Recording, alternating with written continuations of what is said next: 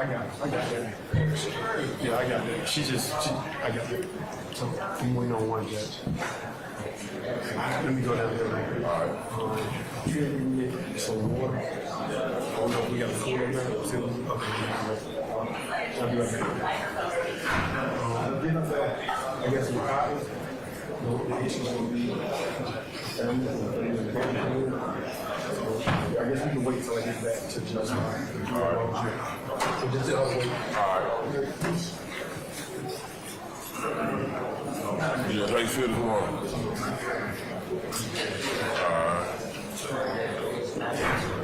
Got a good holiday? Type of flag.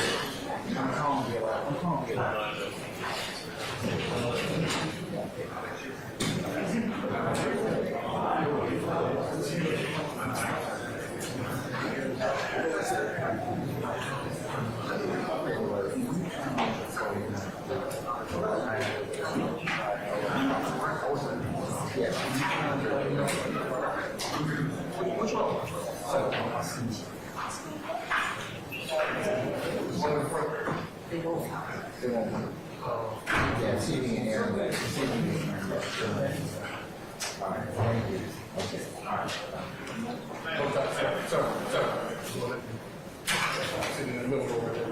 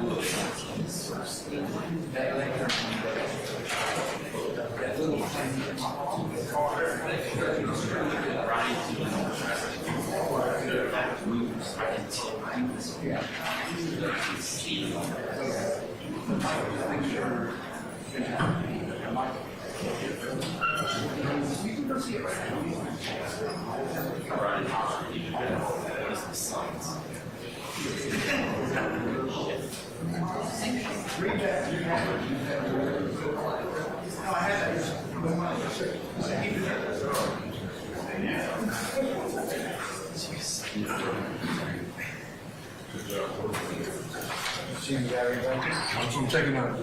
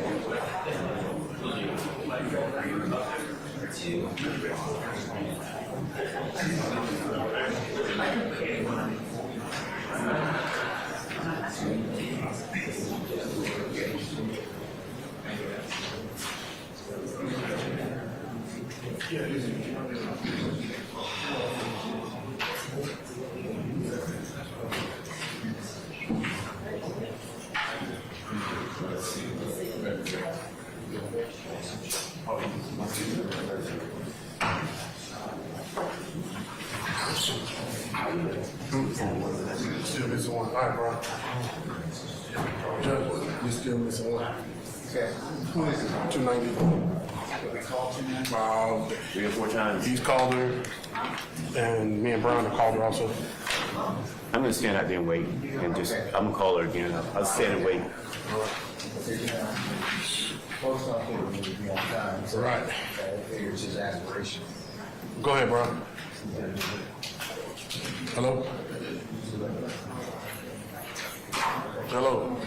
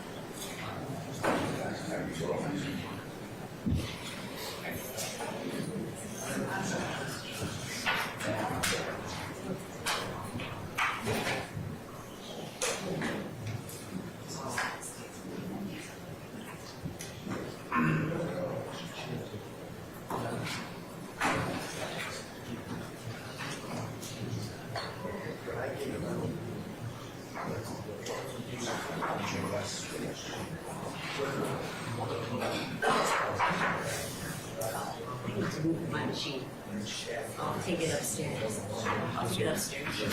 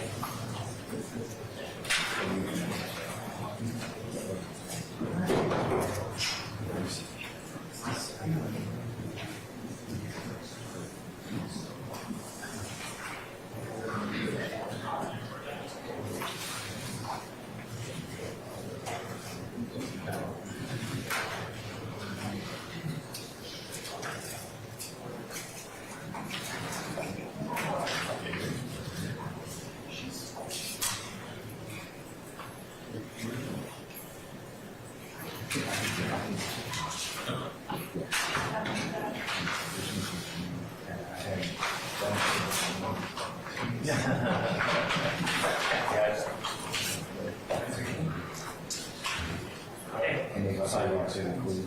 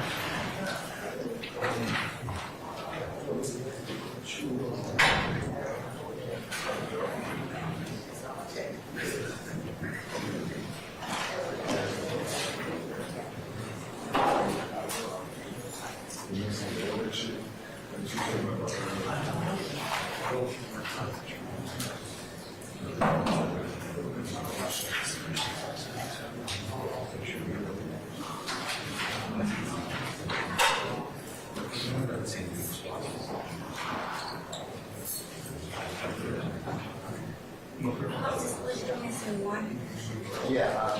Vanessa, she want me to call her? Yes. Yeah.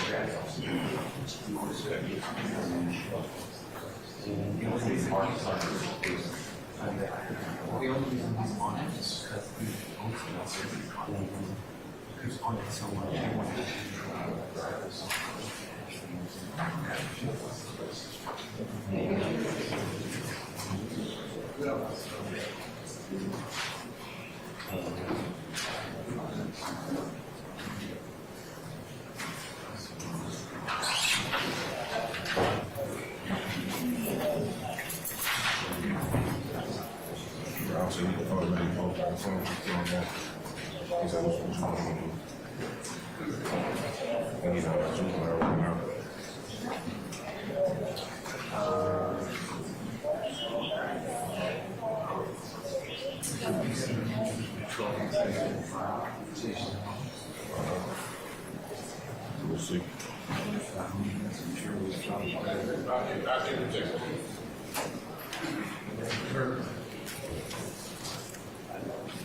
Hey, Tim.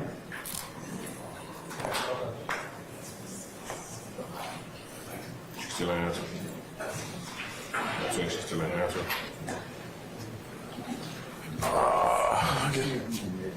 That's what I was just talking to the colonel about. Send somebody over there. Hold on. Okay. I don't know. Yes. Who you see? I need the address. Who? Okay, I'll text it to you. You do it? What's the lady name? Yeah. Yeah. You got that? Yeah. What is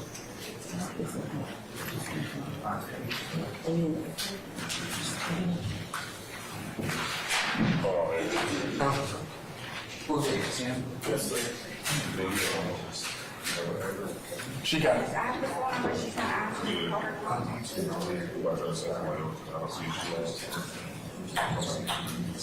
Okay. Okay. Hold on just a second. Yeah, I know. Let me get him started first. He want to come in and we'll get everybody started, and then we'll recess here and we'll take care of that.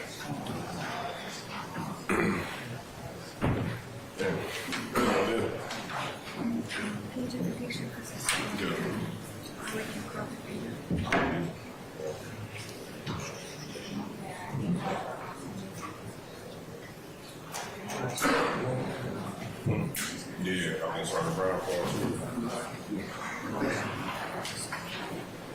All rise.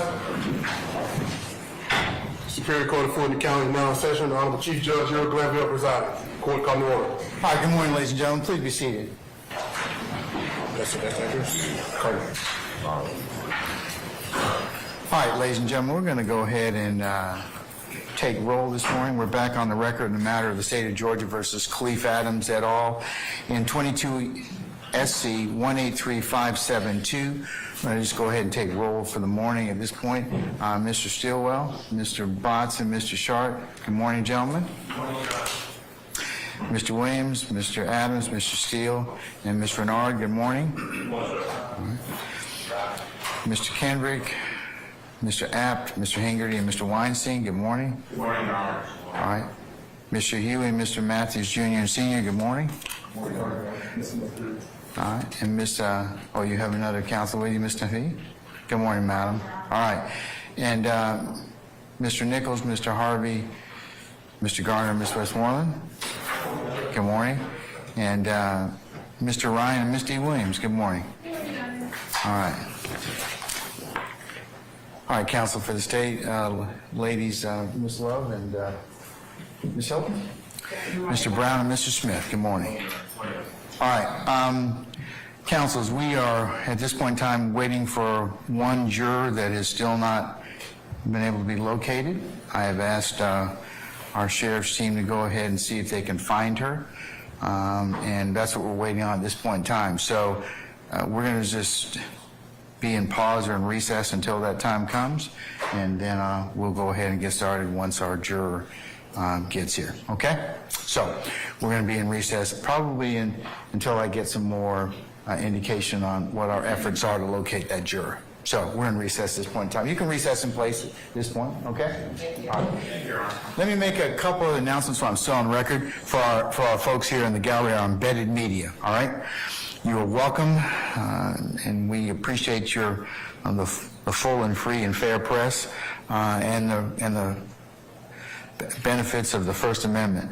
I would just ask you respectfully to remind you, and I know you all as seasoned journalists know this, do not take pictures of our jurors. Do not try and intercede or try and talk to them in any way, and that goes for anybody else in this courtroom.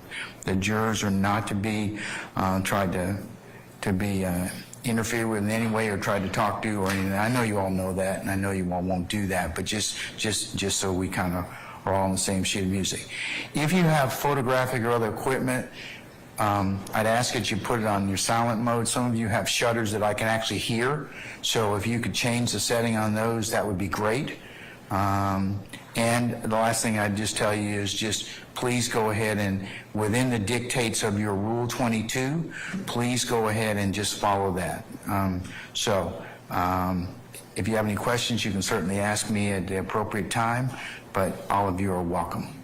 Okay, all right, so we're going to be in recess until I find out more about whether where our juror is, and then we'll go ahead and get started.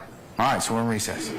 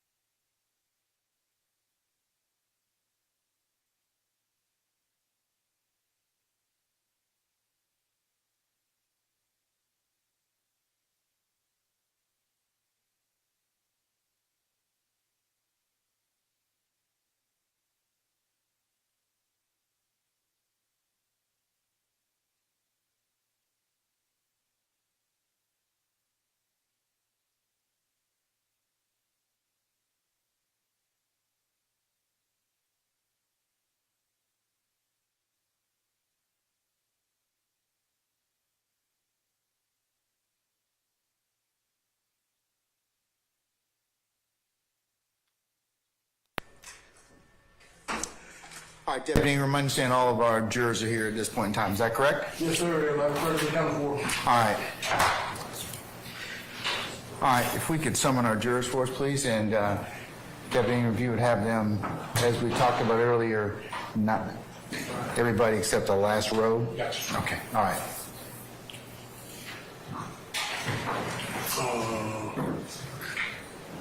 Hey, everybody. Is everybody here? Everybody present? Mr. Sharp's coming in here. All right, well, okay, I'm worried about him right now, okay? But, all right. Hi, neighbor.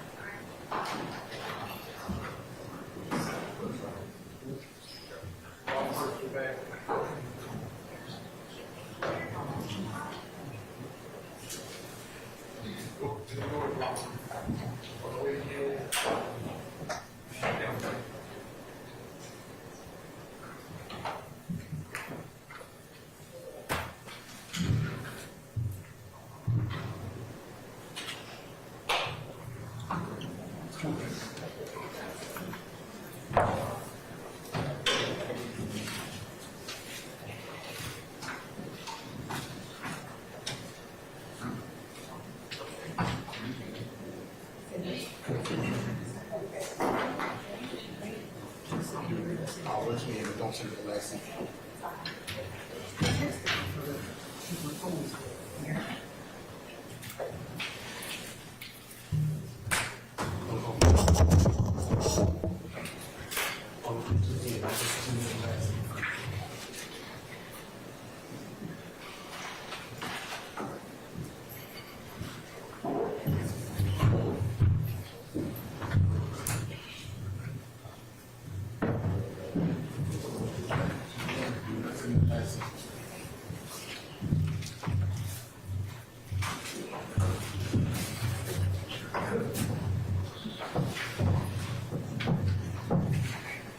Ma'am.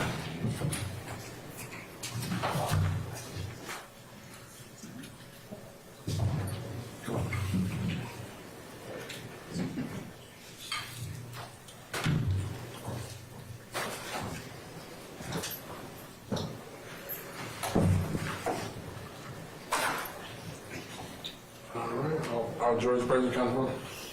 All right, ladies and gentlemen, please be seated.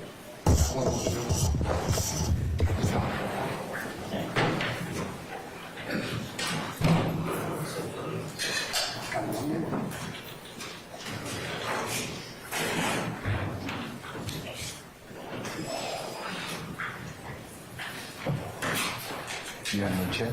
Yeah. Okay. Need no chair. Need no chair. Yeah.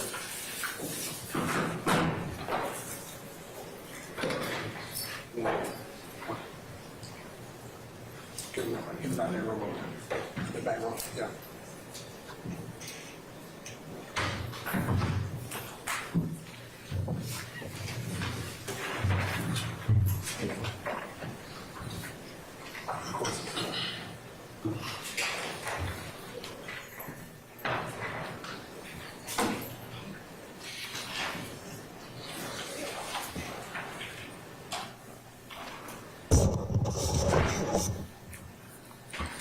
That was coming out. Okay. All right.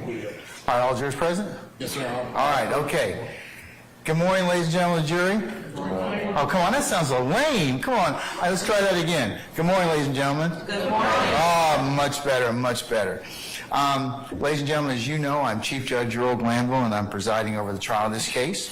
And at this point in time, I'm going to introduce my chamber staff. In the courtroom, I have my court reporter, Miss Christina Weaver. She's my official court reporter. And then to my right, your left, is Miss Violetta Omana, who's my judicial assistant. To my left, immediate left, is Mr. Wesley Kearns. He's my staff attorney. And then the gentleman who just brought you out is Sergeant Tim Ingram. So, and then I have another litigation manager upstairs, Edward Chamberlain, and you'll meet him at some point in time if you haven't met him already when you were here before. So, as I mentioned earlier, they're here to assist me and will be happy to help you in any way you can. Your principal point of contact, should you be running late or anything should happen to you or you need to kind of reach us before the time period. I understand one of you had a car issue this morning, so that's the, you all still have my cards? Okay, and if you don't, I got plenty more. We'll give you some before you leave today. If you're going to be running late or anything, please contact Ms. Umana and let her know so that I can kind of keep track of you and I can let the parties know where you are. But it is very important that you all get here on time. We were supposed to start at 9 o'clock this morning. It's now almost 10:30. So I can't do anything until all 18 of you are here. So please mind your time. Only you know how long it takes you to get from wherever you live in our great county, downtown, Fulton County, to the courthouse and all the machinations that you have to go through. So leave early. You can always come a little bit earlier and be comfortable and be seated in your headquarters at your deliberation room, okay? All right, but at any point in time during recesses, you can approach my staff, or as I mentioned earlier, any of the people from our sheriff's department who are in the gray and black uniforms, you're authorized to talk with them. Before we get into preliminary instructions, ladies and gentlemen, I have some administrative matters to discuss with you. I've already introduced my staff, and I encourage you to approach them if you have questions. Remember, the sheriff's deputies have shown you how to get to the jury room, how you arrive here every day. Okay, so you're never to come into the front door of the courtroom. You always go in to the rear and go directly into your headquarters at your deliberation room. And from this point on, you're not going to enter the courtroom unless one of the deputies brings you out from the jury room. After breaks at the beginning of the day, when you arrive, you'll go straight to the jury room, and our deputies, as I mentioned earlier when you were here a little bit earlier, gave you the nickel tour of the courthouse, so all of you know how to get from the front entrance up here to your headquarters. Is that right? Okay. We talked a little bit about meals and how you can. There's a cafeteria that's directly behind you. We talked a little bit about that. Since you were here, you like the space back there? Yes. It no longer looks like a dump. We painted it. Got you some fresh tables, chairs, and a couple of refrigerators, a microwave, a coffee pot, and we'll make sure that we go ahead and make sure that is cleaned and maintained for your use. I want you to be very comfortable while you're in there. But as I mentioned to you earlier, it might be better just to bring your lunch or bring your comfort items, but we'll make sure that you have some place to store them and otherwise can warm up your lunch if you feel necessary. All right, I would ask that you wear your juror stickers when you're here in the courthouse, and all of you have juror stickers, wonderful. If you don't, when you go back in there, put one on, and remember at the end of the day, take one, put it in your wallet, your purse, your briefcase, whatever you may have, and put it on when you come back in the courtroom, in the courthouse. This is so the lawyers and the witnesses can identify you as a juror. From this point on, the lawyers, the parties, the witnesses, or anyone else associated with this case, except for my staff or our sheriff's deputies, is prohibited from having any contact with you whatsoever. If you happen to encounter any one of them on the street or in the elevator, please do not attempt to communicate with them in any way and do not be offended, as I mentioned to you earlier, if they ignore you, okay? They're just adhering to their responsibilities and roles as officers of this court to not have any direct or incidental contact with you. So please don't be offended. If you should some reason have contact with one of the lawyers, or if you inadvertently overhear something about this case, please notify one of my deputies or my staff immediately. Now, this also, ladies and gentlemen, pertains to third parties or anybody else that may try and talk with you. If anybody else, other than the folks I told you about, the lawyers, attempts to talk with you in any way, emails you, texts you, tries to communicate with you when you're going to and from, we need to know about it immediately, okay? So please tell me if that should happen. We generally hold court from 9 a.m. to about 6 p.m. or thereabouts. We'll take some short comfort breaks as needed throughout the day and a longer break for lunch. And for the sake of your fellow jurors and the parties, as I mentioned earlier, please make every effort to be on time, as we cannot begin or continue the case until all of 18 of you are present. If something unexpected happens and you absolutely cannot help being late, please call my office and contact Ms. Umana, and she'll let me know and let us know accordingly. All right, ladies and gentlemen, now I'm going to cover some basic principles of criminal law. I'm going to explain my role, your role, and the lawyer's roles. And then finally, I'm going to tell you how the trial will proceed. Since many of you haven't served on a jury before, so this should help you in understanding how a trial proceeds and what is expected of you during the trial. Now, you've been selected and sworn to try the following: the criminal case of the state of Georgia versus Marquavius Huey. The Fulton County grand jury has indicted the defendant Marquavius Huey with the following offenses, which I'll read to you: conspiracy to violate the Racketeering Influence and Corrupt Organizations Act, armed robbery, aggravated assault with a deadly weapon, aggravated assault with a deadly weapon, possession of a firearm during the commission of a felony, possession of a firearm during the commission of a felony, armed robbery, aggravated assault with a deadly weapon, aggravated assault with a deadly weapon, hijacking a motor vehicle in the first degree, possession of a firearm during the commission of a felony, possession of a firearm during the commission of a felony, participation in criminal street gang activity, participation in criminal street gang activity, participation in criminal street gang activity, possession of a weapon by an incarcerated individual, possession of a telecommunication device by an incarcerated individual, and participation in criminal street gang activity. The criminal case of the state of Georgia versus DeMonte Kendrick. The Fulton County grand jury has indicted the defendant DeMonte Kendrick with the following crimes, which I'll read to you now: conspiracy to violate the Racketeering Influence and Corrupt Organizations Act, murder, participation in criminal street gang activity, violation of the Georgia Controlled Substances Act, violation of the Georgia Controlled Substances Act, violation of the Georgia Controlled Substances Act, possession of a firearm in the commission of a felony, possession of a machine gun, and possession of a firearm by a convicted felon previously convicted of a felony involving the use or possession of a firearm. The criminal case of the state of Georgia versus Quamarius Nichols. The Fulton County grand jury has indicted the defendant Quamarius Nichols for the following crimes, which I'll read to you now: conspiracy to violate the Racketeering Influence and Corrupt Organizations Act, murder, participation in criminal street gang activity, participation in criminal street gang activity, possession of a firearm by a convicted felon previously convicted of felony involving the use or possession of a firearm, possession of a firearm during the commission of a felony, and possession of a firearm by a convicted felon previously convicted of felony involving the use or possession of a firearm. The criminal case of the state of Georgia versus Rodeus Ryan.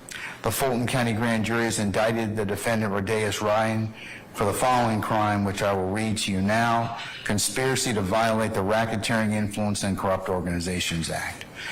The criminal case of the state of Georgia versus Shannon Stillwell. The Fulton County grand jury has indicted the defendant Shannon Stillwell for the following crimes, which I will now read to you: conspiracy to violate the Racketeering Influence and Corrupt Organizations Act, murder, participation in criminal street gang activity, participation in criminal street gang activity, possession of a firearm by a convicted felon previously convicted of felony involving the use or possession of a firearm, possession of a firearm during the commission of a felony, and possession of a firearm by a convicted felon previously convicted of felony involving the use or possession of a firearm. The criminal case of the state of Georgia versus Jeffery Williams. The Fulton County grand jury has indicted the defendant Jeffery Williams for the following crimes, which I will now read to you: conspiracy to violate the Racketeering Influence and Corrupt Organizations Act, participation in criminal street gang activity, participation in criminal street gang activity, violation of the Georgia Controlled Substances Act, violation of the Georgia Controlled Substances Act, violation of the Georgia Controlled Substances Act, possession of a firearm during the commission of a felony, and possession of a machine gun. Each of the defendants have pled not guilty to this indictment, and each of them deny every charge in it. This indictment and the defendant's pleas of not guilty present the issue that you've been selected and sworn to decide. The indictment is a way the defendants are charged with committing crimes that violate the laws of Georgia. The charges in the indictment and the pleas of not guilty are not evidence of guilt, and you may not conclude the defendants are guilty based on the charges or the not guilty pleas. Each of the defendants is presumed to be innocent until he is individually proven guilty. The defendants begin the trial with a presumption of innocence in their favor, and this presumption stays with them until it is overcome by the state with evidence that convinces you beyond a reasonable doubt that the defendants are guilty of the crimes charged.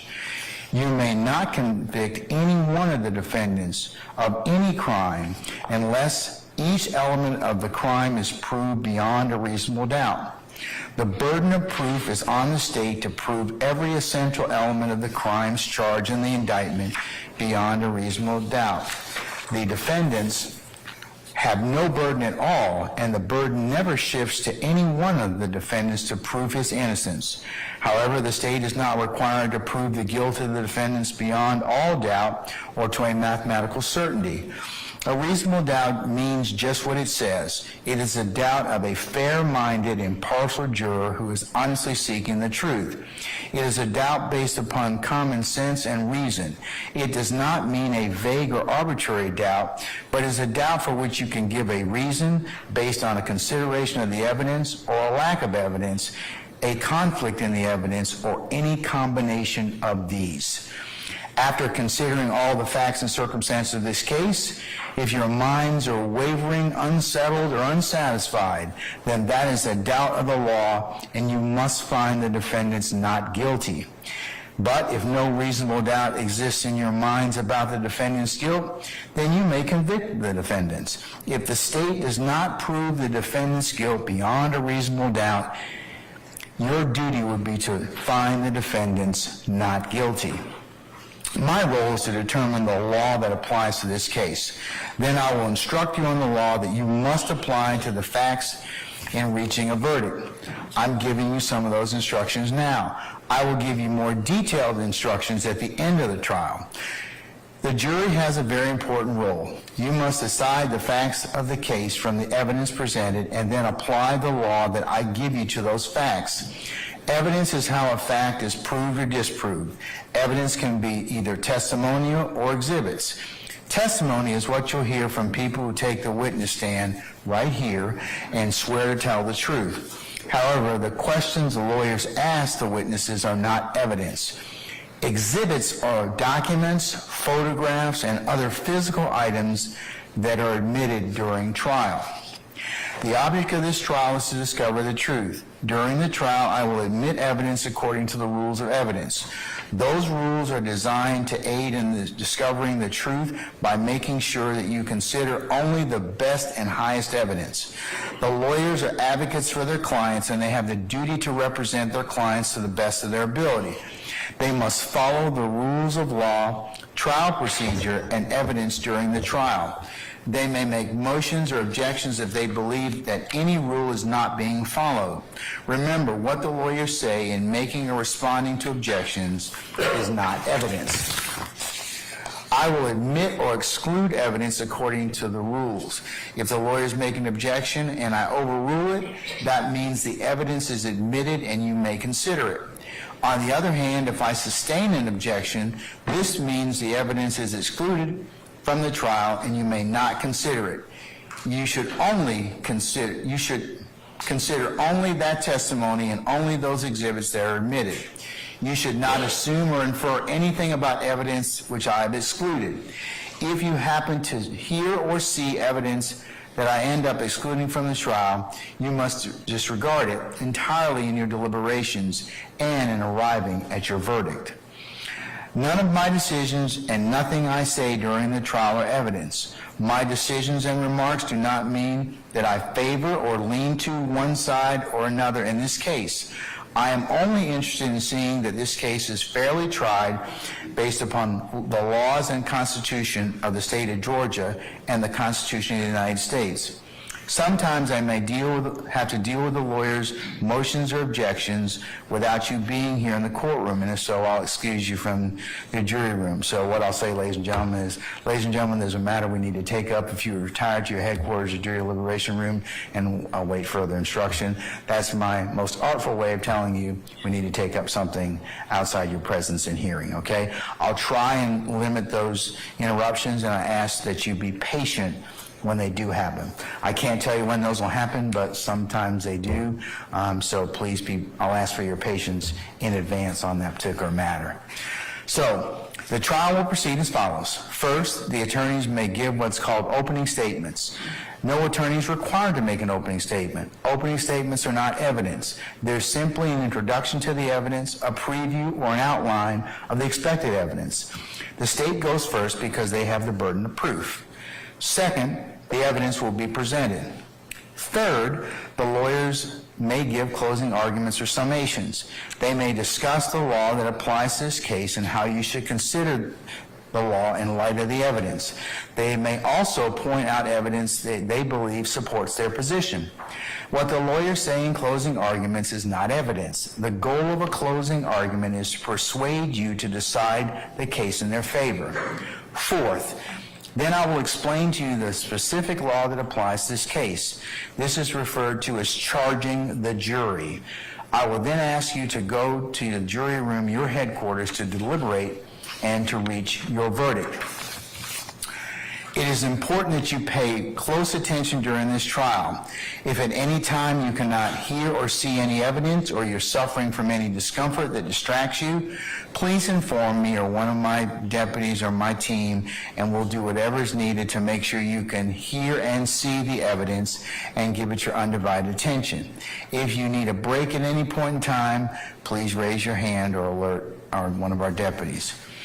The jurors are not allowed to question witnesses. However, if you have a question you believe is important for your determination of facts, please write down your question, give it to one of the deputies, and I will determine whether or not it should be asked. If you have a question while the evidence is being presented, please keep in mind that you do not yet heard all of the evidence, and your question may be answered by the time the rest of the evidence has been presented. You should only consider evidence with you should consider the evidence with an open mind, and you should not reach any final conclusions until the trial is over. Do not jump to conclusions before all the evidence is presented. To maintain the integrity of the jury system, I'm going to remind you again, remember my ad nauseum admonitions? Okay, y'all shaking your heads like, okay, we're going to go through those one more time. I'm going to remind you that you must decide this case only based on the evidence admitted during the trial and the law I will explain to you. You may not conduct any research on your own about this case or about any people or places mentioned during the trial. You may not visit any places mentioned in the evidence. You may not refer to any books or documents that were not admitted during the trial. You may not use any dictionaries or other reference materials. You may not use Google or any other search engines or any other resource matters, the internet, websites, or blogs. You may not use any other electronic media to get information about this case. You should not use any of the sources to get any information about the legal terms or about the law. And finally, you may not listen to any accounts of this trial that may appear in the news media, whether it's online, in print, on the radio, on your cell phones, or any other smart devices that you may have, or any other mediums. Remember, you are the ones that have been qualified as fair and impartial jurors deciding this case. No other influence should affect your decision. For that reason, as I mentioned earlier, part of my admonitions, you may not discuss this case with anyone, including your family and friends, or let anyone discuss this case with you or around you or in your presence.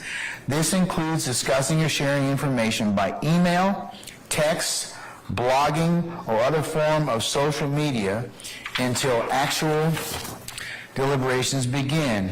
That is, until after you've heard all the evidence, the lawyer's closing arguments, the law that applies to this case. You must not discuss the case even amongst yourselves in the jury room during breaks or elsewhere. Remember I told you, would it be a violation for you to sit back in your headquarters jury deliberation room after we take the first witness and say, hey, what do you think? Is that a violation? Yes. Come on now. We all got to kind of shake our heads. Yes. Would it be a violation for you to be, as you're walking lunch, to recap and discuss the case? Yes. What about you in the bathroom? Yes. That's creepy. Remember I told you about that before? Okay, all right. So we're not going to do that, all right? But what about going to the juror shuttle? Yeah, that'd be a violation as well, okay? What about if you're walking on Wednesdays and Tuesdays? All right, okay, and how did I tell you you're probably going to get caught if you violate my admonitions? You're going to tell on yourself, that's right. Or somebody's going to tell me that you've been on some particular site or some particular issue. You ought to be able to learn that. Okay, I'm proud of you. All right. But it's really important, ladies and gentlemen, because remember I told you, fair trial, just trial, lawful trial. So all of these things are really important in terms of the admonitions and how serious we are about you not being only hearing what's in this courtroom and only the cases presented to you. All right? So you've been given pencils and writing utensils and pads for your note-taking and use during this trial. So what I want you to do at this point in time is take and open your pad to the very first page. For those of you that have them, okay? For the rest of you, I'm going to get you a pad, all right?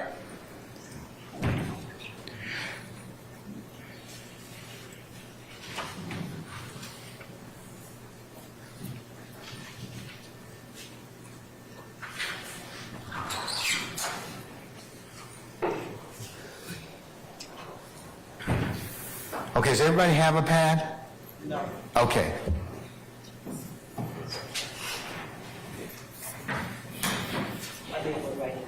Okay. All right. Who else doesn't have a pad? Do we have enough, or we'll get you one during the break.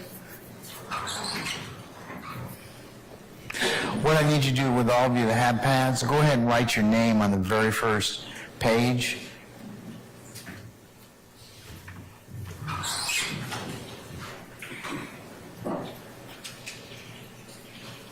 Okay, that's your pad, okay? So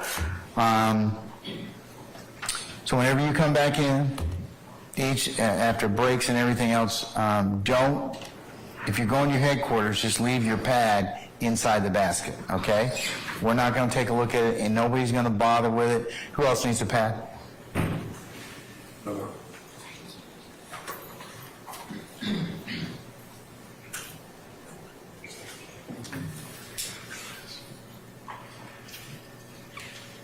Okay, everybody got a writing utensil? Pen or pen or pencil? Okay, for those of you go ahead and who just got pads, go ahead and write your name on the very first page, inside cover. Just go ahead and write your name on it. And believe me, we have more pads, so if you get, by the time the trial ends, if you need another pad, we'll give you another one, okay? So, but leave them in your headquarters when you have breaks and go outside and for the end of the day. Just put them in there, take another juror sticker out, and that'll be your way to kind of just trade and make sure, don't take them home with you. Then the next morning, you can find your pad and you can kind of just be prepared to take notes, okay? So I'm going to tell you that again, just leave your pads as you have breaks and everything else in your headquarters. And at the end of the day, like I said before, we will secure your notes. That'll probably be Miss Omana's job, and we'll just leave them in the basket, and we put the basket into your location, and then we bring the basket back down, so you all, when you come back tomorrow morning, or whatever morning you come back, you'll have your notepad, all right? Now, but please keep in mind, all right, you may take notes if you wish. If you do take notes, please do not let your note-taking distract you from paying full attention to all the evidence and the witnesses. You may not share or discuss your notes with anyone until you start deliberating at the end of the case, and I tell you how you're to begin your deliberative process. Notes are not evidence, they're only memory aids. They are not more important than your own impression or memory of what the evidence may have been. You may consider another juror's notes to refresh your memory, You should only rely on your own memory of the proceedings. Do not be influenced by the notes of other jurors unless their notes help you in determining your own independent memory. You must leave your notes in the jury room except when you are in the courtroom. They will be collected by the court and destroyed at the end after you finish your deliberations. Ladies and gentlemen, you will not get a transcript of any witness testimony, so please remember what they said on the witness stand in a way that works best for you, okay? I'm going to tell you a couple other administrative, or as I call, administeria. Ladies and gentlemen, I've tried a lot of jury cases, so some of the things I'm going to say to you are the result of debriefing a lot of our citizens. One of the questions I get on a routine basis is, Judge, what are you doing up here on the bench? All right? So I'm going to demystify that, and I'm going to tell you right now. So there won't be any question about what I'm doing, okay? All right. So as I told you earlier, I'm responsible for just about everything that goes on in this courtroom. So on the bench here, I do have a phone, and I can make certain phone calls I need to. These devices here, ladies and gentlemen, you're going to see us use them from time to time. They are audio devices that each pair of litigants has on their table to allow them to hear bench conferences, because I may have to take up things out that I told you outside your presence and hearing, but we may not want to put you out of the courtroom, so we may come up here, I cut my microphone off, and everybody using these devices is able to hear the bench conference that I'm having. Will you be able to hear a bench conference? No. That's not for you to hear. So, but these devices allow us to do that. So if you see people putting on these particular devices to talk, such as this, you'll know that that's what's going on, okay? All right. To my left, I do have a computer. I have a couple of different programs that are open that help me do legal research and other things to keep track of what's going on during the trial. And otherwise, I'm taking notes. So if you see me typing, don't assume I'm booking my next vacation. I could probably be doing that, but I'm not. I do take notes, and I do pay attention to what's going on. I of course, I'm very interested in your comfortability, and I monitor everything that's going on here in the courtroom. So that's what I'm doing up here on the bench, all right? One other thing that you might hear behind me is this bell that starts jingling, all right? And if you hear a jingling sound like a bell, please don't think that I'm doing anything creepy up here, all right? I have a service dog behind me. His name is Jack. I think some of you may have seen him already.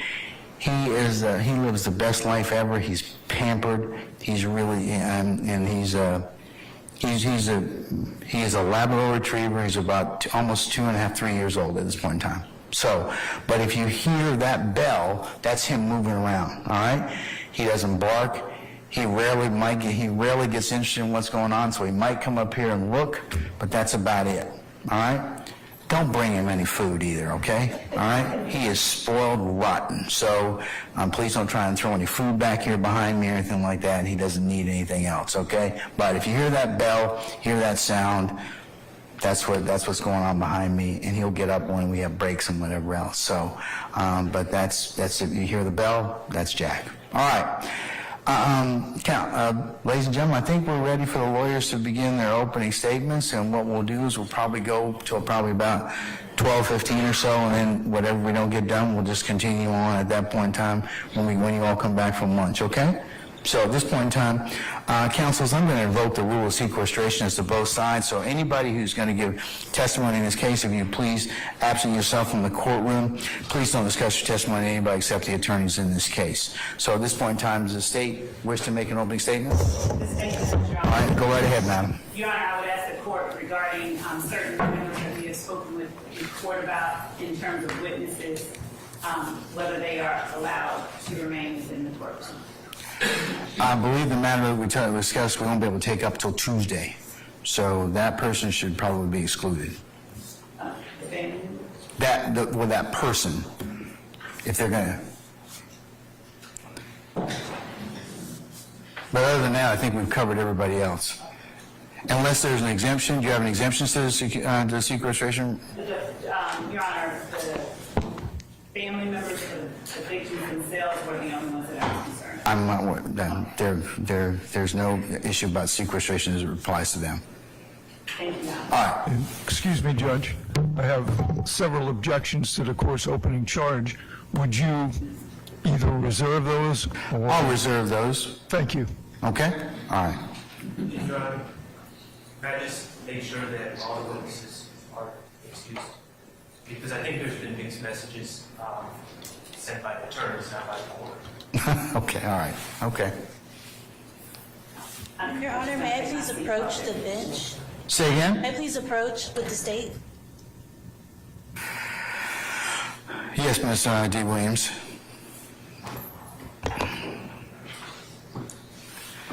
For those of you that wish to listen in, you can go ahead and do so.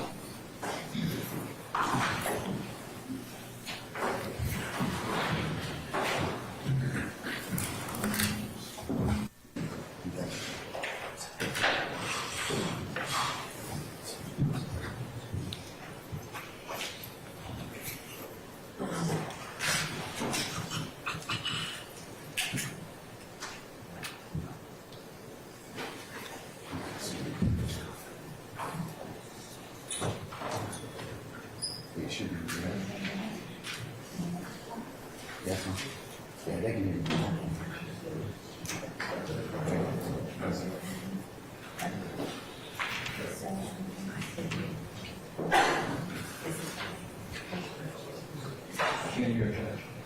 She hasn't said anything yet. You good?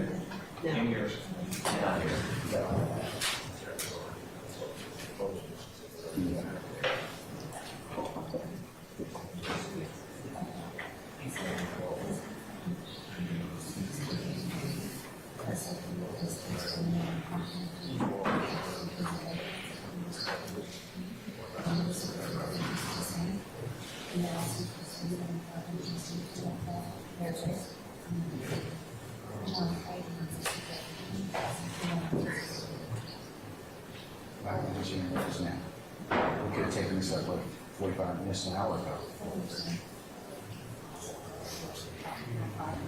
I can't hear you.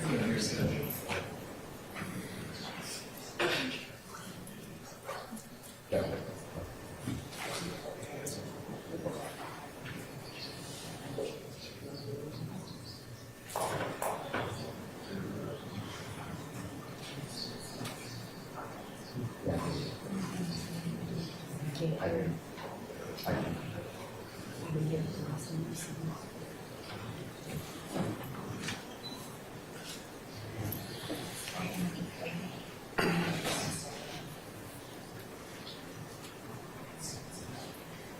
What's that? What's that? I'm sorry.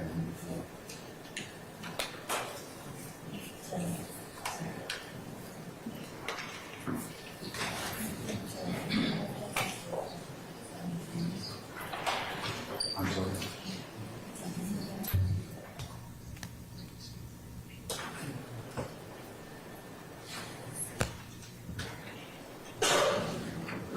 can't hear you.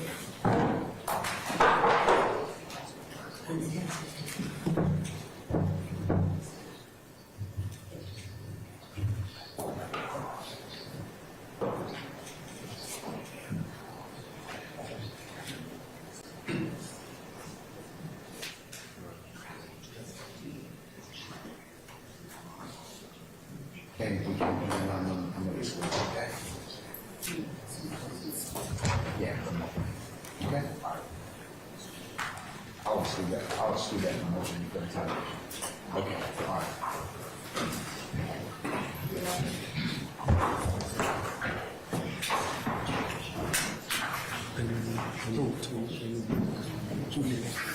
Can't hear you. You only 3 minutes to do it. Okay. All right. All right.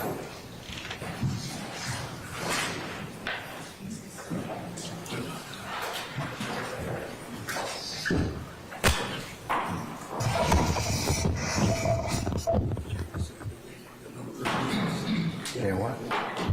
No, they should have just. Everybody gets at least one. Who? No. No, they're not. They're not on camera, should they?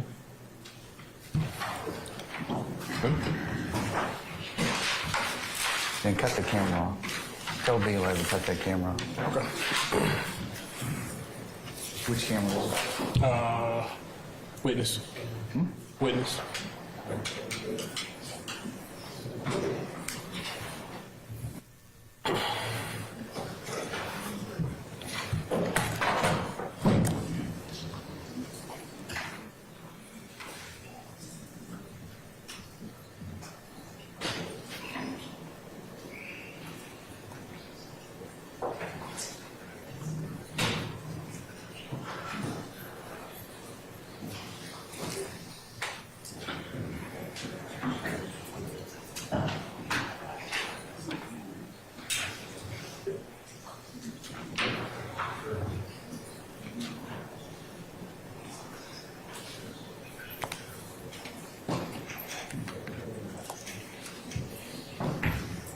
Your Honor, when the court has a moment, can we approach again with Ms.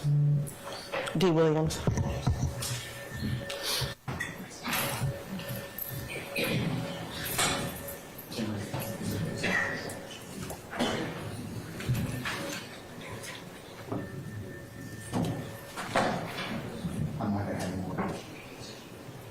You need 3 minutes, you said? Your Honor, we just need to reapproach again, Your Honor, briefly, given that we just learned about this. I'm going to exclude it for the time being, okay? Let's just move on. I'll take it up at another time. We're not going to take it up right now. All right, thank you, Your Honor. Your Honor, given that I have provided certain things, I just want to make sure that I comply with the court. Yeah, we could have taken that thing up an hour earlier, but I'll take that issue up later. Okay.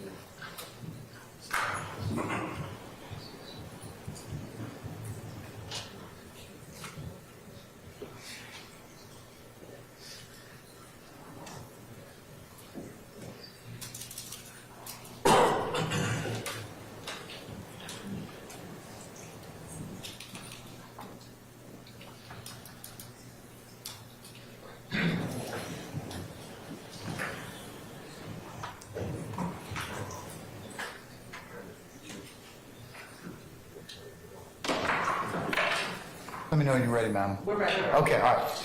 All right, if you wish to make an opening statement at this point in time, please go ahead. All right. I'm going to now share my screen with court for a minute. Yes, ma'am, go right ahead.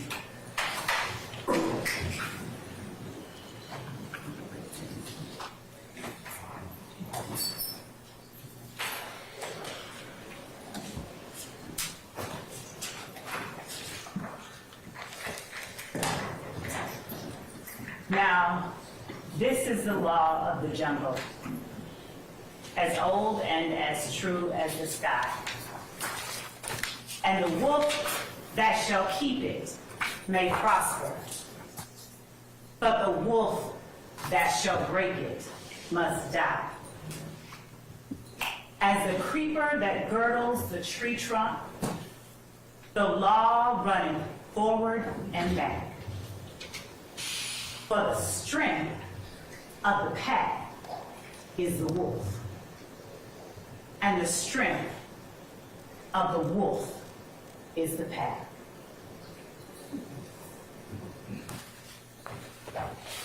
Thank you so much, ladies and gentlemen, for being patient. Thank you so much for being honest during this very lengthy process that preceded this point here today during the voir dire process. I appreciate you all being here, exercising your civic duty, and honoring your obligation to pay close attention to what's going on in this courtroom for the next several, however many weeks. Some people like to say that opening statements are a roadmap to what the trial will show. Instead, I'm going to give you an overview, a bird's eye view, because you're going to be sitting here with evidence for the next several weeks at least.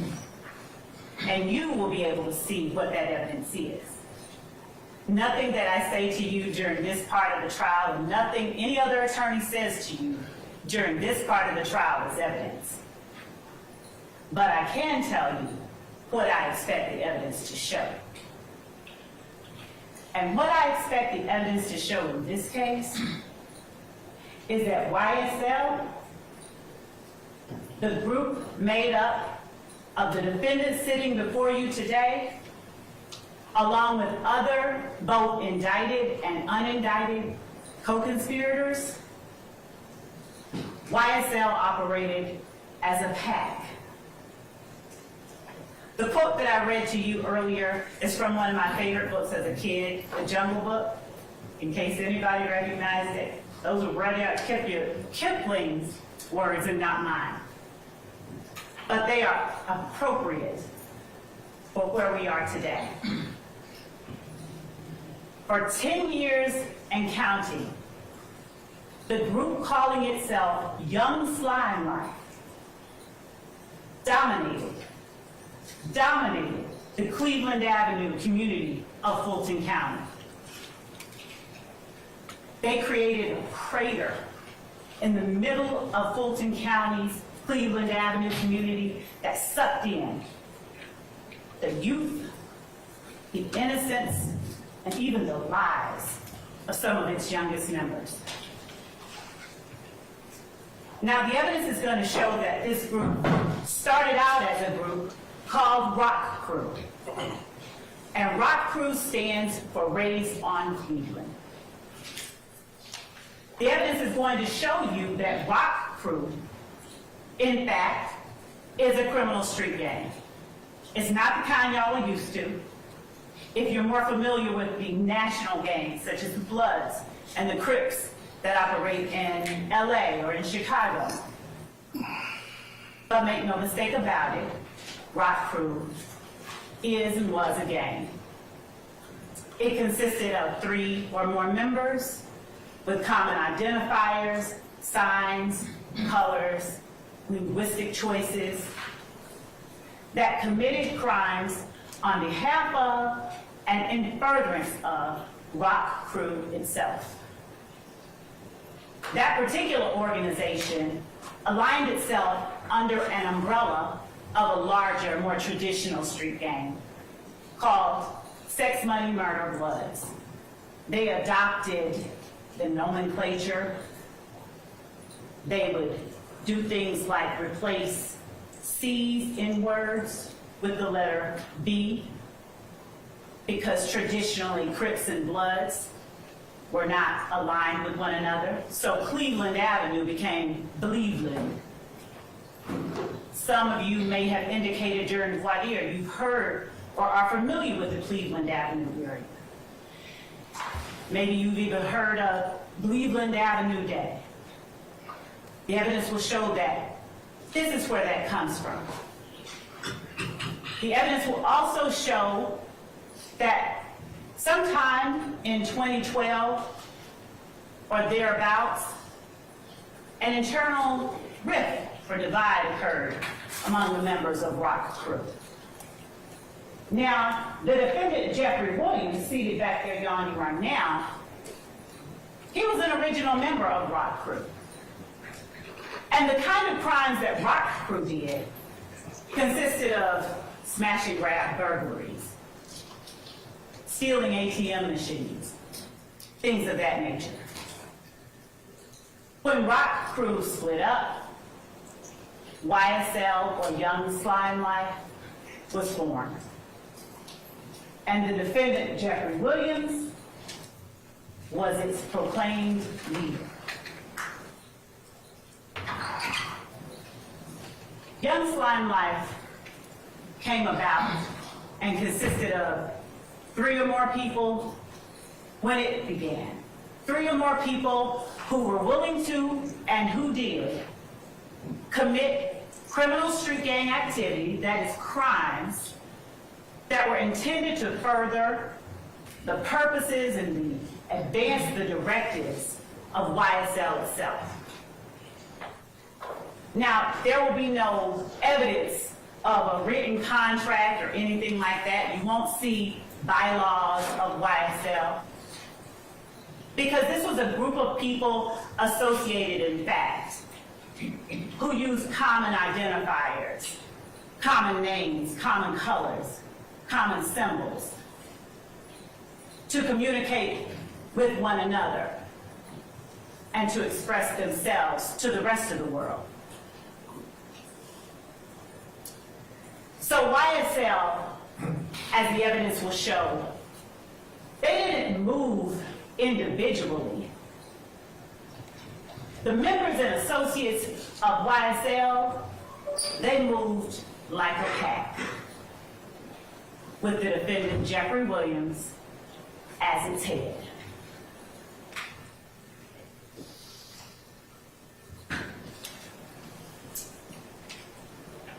You'll hear from witnesses, both law enforcement and lay witnesses, who personally experienced and who personally witnessed the activities, the crimes that were committed. You will hear from law enforcement officers like Kimberly Underwood and Tyrone Dennis, whose main goal wasn't to go out in the streets and lock up people who looked like them.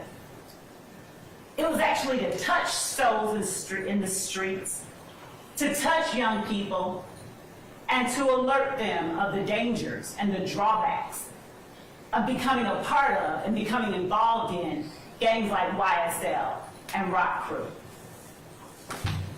You'll hear about conversations with educators. You'll hear from members and associates of the gang itself. Now, as to how those members and associates will respond or act once they're actually in court and on the stand, that's something that I am truthfully not able to predict to you fully. But the court has given you instructions on determining and judging the credibility of the witnesses. And I trust that all of you will in fact follow those instructions. The evidence will show that YSL checked all of the boxes for being a criminal street gang. As I stated earlier, they are 3 or more people associated in fact. Their members commit crimes on behalf of the gang. They commit crimes such as armed robbery, hijacking, motor vehicle theft, theft by receiving, stolen firearms, so many stolen firearms, possession of a machine gun, and narcotics sales. And last but certainly not least, murder. What you will not hear any evidence of is that the defendants were not involved in a criminal street gang. You will not hear any evidence that they did not commit crimes on behalf of YSL. And as I stated to you earlier, what I'm saying to you now, this is not... Let me object to that statement, please, as burden shifting. Object basis? Burden shifting, and under Parker versus the state at 277, Why don't we take that up then? 39. I'll note your objection. I'm sustaining the objection. Why don't you rephrase, madam? Yes, Your Honor. Just rephrase it. Ladies and gentlemen, I'm going to explain to you at the appropriate time, ladies and gentlemen, what the burden is in this case. Remember what I told you earlier? That the burden never shifts to the defendants to prove or certain innocence, they're presumed innocent. And it's only until you hear evidence that you decide is sufficient, and I'll instruct you on how you're supposed to do that at a later point in time, okay? All right. The evidence will show that YSL did not adhere and does not adhere to all of the customs of a traditional street gang. And the fact that YSL does not mirror all the customs of a criminal street gang, the evidence will show makes it no less a criminal street gang. The defendants on trial here today have, through their actions, displayed not only their allegiance, their alliance with one another and with the gang itself. Through their actions, they have displayed an unspoken agreement to participate in that gang through a pattern of illegal activities.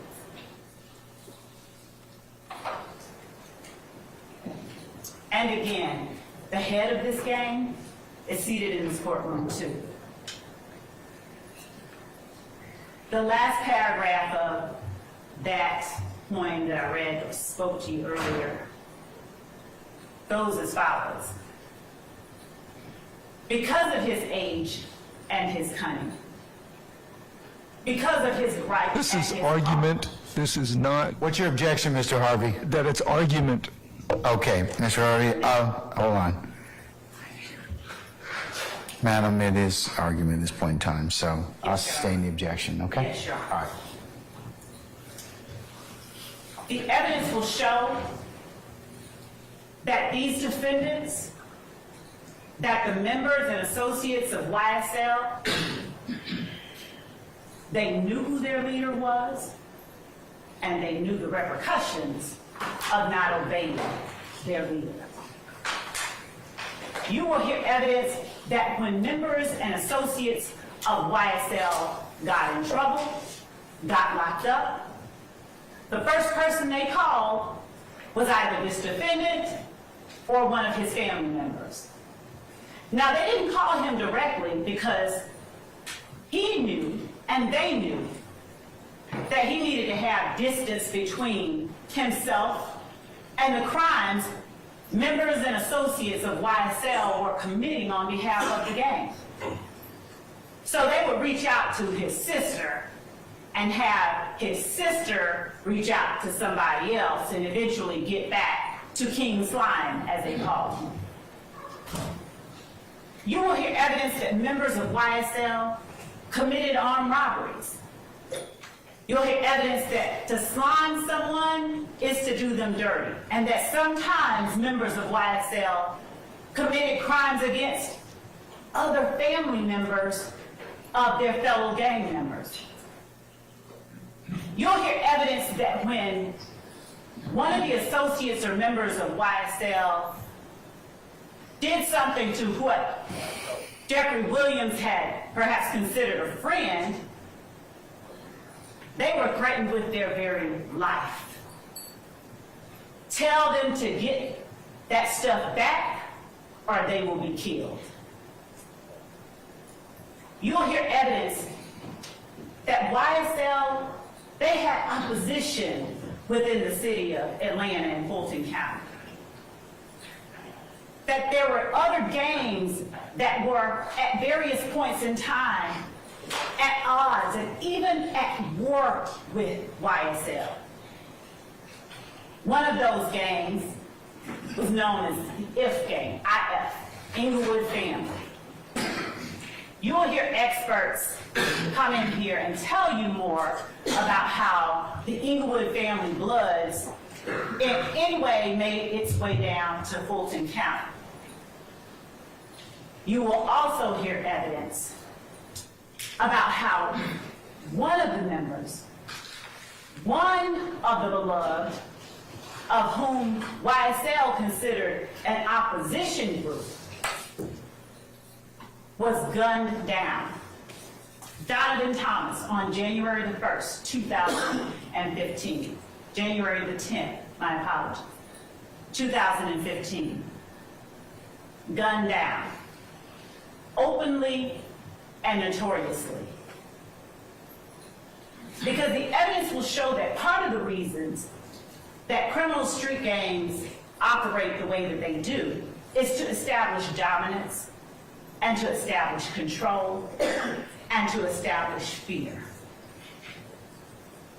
You're going to hear that this gang stole at least 3 lives from this community over the last 10 years.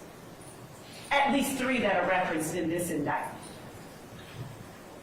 You'll find that as a result of this gang's activities, a young woman who had nothing to do with either YSL or any of their opposition was gunned down by people trying to get back at YSL for what they did.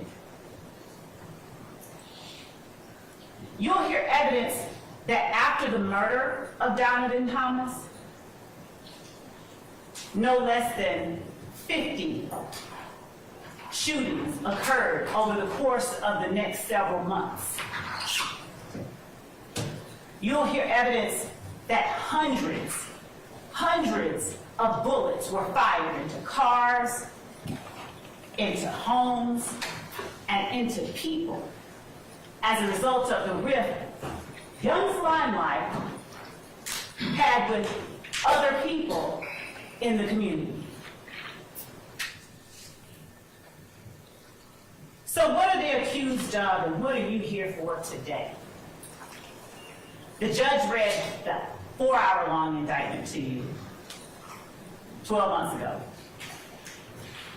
He didn't read it to you again today, but he generally gave you what each defendant is being charged with and what the state has the burden of proving beyond a reasonable doubt as it relates to each defendant. But just to broadly touch on those, the crimes that the state will be proving to you over the next several weeks include conspiracy to violate the Racketeer Influence and Corrupt Organizations Act. That is an absolute mouthful. So we'll just say RICO. There's no substantive allegation of RICO violations here. And by that I mean there's a difference. Here the state is alleging that these defendants, they had an agreement, unspoken, but no less an agreement, to obtain property, things of value, cell phones, cars, stolen guns, through a pattern of illegal activity. The evidence will show that it's sort of like if 2 people said, okay, you know what, we're going to go toilet paper our dean of admissions house. And they sat there thinking and talking about it, and someone overheard them and reported them to the police. and the police came and said, okay, I'm gonna arrest you all for conspiracy, for planning to go and do this. The evidence will show that it's not enough that they were planning to do it. Somebody has to do at least one thing in order for those two people to be found guilty of conspiracy. So say one of you goes and says, let me go get the toilet paper now. Then y'all are in trouble. That's what we have here, and that's what the evidence is going to show. There was an agreement among the members of YSL to obtain property and things of value through a pattern of illegal activity. And it is their actions over the course of the last 10 years. It did not stop, by the way, in 2015. It didn't stop at all. It continued up through and even into 2023, after this case was indicted, as the evidence will show.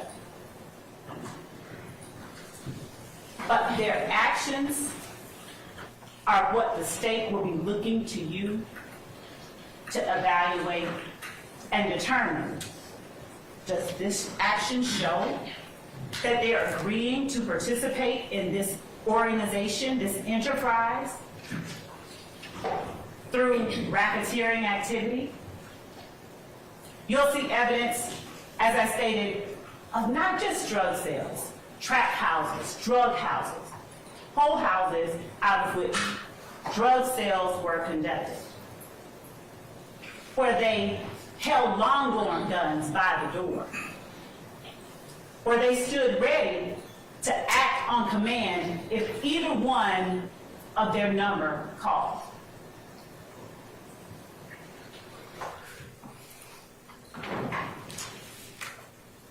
Who's on trial before you today is Rodelius Ryan, Quamarius Nichols, Marquavius Huey, Jeffery Williams, Shannon Stilwell, Diamante Kendrick.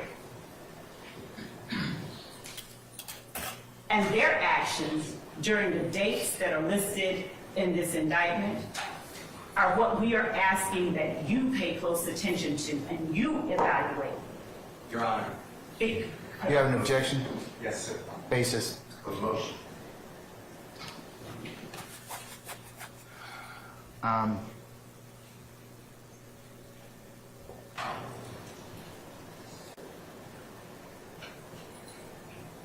All right. Ladies and gentlemen, this is one of our breaks. I'm going to need to probably ask you to retire to your headquarters jury deliberation room, and we'll call you back in just a minute, okay, when we finish up our business, all right?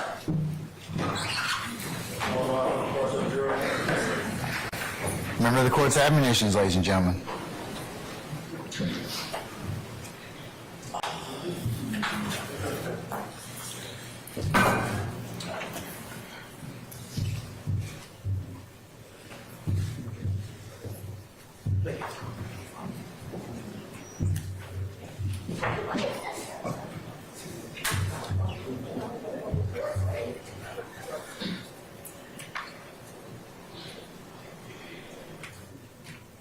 All right, please be seated. Our jury has left us.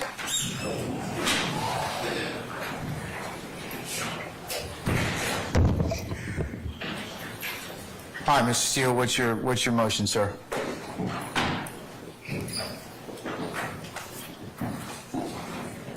Good morning again, Your Honor.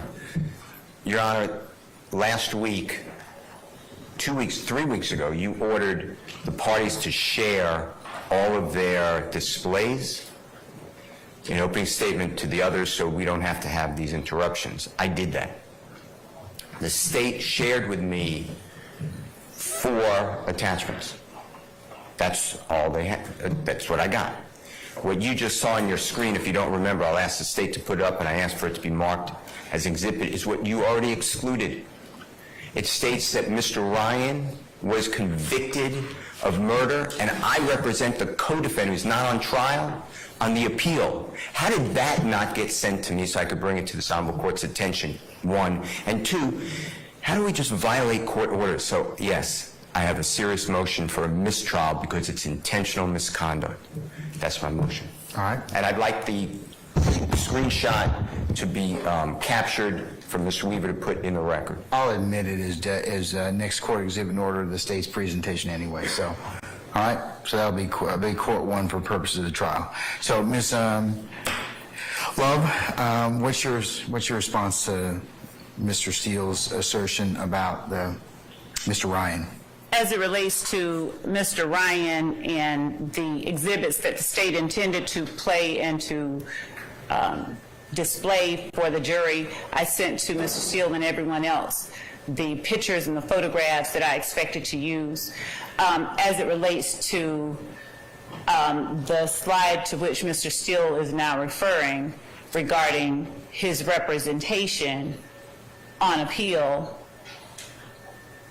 I'm not certain if the objection goes to the fact that there was the conviction, because that's part of the indictment and that's part of the evidence that the state expects will show, or if it's as to his objection about the fact that he represents Mr. Ryan or Mr. Blaylock on appeal. You don't represent Mr. Ryan. Mr. Blaylock, then. Excuse me. I never said this, ever. That's it. Okay, what's your objection based upon, Mr. Steele? Objection based upon, I argued this before this honorable court. You argued the prosecution that before they ever mentioned my name, you granted this motion. That I did. You brought him up to this honorable court, outside the presence of everybody. We're an open statement. I am lied to. I am saying that. I am lied to. I don't know if anyone else got that exhibit. I did not get that exhibit. And I've seen everyone's head shaking no. And now, it goes against the court's order. We are bound, duty-bound, to follow some of the court's order. I'm going to join in the objection on behalf of Mr. Steele. Let me see the... I can put it back up, Yes, Judge. ma'am. And, Your Honor, while I am putting that back up, I will state in my place that initially when there was the objection from Mr. Steele, I didn't have a clue what it was about because I didn't mention his name and didn't intend to mention his name. As I looked at the screen, I saw that part of his name was on the screen for the most part. But I mentioned that, I ruled upon that last week. I did. That we were not, I would take it as it came in this case, and if the evidence got to that point, then I would deal with it accordingly. Yes, Your Honor. So, and Your Honor, as to Mr. Steele's motion, as I'm pulling this up, the state would vehemently object to a mistrial and ask for a curative instruction and a reminder to the court, to the jury, that nothing that the lawyers say is evidence in this case. This is not at all the type of thing that rises to the level of mandating a mistrial. Certainly not. It just isn't. I have all right. The slide. Pull up now. I have it now. I'm about to share Court one for purposes of the motion for mistrial.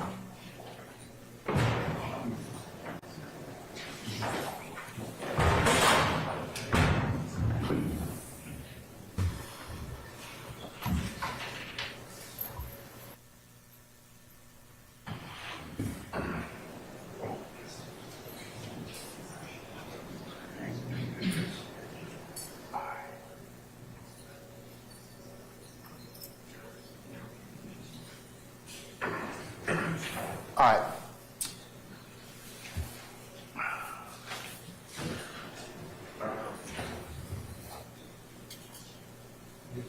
Okay, on slide 11 of 65, that I see where you have that at the bottom, represented by Brian Steele. So we can leave that for the time being. Leave it for the time being because it is what it was up. I'm going to deny the motion for mistrial, Mr. Steele, but I will go ahead and give a curative instruction to our jurors at this point in time.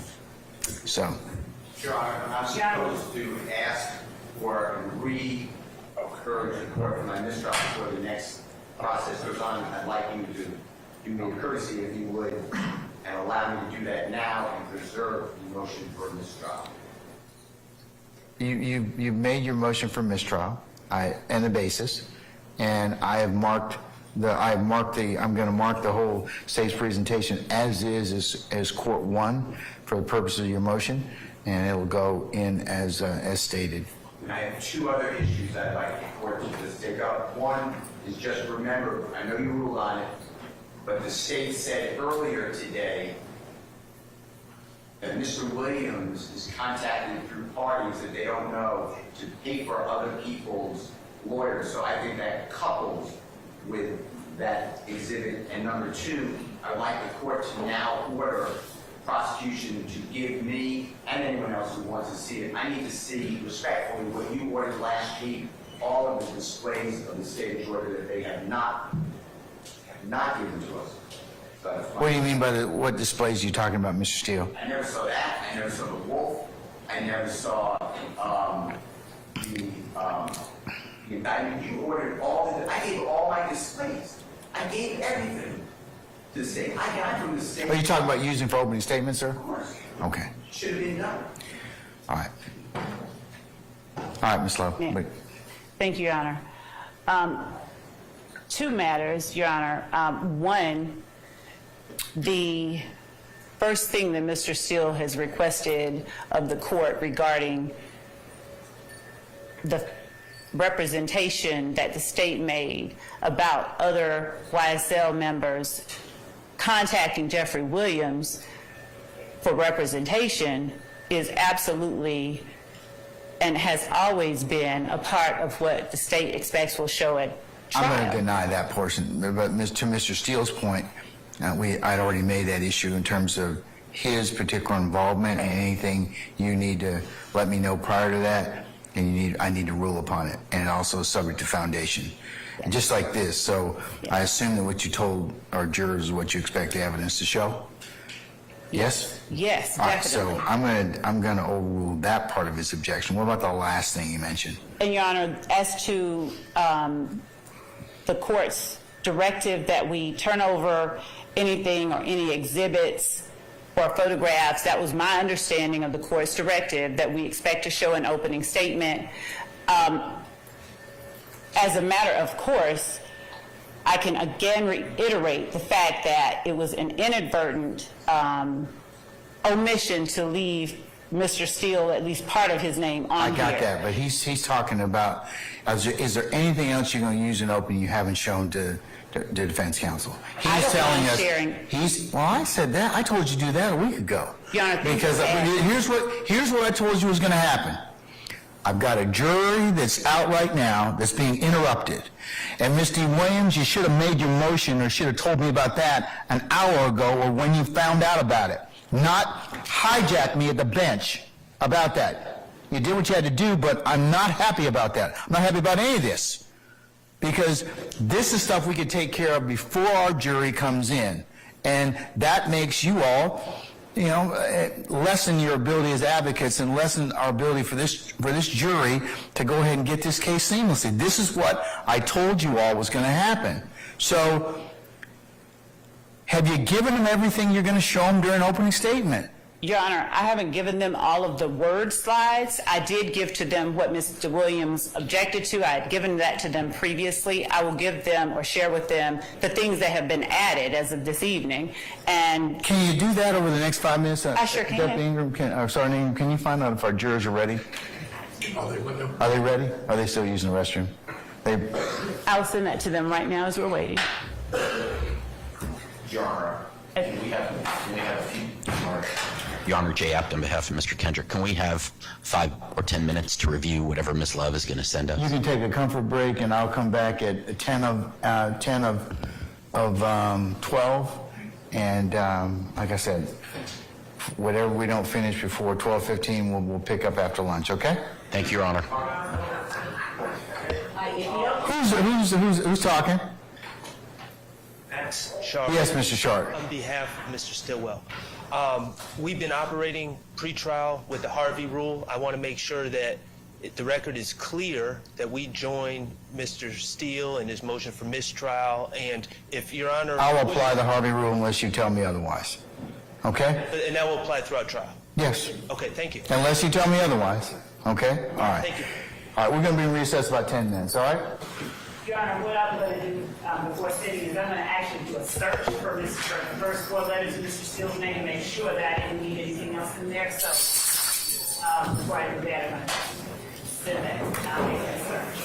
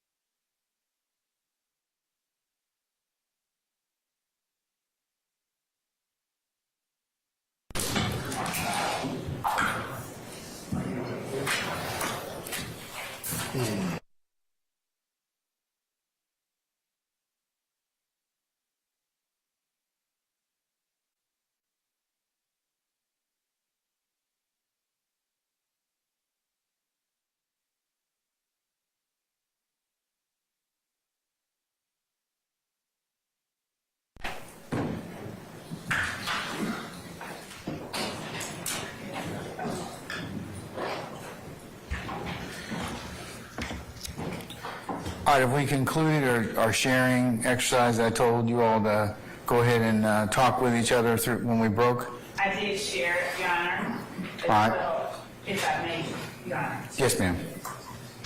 Regarding the court's earlier concern brought to the court's attention by Mr. Williams, Ms. Hilton shared with me what was said on the bench, but as it relates to Cordelius Ryan's post after the murder of Shamel Drinks, that was provided from day one in discovery, Your Honor, and it is not a crime that he is alleged to have committed. We may have put that on a list, out of including things, but, Your Honor, that is not an intrinsic act in the sense of it being a crime or criminal act, and it is what the evidence is going to show happened. What I have in the PowerPoint I can show to the court if you like. I sent that to defense counsel prior to today. I think I sent it Friday before 5.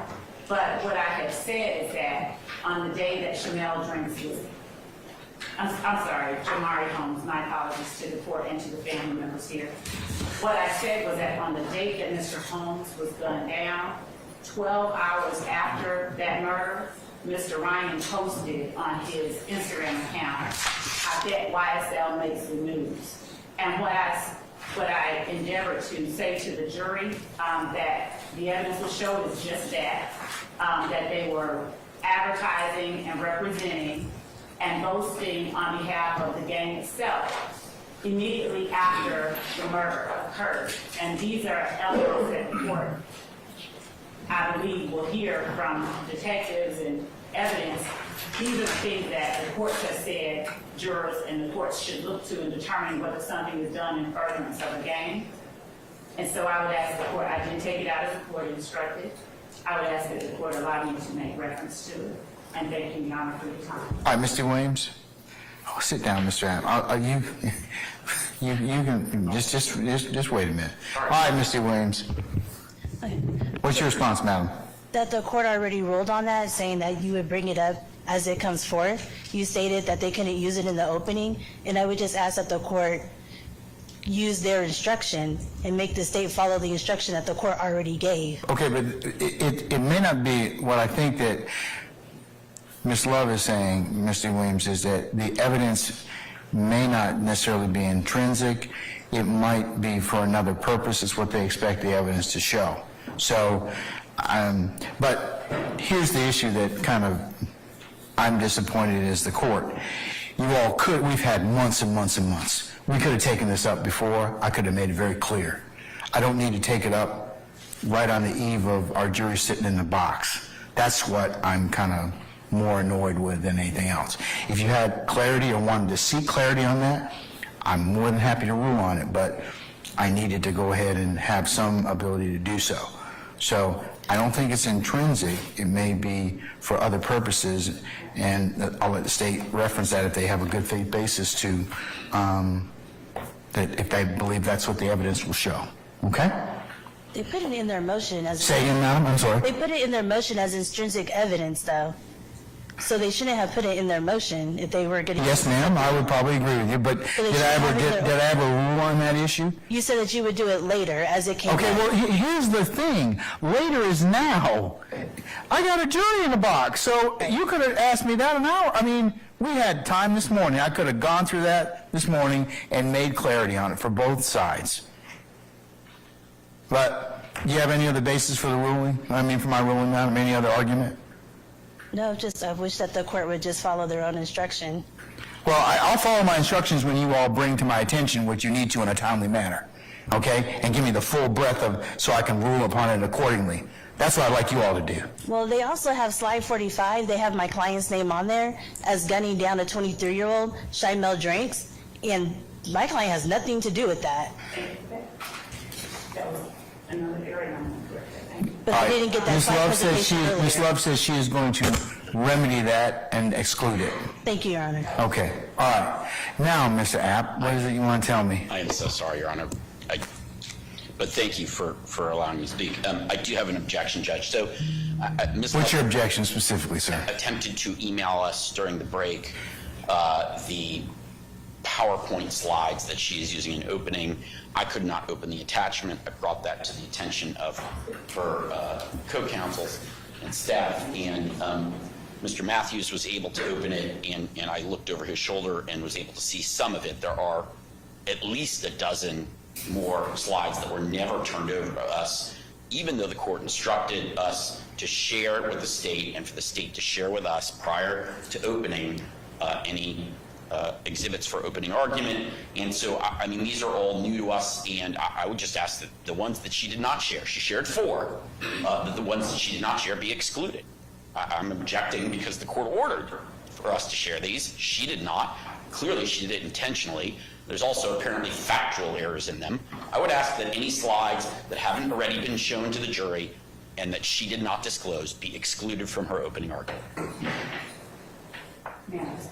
Yes, ma'am, and then I'll go on to the next person. Thank you, Judge. Yes. Your Honor, I did not send only 4 slides or attachments. I sent to counsel for the defendants the photographs, the evidence that I intended to put into the opening PowerPoint.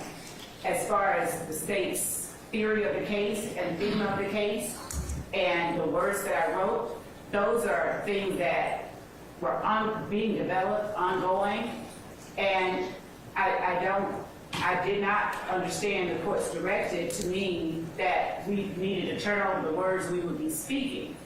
As far as these photographs go, Judge, I said to them, if they can, actually I sent them to them. So there are some, I have only about, Your Honor, they're a dump over. Hold on, wait, let her finish, and then I'll let you respond, Mr. Adams. so all of these slides that involve Christian Eppinger, I sent to them.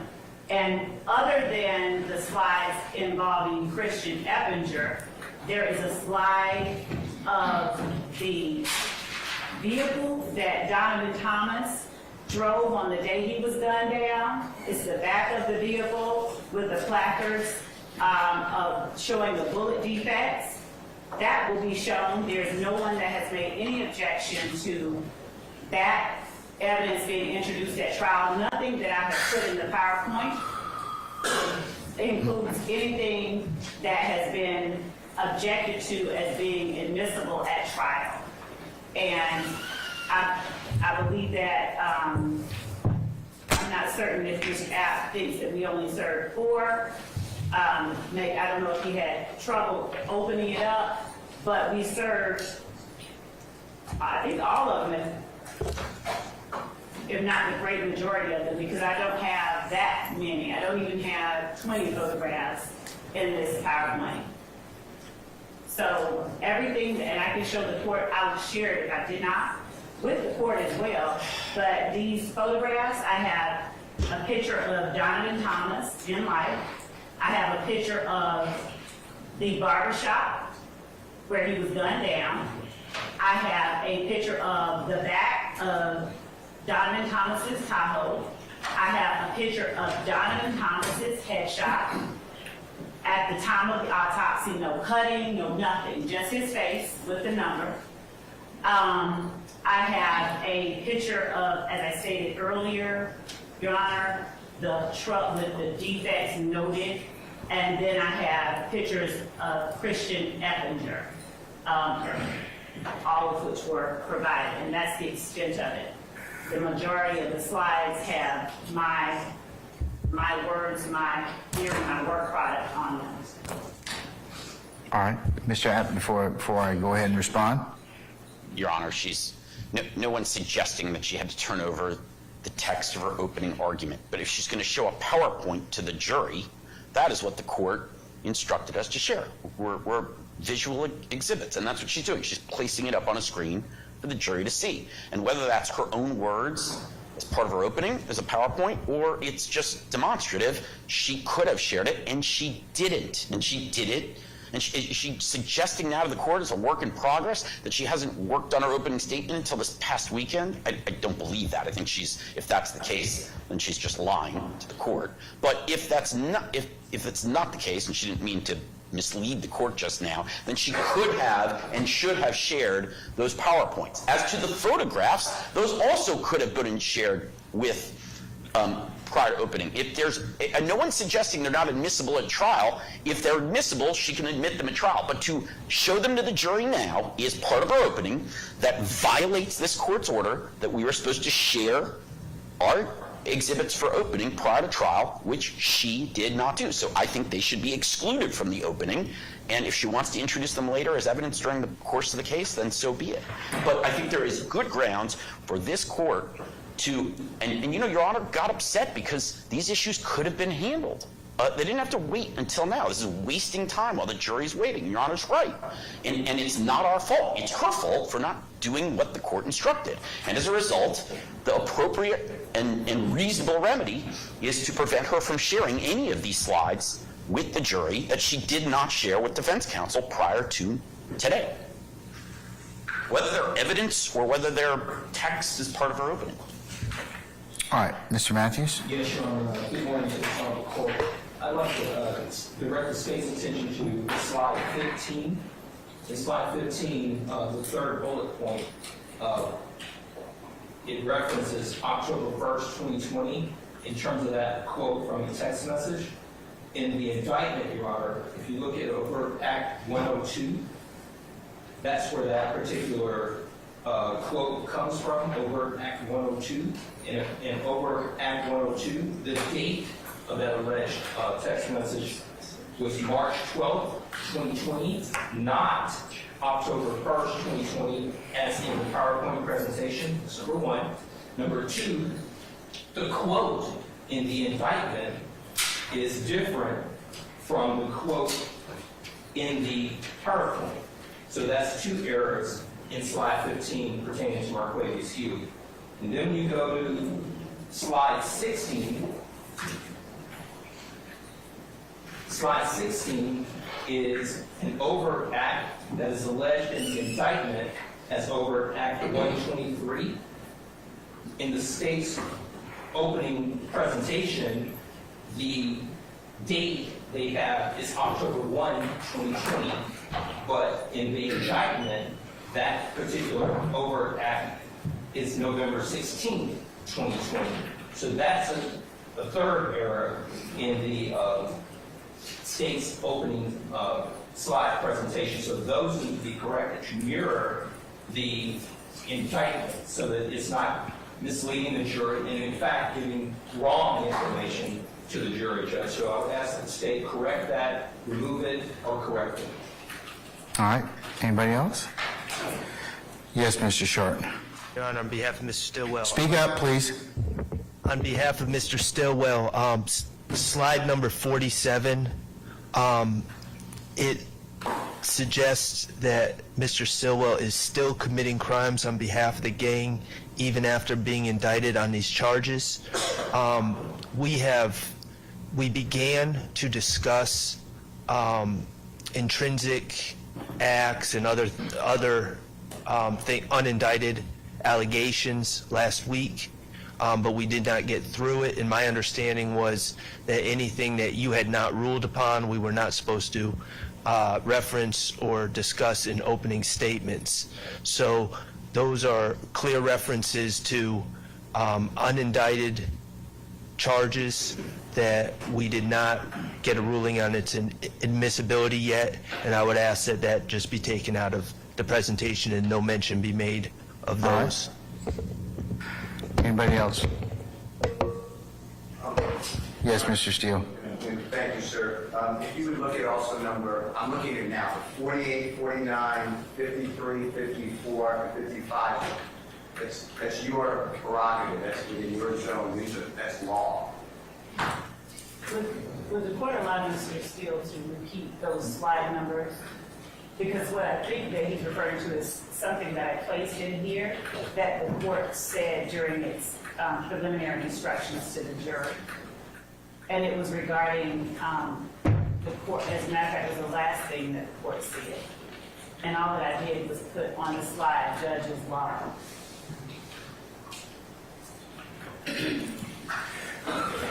In terms of what slides you talking about? Mr. Steele again? I have 48, 49, 53, 54, 55. So 48 through 55? Excluding, so it's 48, 49, but then skipping to 53, 54, and 55. 48 and 49. Your Honor, may I share via Zoom the slides that Mr. Steele? I would, yes, please, Your Honor. Thank you. And he said, Mr. Steele, you said 45? Just share the presentation, please. Yes, Your Honor.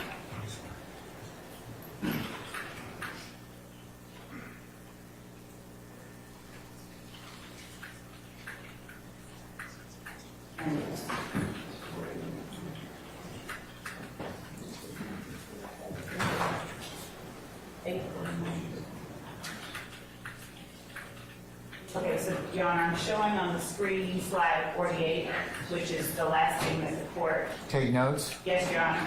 All right. And 49.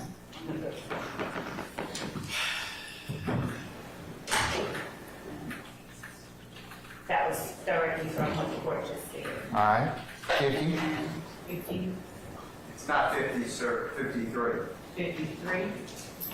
Let's get down to 53. And 53 is what I expect the evidence is going to show. So I'm going to, in speaking to the jurors regarding the witnesses and the instructions that the court has given them, I'm going to say to them, some of them, as I've already alluded to, some of them may not be wanting to speak. Some of them, you're going to see evidence that some of them are afraid, some of them are embarrassed, some of them are intimidated, some of them don't remember, some of them don't want to remember. That's simply what the evidence will show. And Your Honor, what I'm asking that the jury does in listening to and considering the testimony of any such witnesses is, as the court has already instructed, which is just to use your common sense because you alone decide who you believe. We're asking you to listen carefully, take notes, and pay attention. So there's nothing in that slide 53 that is in any way infringing on or entering into a lane that does not belong to the state. We are entitled and allowed to show and to state to the jury what the evidence will show. The way that I have decided to represent it in writing makes it no less so. Yeah, but it borders on argument at this point in time. So I can change it because I do expect that the evidence will show that some of the witnesses are afraid, some of the witnesses are embarrassed. So I can take out. So that's different. You might want to just redo it. I can do that. Any further objections, folks? Yes, Your Honor. I went over to the state's table, Carson Matthews, Mr. Juror, went over to the state's table and brought to their attention an error in slide 42, and I think it's incorrect. All right. Is that correct, State? Not yet, but in a moment. All right, here's what I'm going to do. Folks, this is exactly why I told you I wanted you to, and let me go ahead and just say this. Ms. Love, I told you to give them your PowerPoint presentation. This is why you give it to them, so that they can get errors and they can also figure out if there's something they object to. So this is what's caused this delay. Because at this point, like I told you, there's no secrets in the trial of this case. You all have gone through quite a long process. But this just highlights the concerns the court had in terms of just breaking up the presentation for our jurors. So what I'm going to do, ladies and gentlemen, I'm going to go ahead and call our jurors out. I'm going to go ahead and release them for lunch. I'm going to tell them they're going to be at lunch until 1:30. During the lunch hour, Ms. Love, I want you to play or the slides that you have that otherwise have not been shown. You need to show them to the defense counsel and make sure they're correct. In the absence of them being corrected, I'm going to exclude your presentation. They have the presentation. But it needs to be correct. I don't want, if I get another objection about an error, I'm going to exclude it for the purposes of the opening statement, because you didn't follow my instructions. This is why I told everyone, they need to get, and the defendants needed to give you their opening statements and the things they wish to use during their openings as well, because we're having interruptions and delay, and that's what I wanted to avoid for our jurors. That was the reasons I told you all to do that. So, Your Honor, as far as any typographical errors. I'm not worried about that. But I'm not worried about that. But the errors that Mr. Apt, Mr. Matthews, and Mr. Shaw have made are errors, and Ms. D. Williams need to be corrected. Okay? Yes, Your Honor, I will, of course, do it for the record. And but everyone else needs to see it so they can be comfortable and make sure that you represented something that what you expect the evidence to show to be correct. Okay? Thank you, Judge. We'll do it. And Your Honor, I also wanted to point out to the court that even if I misspoke, the court has already instructed the jury and will continue to instruct them that nothing I say is evidence, and if I misspeak or miswrite, But that's not the point. I'm going to tell them that. But and I told them that already. But that's not the point. The point is so that we can have a smooth and orderly presentation of evidence. Okay? So, all right. Sergeant Ingram, can we go ahead and call for our jurors, please? Your Honor, I want to call out also number 6-2. You can go ahead and take up that during the recess. Okay? Yes, sir. Thank you. All right. Yes.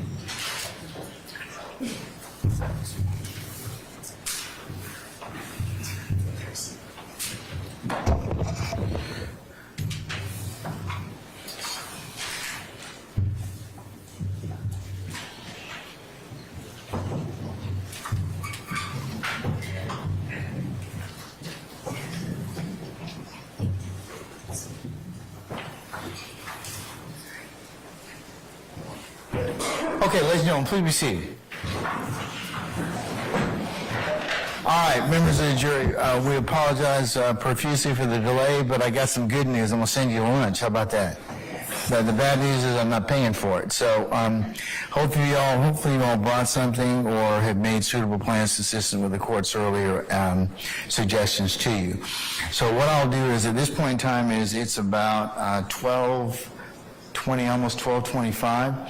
I'm going to recess you until 1:45 to allow you to take comfort and taking a big long stretch and get yourself something to eat. I would advise you from doing this a while, don't eat too much carbohydrate-laden food because you will fall asleep, and then I'll be looking at you and have to embarrass you. I don't want to do that. So I just ask you to take that nugget of consideration from somebody who's been doing this a while, all right?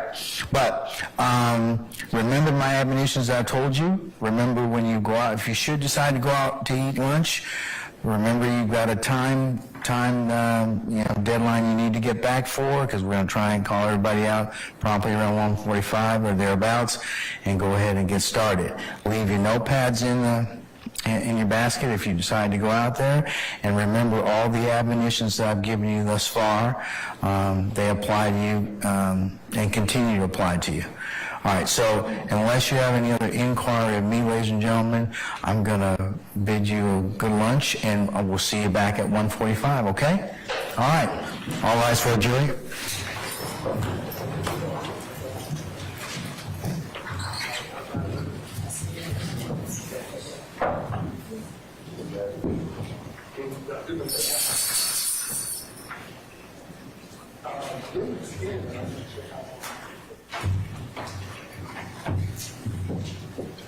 Not time yet.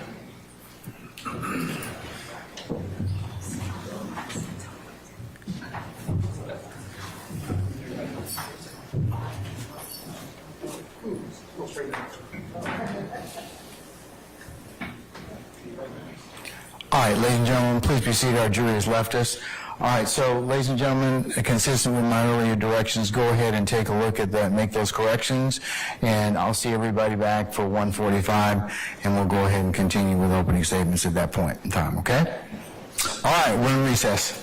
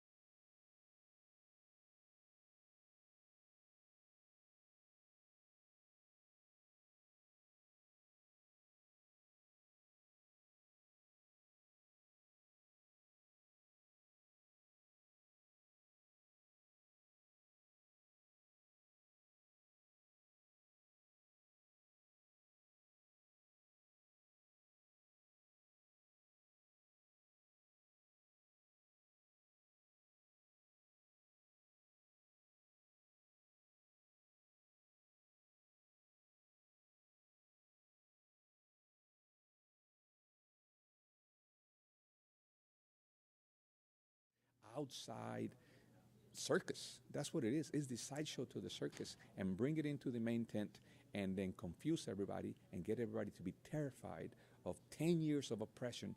I think they said that Cleveland Avenue was under the control and dominion of YSL for 10 years.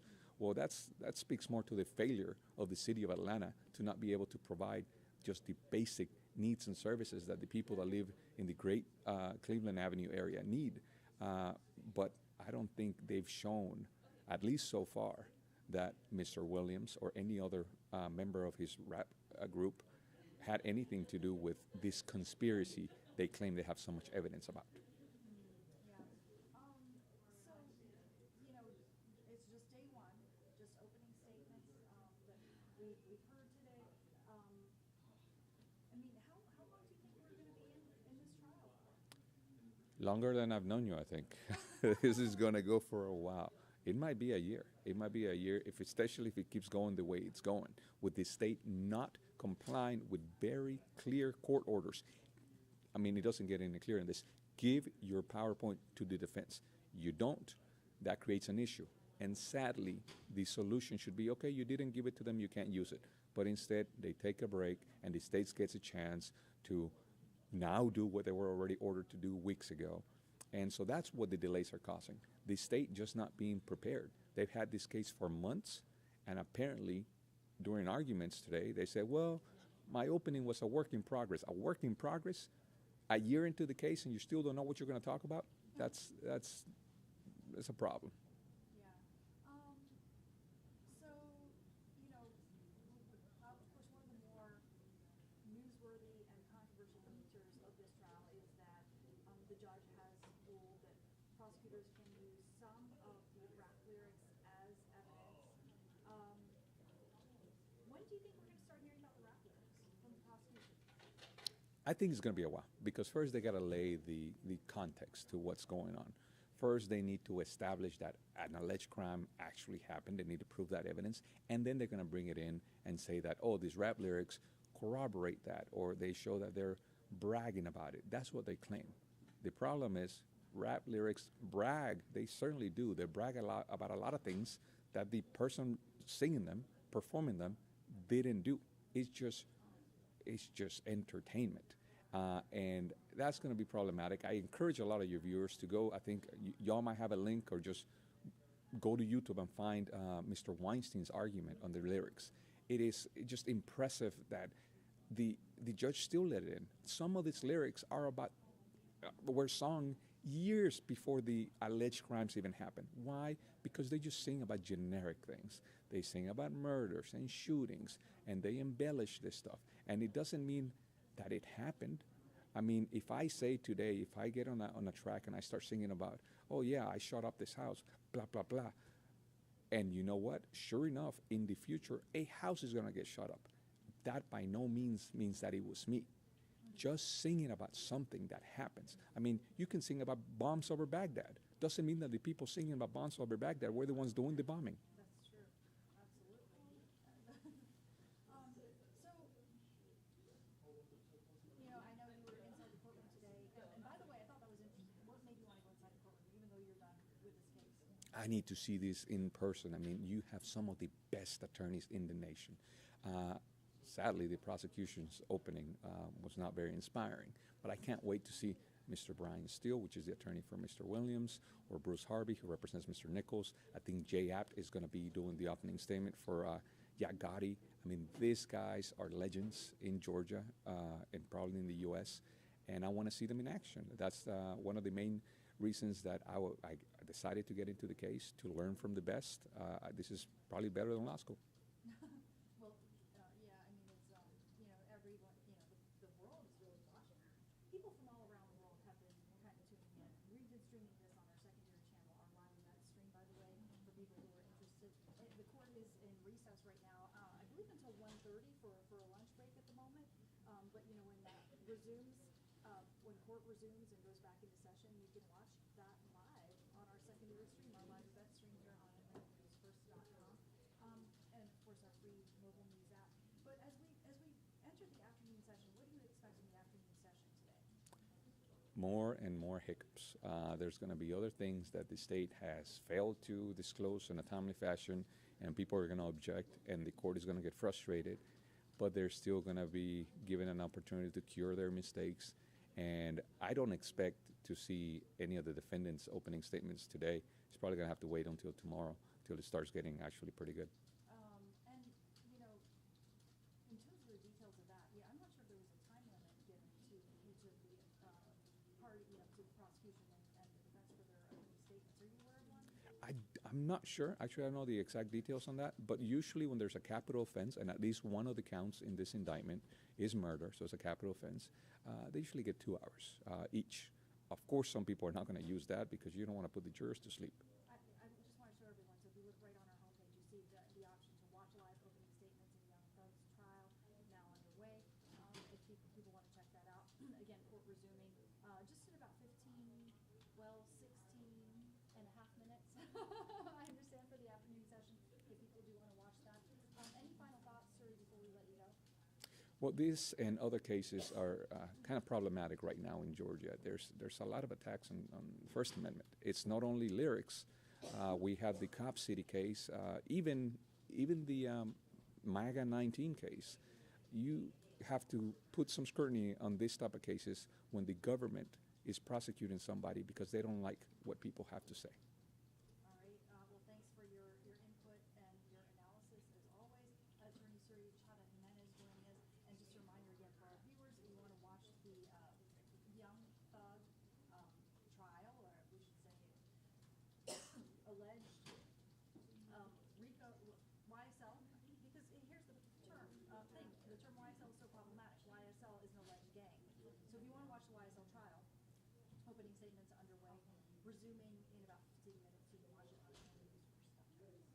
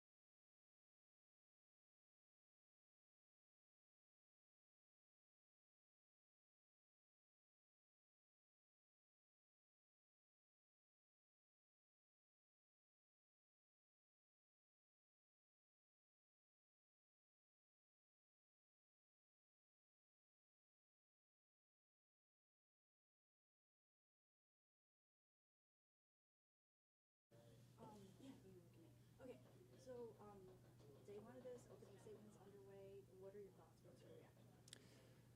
Today there was a call for mistrial. That was the one of the very first things that happened, and that's problematic because you're supposed to have seasoned prosecutors that should be very careful on what they present at opening statements.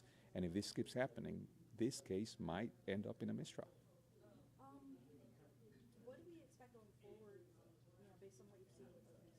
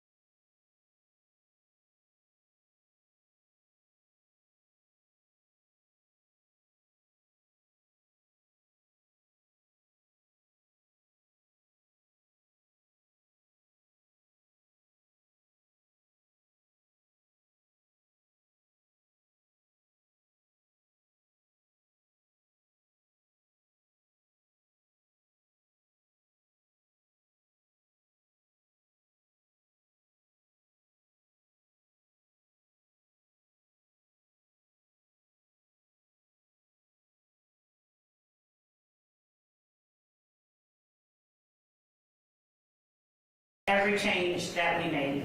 And respectfully, Your Honor, we would also request that the court allow the state to continue in the path that it has gone. We have complied with the court's directive. No, you didn't, actually. The court's directive was you were supposed to turn this over way beforehand, because then we could have corrected these issues and not spent 2 hours on doing this.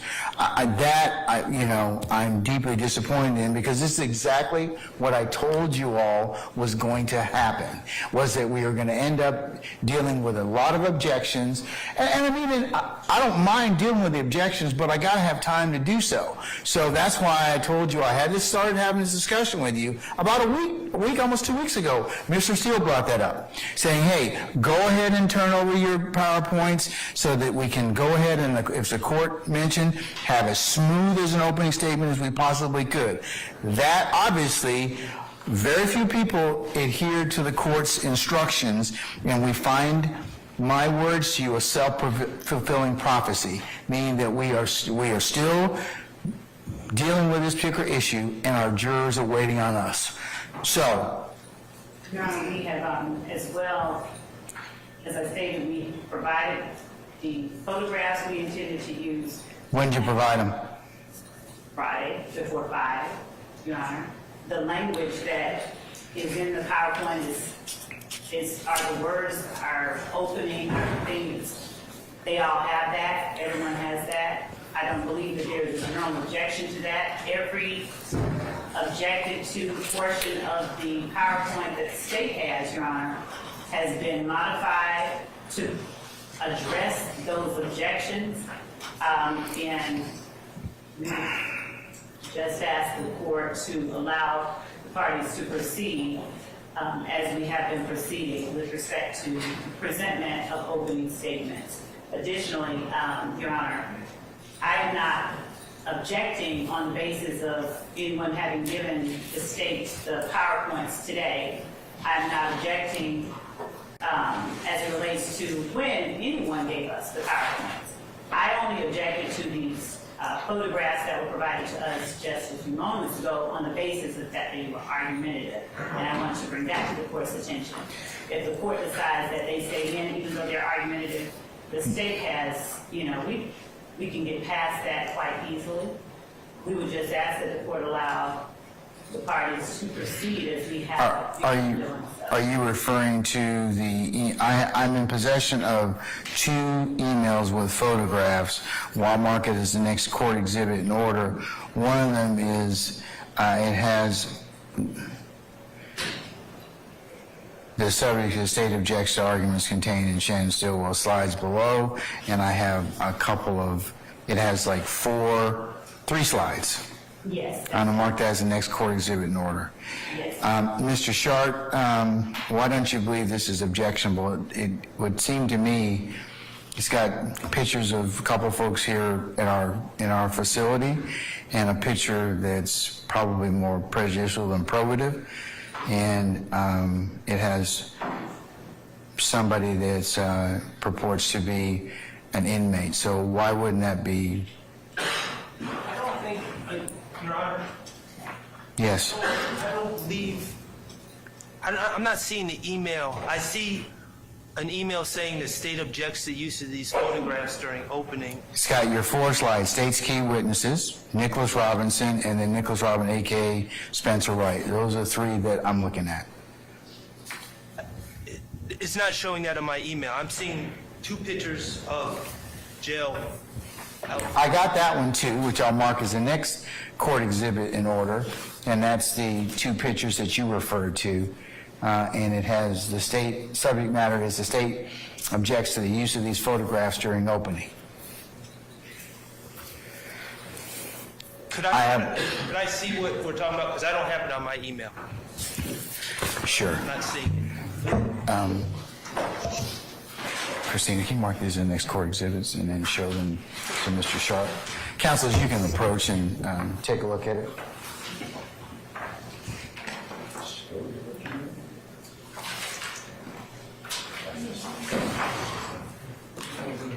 And Your Honor, before I go to the driver. Hang tight.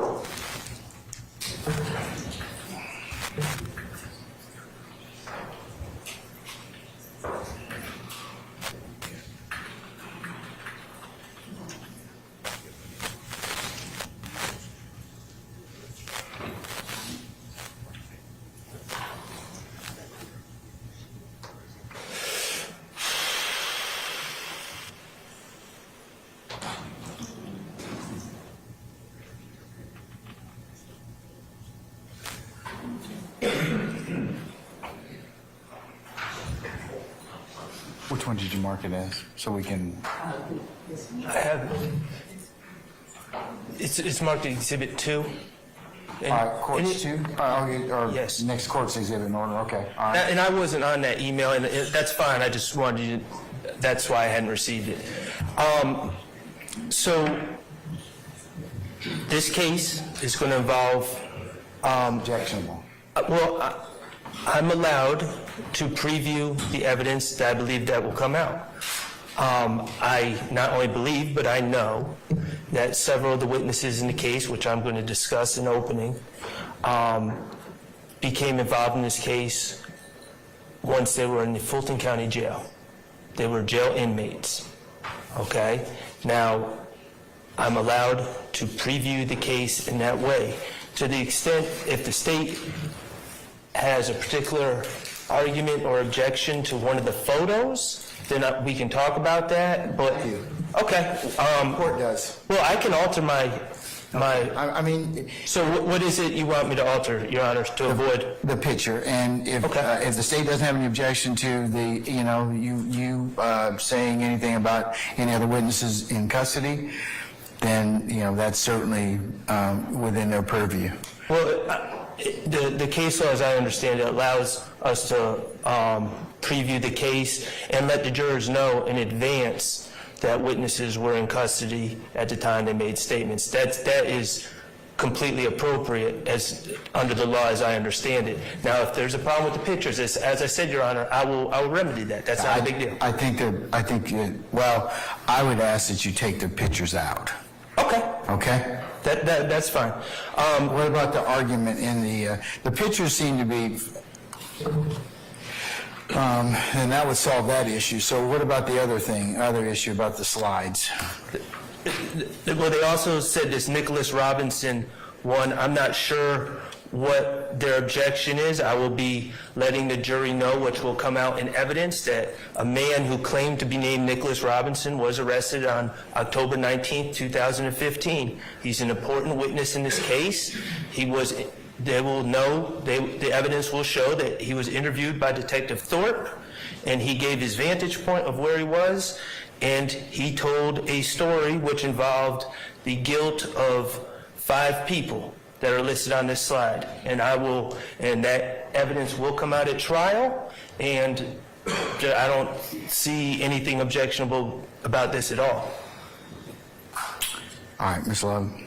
Judge, I don't object to Mr. Sharp telling the jury the words that he has shared with the court.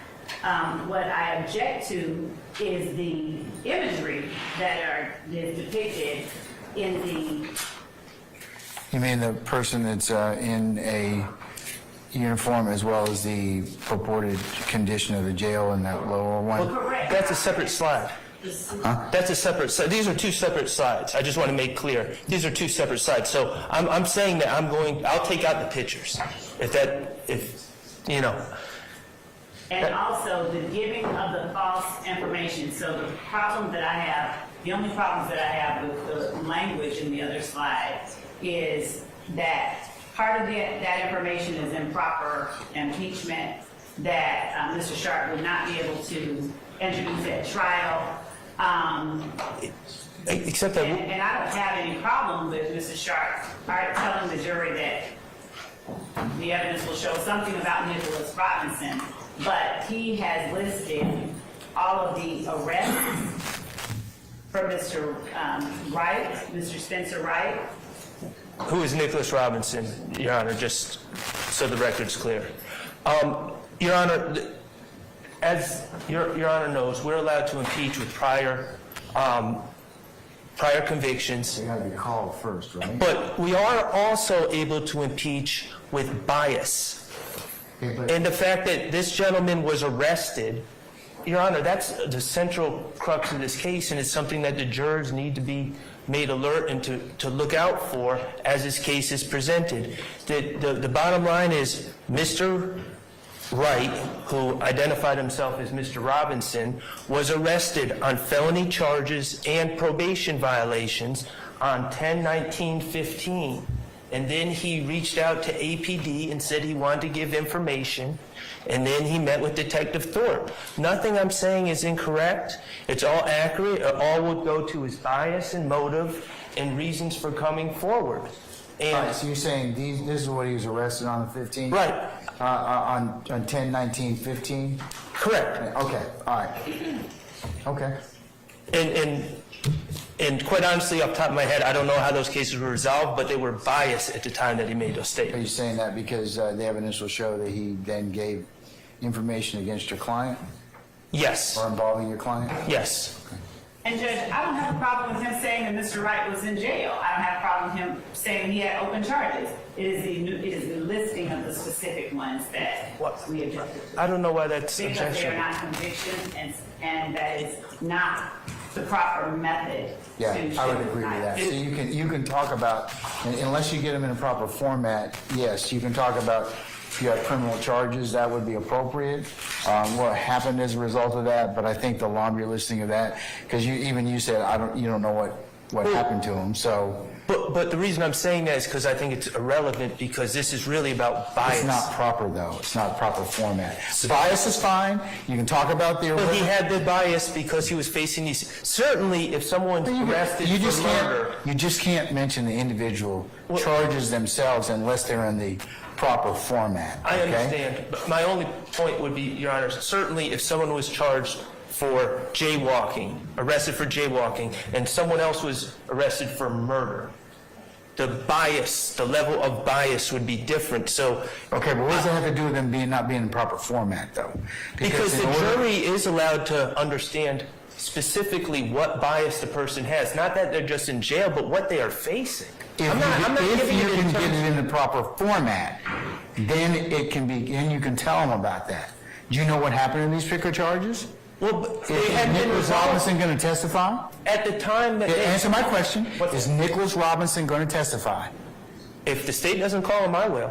Okay, well then, at that point, then it might be appropriate for you to get into that specifics. But unless you're going to package that up, and certainly that's not, you can decide that. You don't have any responsibility to present anything on behalf of your client. But in order for you to delve into it, it has to be in a proper format. I would agree with the state with that. I was just saying that objection. Well, but you can talk about arrests, you can talk about pending charges, you can talk about that, you'll present evidence sufficient to show that he's got an axe to grind, he's got bias. So just for clarification, because I want to get this right, we're saying your instruction is that I can say that he was arrested and he had pending charges, but I just can't say what those charges are. Until and unless they become in the proper, you get them in the proper format where you have a witness you can lay a foundation for those. Okay? Okay, and the third thing, Your Honor, is I have a Fulton County jumpsuit. This is the same uniform, not actually the same one, but is the same make and model that a number of the state's witnesses were wearing when they inserted themselves into this case. I wish to preview to the jury and say the evidence will show that these individuals were in Fulton County custody wearing this jumpsuit at this shirt at the time that they gave statements. That's previewing the case. There's nothing objectionable about it. I'm not going to put it on. I'm not going to jump around the table. I'm not going to do anything with it. I'm just going to show them and say this is what they're wearing. All right. Madam. Judge, I think that is appropriate for argument, but I think that saying, and they can, certainly Mr. Sharp can tell the jury that the evidence will show they were in custody, all that, but that, I would argue would be more appropriate for a closing argument, and that is argumentative. I believe it is appropriate for a closing argument, but I think it's also appropriate for an opening argument, and I'm allowed to use demonstratives to try to get my point across to the jurors in a way that will stick in their mind, because we all know that they're going to be listening to 15 hours of or 10 hours of opening statements and 6, 9, whatever of testimony in this case. All right, I'm going to sustain that particular objection and also remove the, ask you to remove that picture of what purports to be I think it's a cell or something like that. So remove Yes. those. So yes. Remove the pictures. And lose that for the time being. Sure. For the time Okay, and take off the specifics. Take off specifics. Okay. All right. Thank you, Your Honor. All right. Okay, Your Honor, hold on one second. Oh.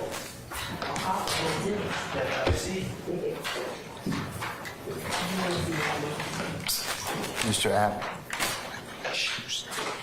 have your client put on his shoes.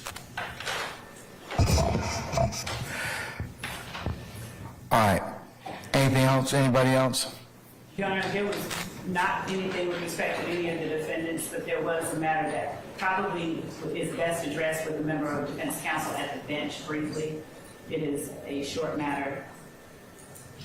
Okay. Defense counsel? Either one, it doesn't matter. It's not. All right. Put your headsets on, please.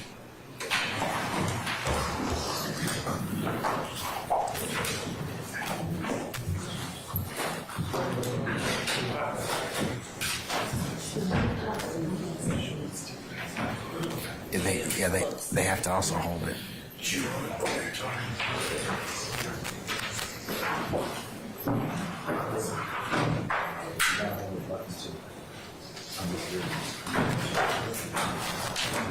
All right, can you hear me? Thumbs up?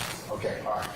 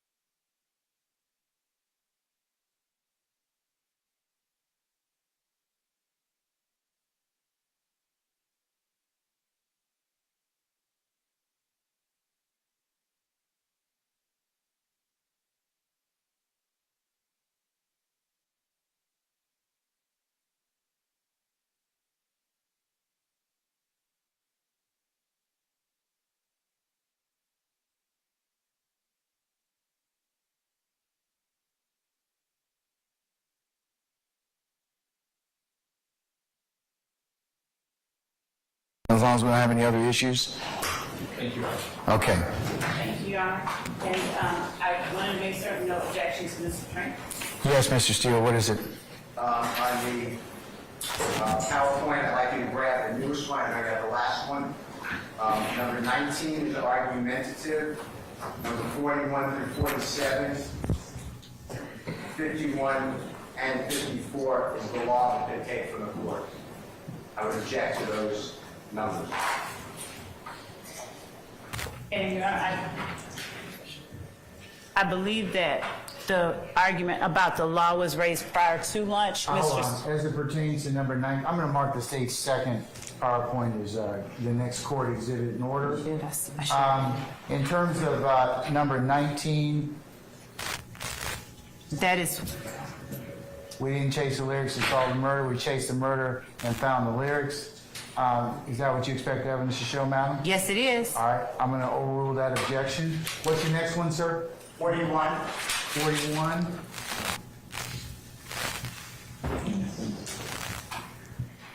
Judge's rules.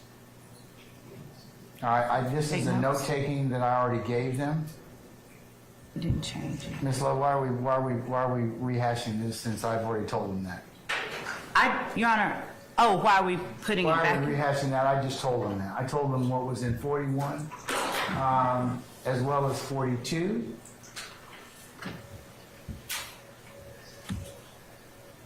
Your Honor, I can take them out. I don't mind. I was just, it's part of the opening that I wanted to emphasize, but I can take it out. I'll sustain it. You can tell. I mean, you can tell them that it's Okay. fine. I'll ask that you take out 41 and 42. So I sustain that objection, Mr. Steele. So what about 49, 43? Did you have an objection, sir? Correct. Your Honor, is the court directing me to take out the picture, or can I just take out the word "take notes"?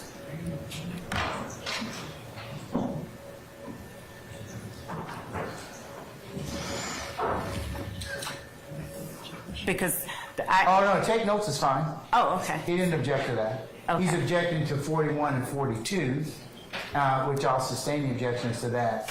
And then 43, let me look at it.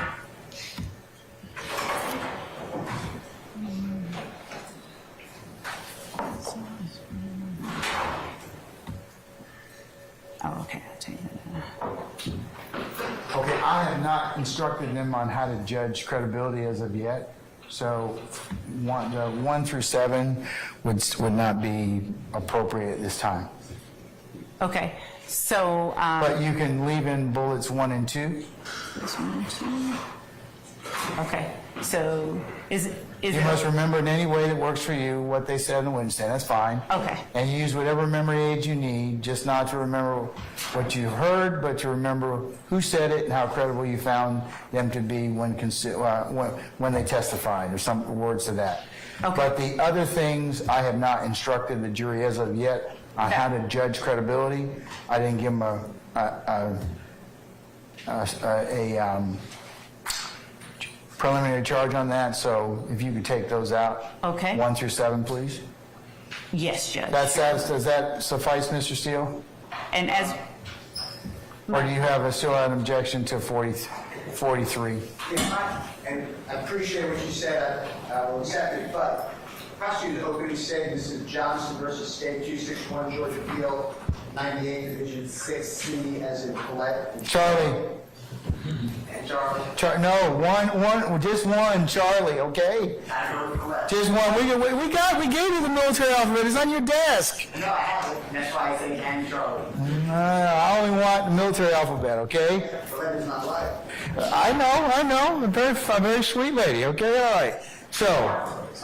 But it says the prosecutor's opening statement should be limited to what the prosecutor expects in evidence to prove a trial. So I don't see why the law is coming into their opening statement. That's my objection.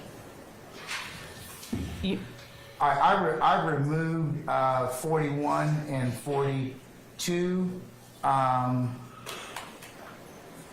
For clarity's sake, Your Honor, I did and have been editing as the court has directed. So my 41, because I took out a whole slide, may be different. For clarity, the one that the court is referring to is 41. Is that the one where we are saying your assessment of a witness's credibility, blah, blah, blah, blah, blah, blah, all of that? No transcripts in the jury room. Okay. I've already told them that too. So why don't you just do this? I can take that. Why don't you just take, your last slide can be take notes. And you can tell, I think that what you told them, what would be more than proper argument would be, hey, remember what the court told you, and take notes in a way that works best for you, and use whatever memory aid you need. And remember, that would be more than appropriate, and I think would not be objectionable. So I'm also taking out the one that says, please pay attention. Is that what the court has directed? Because I'm going to hit delete if it is. Yes, I would take that slide out, okay? Anything else? Can we call for our jurors now? Same thing. If you move on 45 or the old 45. I don't have the old 45 right here. They've gone through, the new one goes through 43, sir. Okay, as long as it's removed, then yes, I understand. Okay. Your Honor, and I want to make sure that we all have everything the same. So just to be absolutely certain, I'm going to share again with the court, because the numbers that I just heard the court reference. I have the new slideshow you sent me, which goes from 1 through, I didn't go down far enough. Okay, all right. The new slideshow goes 1 through 56. 56. I took out some, yeah. So I'm going to say take out 41, 42, 43.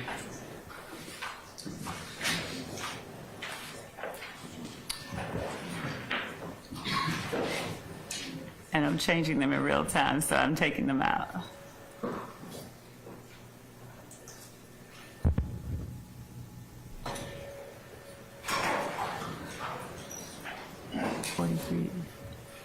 You need to take out 44. Okay. Is that the one that starts with judge's rules? No, please pay attention. You need to take out 41, 42, 43, 44, 45, I will leave in over objection.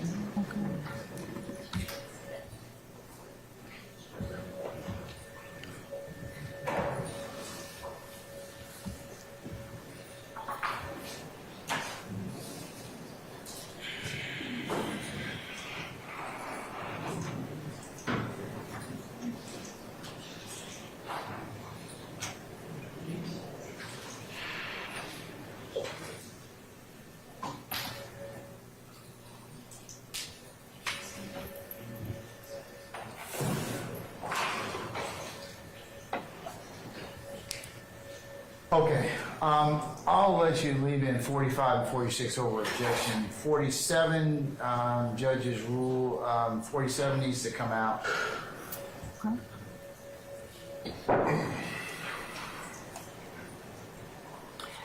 So the one about with the finger pointing, that finger and the eyes are fine. Okay.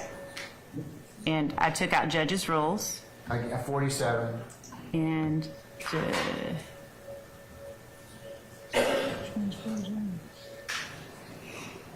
I think I've already taken out 47. 47 is judge's rules again. I took that out. Any further objections, Mr. Steele? Because I am going to leave in 45 and 46, okay? But I'll take out the other ones that you just mentioned. Okay.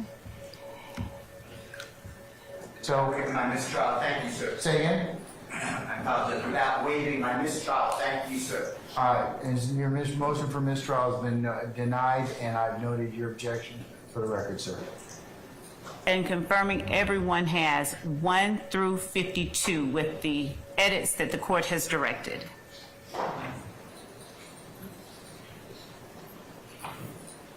Is that the same old list, right? Yes, it is.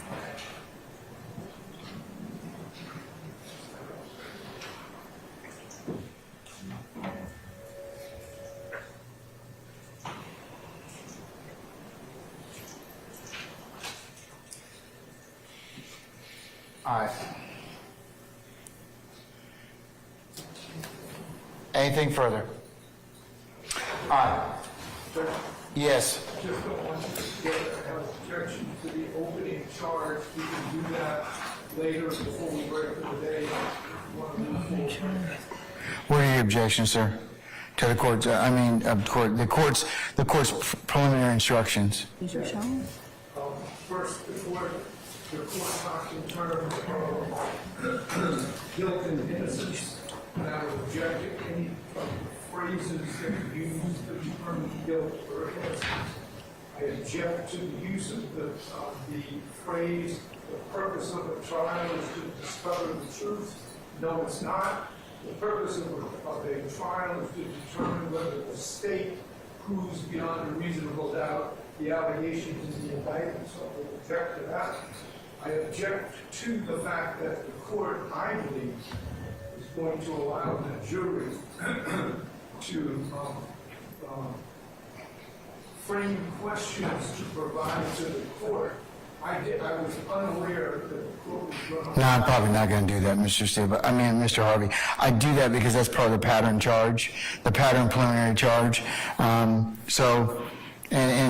most of 9/10 of the time, they're not going to ask any questions. And if they do, I will then present that question to you all for your consideration, and I may or may not ask it. But you objected to it. I object to the process. Okay.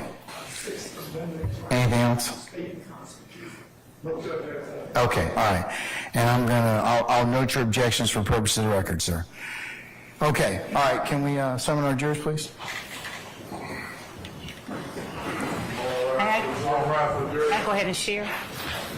Yeah, put the last slide, I believe that was Mr. Ryan. Okay.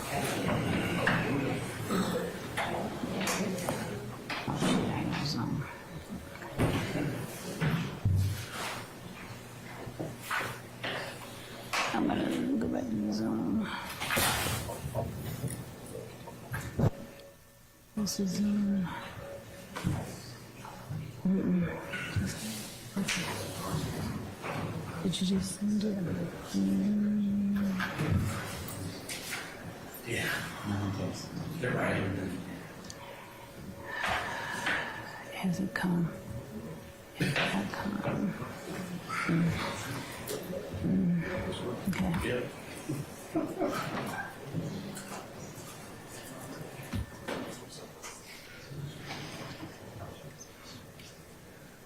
Okay.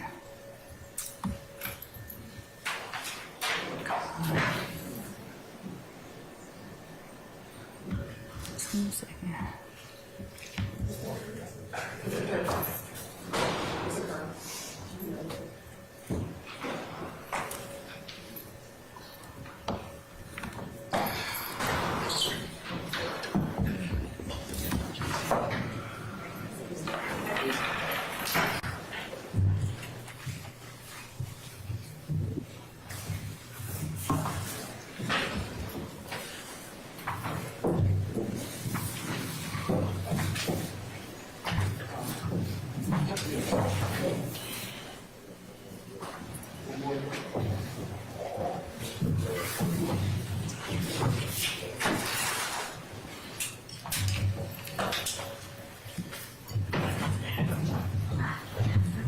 Oh, ladies and gentlemen, please be seated. We're just going to wait on one.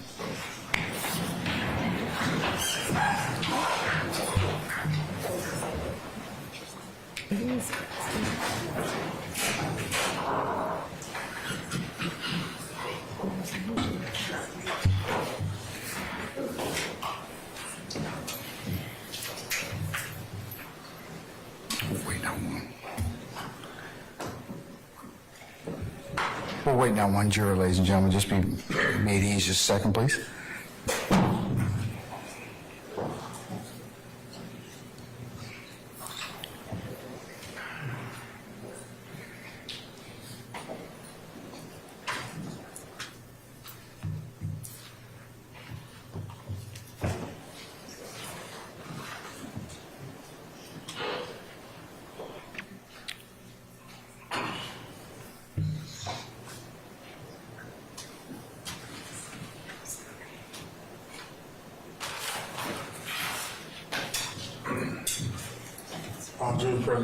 All right, thank you, Sergeant Ingram. All right, ladies and gentlemen, how was your lunch? All right, good, good. Okay, ladies and gentlemen, before we go ahead and continue with the state's opening statement, I need to kind of just advise you of just something that was said to you earlier, okay? So with your patience, all right, I believe the state counsel earlier referred to some representation of the parties, and I just want to remind you of two things. Remember that opening statements are not evidence, and that what the attorneys say is not evidence. And with that, Ms. Love, you can continue, okay? Thank you, Your Honor. All right. And thank you, ladies and gentlemen of the jury. I like the court. I hope you all had a great lunch and can stay awake with me for just a few moments more. So where we left off, the crimes that the defendants are accused of committing in this case. You're going to have the indictment with you. It's going to go back. A listing of them include the following: conspiracy to violate the Racketeer Influenced and Corrupt Organizations Act, murder, armed robbery, aggravated assault, possession of a firearm during the commission of a felony, possession of a firearm by a convicted felon, possession of a firearm by a first offender probationer, and death by receiving stolen firearms, among other things. This list is not exhaustive. You will have again with you the indictment, and you are to consider as the state met its burden. So breaking it down, the evidence is going to show that the defendants, when we say conspiracy, it's nothing elaborate. It's a legal term, which simply means the evidence is going to show that the defendants had an agreement. It will not be a written contract presented to you. There will not be a letter signed in blood by any of the defendants. But what you will see evidence of is the defendants' actions, their presence, their companionship, their conduct, before, during, and after a long list of crimes. And what you will see is that the defendants weren't always convicted of these crimes. Sometimes the state no-prossed or dismissed charges. Sometimes the police never brought formal charges. But what the evidence will show is that the defendants did commit those crimes. And when we're talking about a conspiracy, an agreement, just an agreement, unspoken agreement, we're going to participate in YSL through a pattern of racketeering activity. That's another large word that is used in the legal community, but regular folks, myself included, just don't generally tend to use it. Racketeering activity is nothing more than certain crimes, the crimes that are listed out in the indictment. You will see that, and the court will instruct you, I expect, that those crimes constitute racketeering activity. And as I stated before you all broke for lunch, a conspiracy requires just one overt act. So you will see evidence of several overt acts. Several acts that were done by these defendants and by unnamed and unindicted people as well, to further the interests, to further the goal of the conspiracy that the defendants participated in. You will see overt acts meant to establish YSL's dominance and control. You will see overt acts meant to gain illegally access to money and wealth and property that did not belong to YSL. You will see overt acts, steps taken on the part of various individuals to act to protect the group as a whole.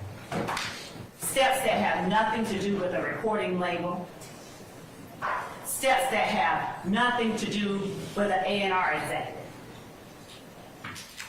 You will see steps that were taken solely for the purpose of illegally gaining goods for and on the behalf of YSL and its members. You will see steps taken by each of the defendants to protect the members of YSL, to establish the dominance and control of YSL. Nothing in what I expect the court will tell you, nothing in the evidence will suggest that any of the defendants had to be convicted of all of the overt acts in order for you to see that they actually had an agreement. The acts don't even have to be crimes, but they are. And that is how the state expects you will know that these defendants, they wanted to participate in this enterprise. They wanted to participate in this organization through these illegal acts. They wanted to obtain ill-gotten goods that they did not have a right to have, through robbery, through stealing, through drug sales, and the like. So we'll start off by looking at the defendants. 6 of them are at the table, and 6 of them are here for you all to decide, has the state proven its case? Rodelius Ryan. Rodelius Ryan is one of those people whose youth and life was swallowed up in the crater created by YSL in the Cleveland Avenue community. The evidence is going to show that in 2019, Rodelius Ryan was 15 years old, and that in February of 2019, Rodelius Ryan used female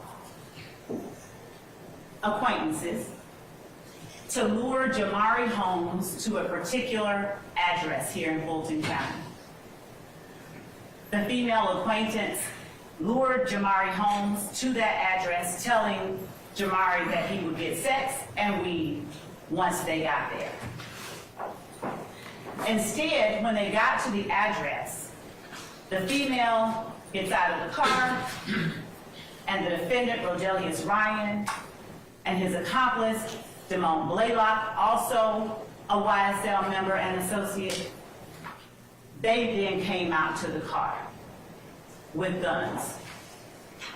The evidence will show that Rodelius Ryan and Damone Blaylock then fired those guns into the car, where Jamari Holmes, not even 20 years old, was seated, and hit him in the back of the head with the bullet that took his life. Jamari Holmes is another one of those young lives, the evidence will show, that was swallowed up by the crater that YSL created and left in the middle of the Cleveland Avenue community in Fulton County. 12 hours after shooting and killing 19-year-old Jamari Holmes, the evidence will show that Rodelius Ryan doesn't say, "I bet I make the news." Rodelius Ryan posts on his Instagram account, "I bet YSL makes the news." The evidence will show that in posting about YSL as it related to his flagrant, overt act of extreme violence, Rodelius Ryan was agreeing to and attempting to participate in YSL through this illegal activity. He was promoting the gang. He was showing their dominance. He was showing their power, and he was showing their control. Rodney Uten was also in the car with Jamari Holmes. That's another young life. He wasn't taken, he survived, but he was forever changed by the acts of YSL, conducting and committing violence on behalf of the entire organization.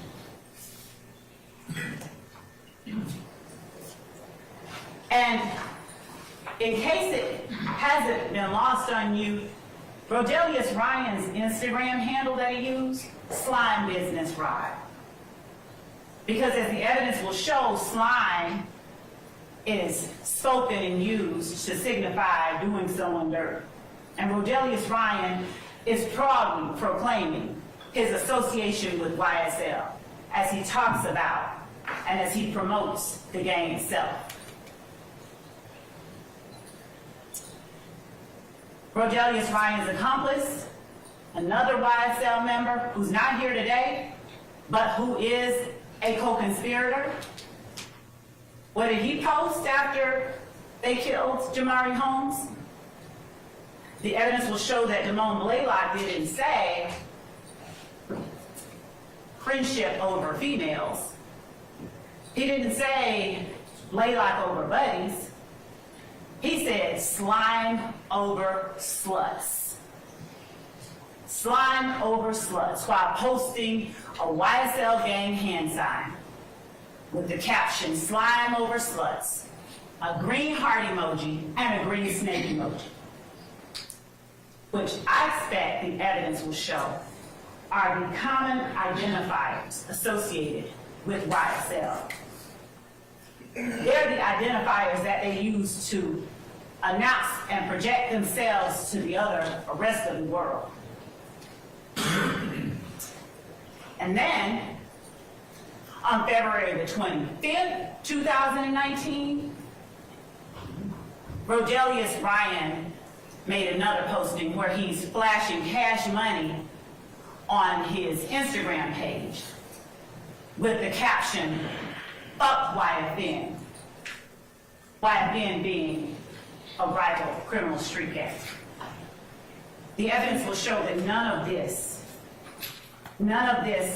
was a part of what anybody has to do to be a part of a record label.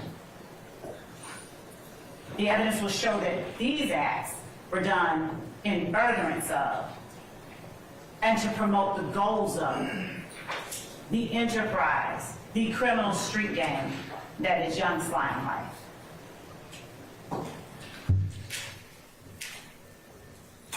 And what did the paper say? 15-year-old, they called Jamari Holmes a known gang member. But the evidence is going to show that that's not who he was to the people who cared about him most. Jamari Holmes was Jamari Holmes. He was a baby, a child, found shot to death inside a stolen car, police said. Jamari Holmes was just the latest victim of YSL's quest to maintain and retain dominance and control of the Cleveland Avenue community in Fulton County.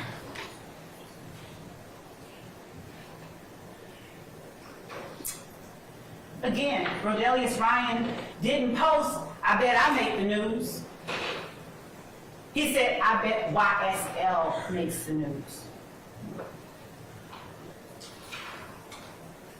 Marquavius Huey, he's also on trial for you to determine whether the state has met its burden of proving he committed the acts that are listed in this indictment. Marquavius Huey showed his agreement to participate in the activities of YSL through a pattern of racketeering activity. He showed his willingness to commit acts on behalf of the gang through his actions. The stolen handgun he had, that was the property of Jeremy Smith. Because as you will see throughout this trial, stolen handguns will become a reoccurring theme. There's no need for a legitimate organization not comprised of people committing crimes on behalf of the organization to have all these stolen handguns. Everybody has a right to have a gun, so if you're legitimate, just go get one. But the evidence will show that in this case, YSL members, stolen handguns every time you turn around. And not just stolen handguns. The evidence will show that most recently in May of 2022, where some of these defendants were found at the home of Jeffery Williams, their leader, it wasn't just stolen handguns that YSL dealt with. It was machine guns. You'll hear evidence that at the home of Jeffery Williams, in addition to the pharmacy full of drugs, that there is a gun with a switch that allows, with one trigger pull, 10 times more bullets to come out at a time than if you just had a regular gun. There will be no evidence to show any need for that in legitimate, ordinary record deal making business. The evidence will show that the existence of those dangerous weapons like the machine gun, the stolen firearms, those things are all evidence of these defendants' conspiracy. Those things are all evidence of the existence of the enterprise known as YSL, whose goal it is to maintain and retain dominance, control, and ill-gotten gains. Marquavius Huey, on April the 26th of 2019, further showed by his actions, showed his agreement to participate in YSL through a pattern of racketeering activity, illegal activity. When he took the property, jewelry, money, and a debit card of Dewan Maynard by use of a firearm. Dewan Maynard, another life affected by this crater created by YSL in the middle of the Cleveland Avenue community. Marquavius Huey showed his agreement to participate in this enterprise when he struck Maynard in the face with that gun that he used to take Mr. Maynard's belongings. Marquavius Huey hijacked on October 1st of 2020 a Buick LaCrosse from yet another victim of YSL's violence, Gary Holloman, by force in violation of the law. Mr. Holloman has since passed away, not from that incident. So he won't be here to tell you what he was feeling and how he was able to tell the police who it was that committed this armed robbery. What you will hear evidence of is the extraction from Marquavius Huey's phone, where he's planning the armed robbery, where he set up with Mr. Holloman a ruse so that he could have the opportunity, along with another uncharged, unfound individual, so he could have the opportunity to put a gun in Mr. Holloman's face and rob him. What Marquavius Huey did was kind of slimy, the evidence will show. He told Mr. Holloman, hey, your nephew in the Fulton County jail, Tinquarius Mender, he needs some money on his books. So he wants me to meet with you to get money to put on his books. So Mr. Holloman, because he loves his nephew, and any friend of his nephew coming to him that way is legit, right? The evidence will show that Mr. Holloman arrives intending to meet the person so that he could give to them the money for his nephew, and to his shock and horror, he's met with the butt of a gun, two people, one with a long gun, one with a handgun, demanding his money. And that day, as the evidence will show, Mr. Holloman wasn't the only person affected by the violence perpetuated every day by YSL. Delmisha Coppage, she just happened to be on scene.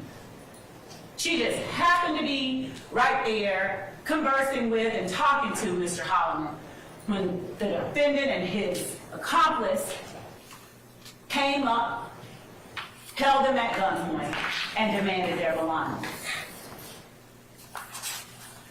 You'll hear how they directed Delmisha Coppage to just sit on the ground, just give me your stuff.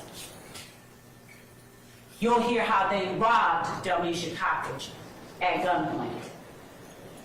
The evidence is going to show Mr. Huey's tight relationship with their leader, Jeffery Williams.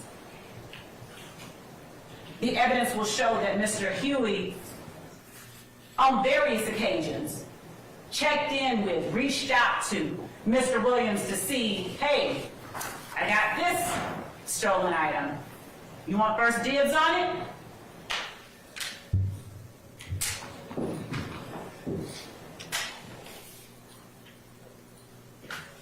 Marquavius Huey's actions that betrayed his agreement to participate in the conspiracy didn't stop with Gary Holloman and Domisha Coppage. The evidence will show that in November of 2020, he made terroristic threats towards Justice Woodard after Woodard told Mr. Huey she'd see him in court. He said, "You will die if you put the police on me."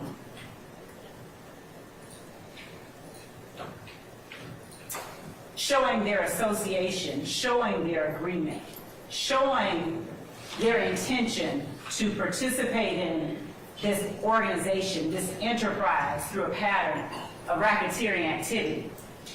The evidence will show that while fellow associate Tinquarius Mender was an inmate at the Fulton County Jail, Mr. Mender, Mr. Huey, and Mr. Williams conducted a recorded video call wherein Mender relays he needed something and Williams pointed to Mr. Huey to take care of it, and then flashed Mender the YSL sign.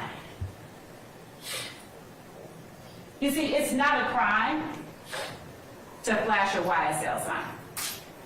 The evidence is going to show it's not a crime to participate in a video call. The evidence is going to show that it is not a crime to endeavor to provide something for a friend who's locked up in jail. All of that is okay. These acts aren't listed on the indictment because they are crimes. They're listed because they are actions. Actions that the legalese for is overt acts that reflect each of these defendants' tacit or unspoken agreement to participate in this enterprise through a pattern of racketeering activity, to be a part of this group, to gain ill-gotten goods through crimes listed in this indictment. I don't even have to use the word racketeering. I don't even have to use the word conspiracy. They endeavored to do some illegal stuff to get a bunch of stuff that didn't belong to them.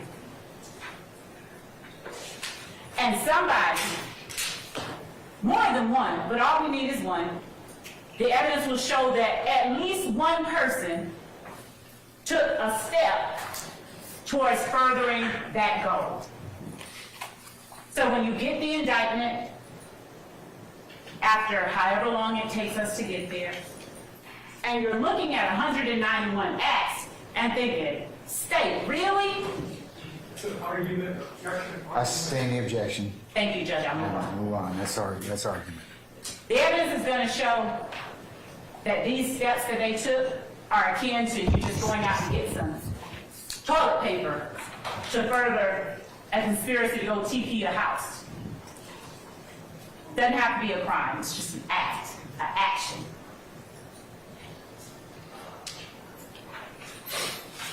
The evidence is going to show that the defendant Jeffery Williams' words and actions also betray his participation in the conspiracy. I expect that you will hear from a YSL associate and member at trial that the defendant Jeffery Williams rented a car. Notwithstanding that Jeffery Williams had his own cars, but he rented a car, which happened to be a silver Infiniti sedan, that other YSL members, among them Demonte Kendrick and Shannon Stillwell, used when they openly and notoriously gunned down Donovan Thomas on January the 10th of 2015. The evidence will show that after that horrific act, I expect yet another YSL associate will come in here and tell you that Jeffery Williams paid them money, gave them money to go to Miami and lay low. in the wake of the Donovan Thomas murder. Later that month, on January the 26th of 2015, Demikion Garlington, who isn't before you for your consideration today, but who is in fact a YSL associate and co-conspirator of these defendants, he posted a video of the defendant, Jeffery Williams, looking into the camera and saying these words. So, I think lied to their mama, lied to their kids, lied to their brothers and sisters, and then get right into the courtroom and tell the God's honest truth. Don't get it. Y'all need to get fucking killed, bro. That's from me and YSL.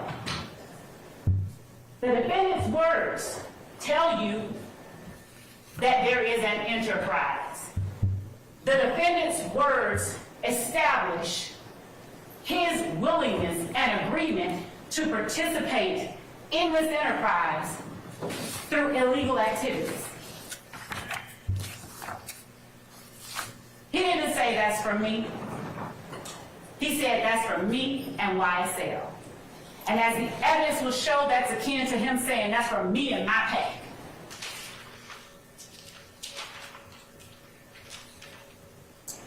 Kendrick's and Williams' words, there's been a lot of talk about lyrics. But y'all, the evidence are going to show in this case, we didn't chase any lyrics to solve any murders.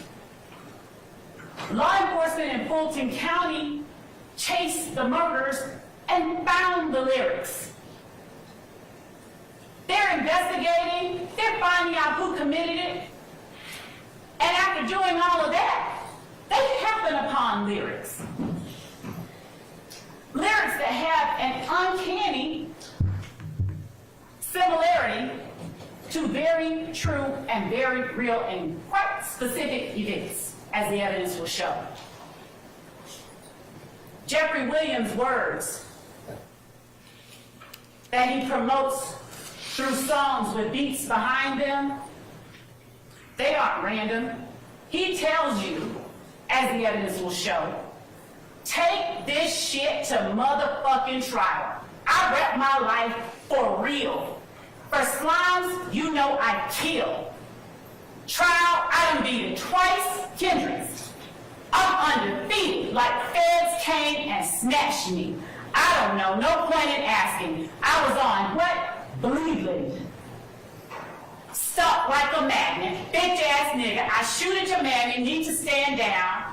I up my stamina, take it to trial. Get an appeal, take it to trial. Yeah, you're gonna whack 'em. Pay for that casket, that's just if we whack 'em. My young niggas pulling up. Bentleys, Austin Martins, Rares, Teslas, strapped with an FN. You're gonna hear a lot about FNs. FNs galore. From here to 2015, FNs all throughout the incidents that are involving gang members, YSL. Watch me whack that bitch. Pop him like assist. Glock with the assist. Incidentally, the gun at the home of Jeffery Williams on May of 2022 that had been modified with that switch, it was a Glock. Again, we didn't chase the murders. We didn't chase the lyrics, rather to solve the murders. We chased the murders, as the evidence will show, and in the process, we just found the lyrics. Jeffery Williams' words and actions further reflect his agreement to participate in this organization through this criminal activity. He tells you, we committing them crimes. Hop out and shoot. Roll one up for the gang. He's not using gang colloquially. The evidence will show he's telling you they are a gang. You want to be slime? Children of Fulton County, go catch you a body. Me and Lil Bro. The evidence. How would you expect the evidence to show, madam? It is indeed, Your Honor. All right, I'll overrule the objection. The evidence will show that when Jeffery Williams is saying, me and little bro, we used to steal from the store, we had to stick it and go. He's talking about himself. The evidence will show that this is the man, through the music, that he has been blessed with the opportunity to be able to release and gain wealth from. Through that music, through that blessing, the evidence will show that Jeffery Williams led the group of people that wreaked utter havoc on Fulton County. Jeffery Williams' words and actions, as the evidence will show to the members of his gang, you'll hear in a conversation he has with them, y'all ain't beat him up or shot him yet, y'all he's getting soft. The evidence will show that there's no place or need for that kind of edict or statement when all you're doing is making music. And to clarify and put a very clear and fine point on it, the evidence will show that no one is attempting to take away from Mr. Williams the fact that he has had a lucrative rap career. The evidence is simply being put before you to show that he is guilty of committing the crimes that are laid out in this indictment. That he and his fellow YSL gang members and associates on trial before you now agreed to participate in this organization through the illicit, illegal activity listed in this indictment. And that they further committed all the other crimes listed in the indictment beyond count one. Because as you'll see, count one consists of 191 overt acts. Acts that aren't all crimes, they're just acts. But counts 2 through 65, the ones that have these defendants' names on them, are the ones you're here to evaluate whether or not the state has proven.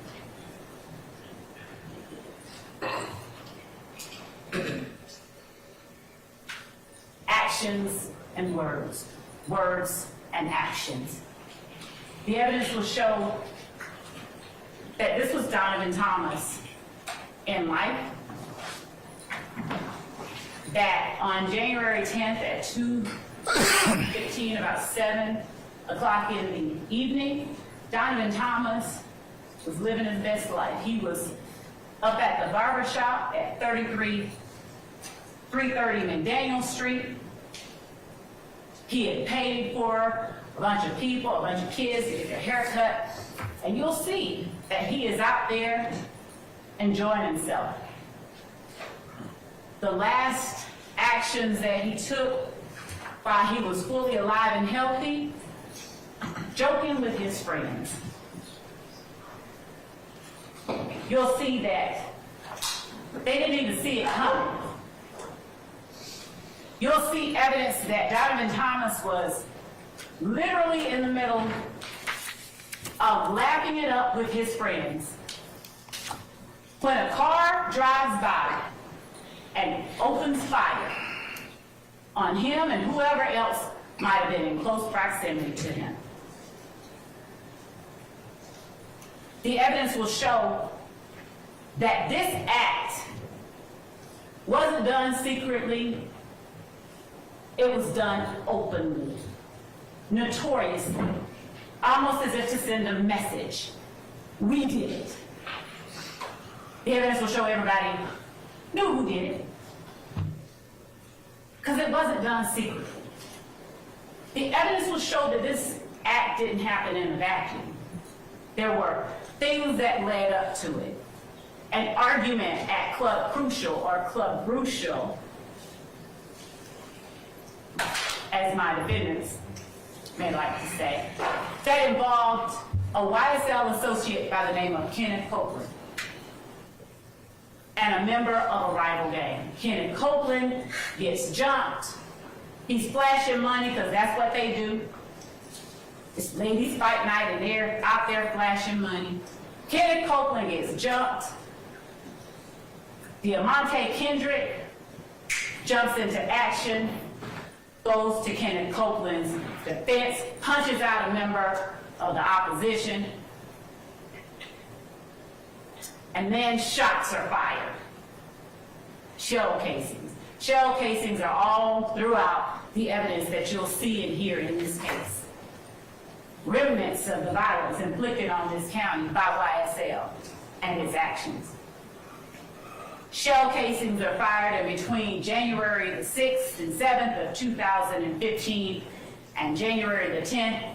Other incidents take place and they lead to the ultimate gunning down of Donovan Thomas. As the evidence will show, in the ensuing months, there were series of shootings and retaliatory shootings. Most notably, the mother of rapper Rayshawn Bennett gets shot. Her house is shot up twice. She gets shot one time. And the evidence will show that there is not always cooperation, because there is a code that people adhere to when this type of violence is surrounding them. No snitching. So the evidence will show that even as people were getting shot, even as people were bleeding, even as people were being taken to the hospital to have their wounds attended to, they weren't always forthcoming.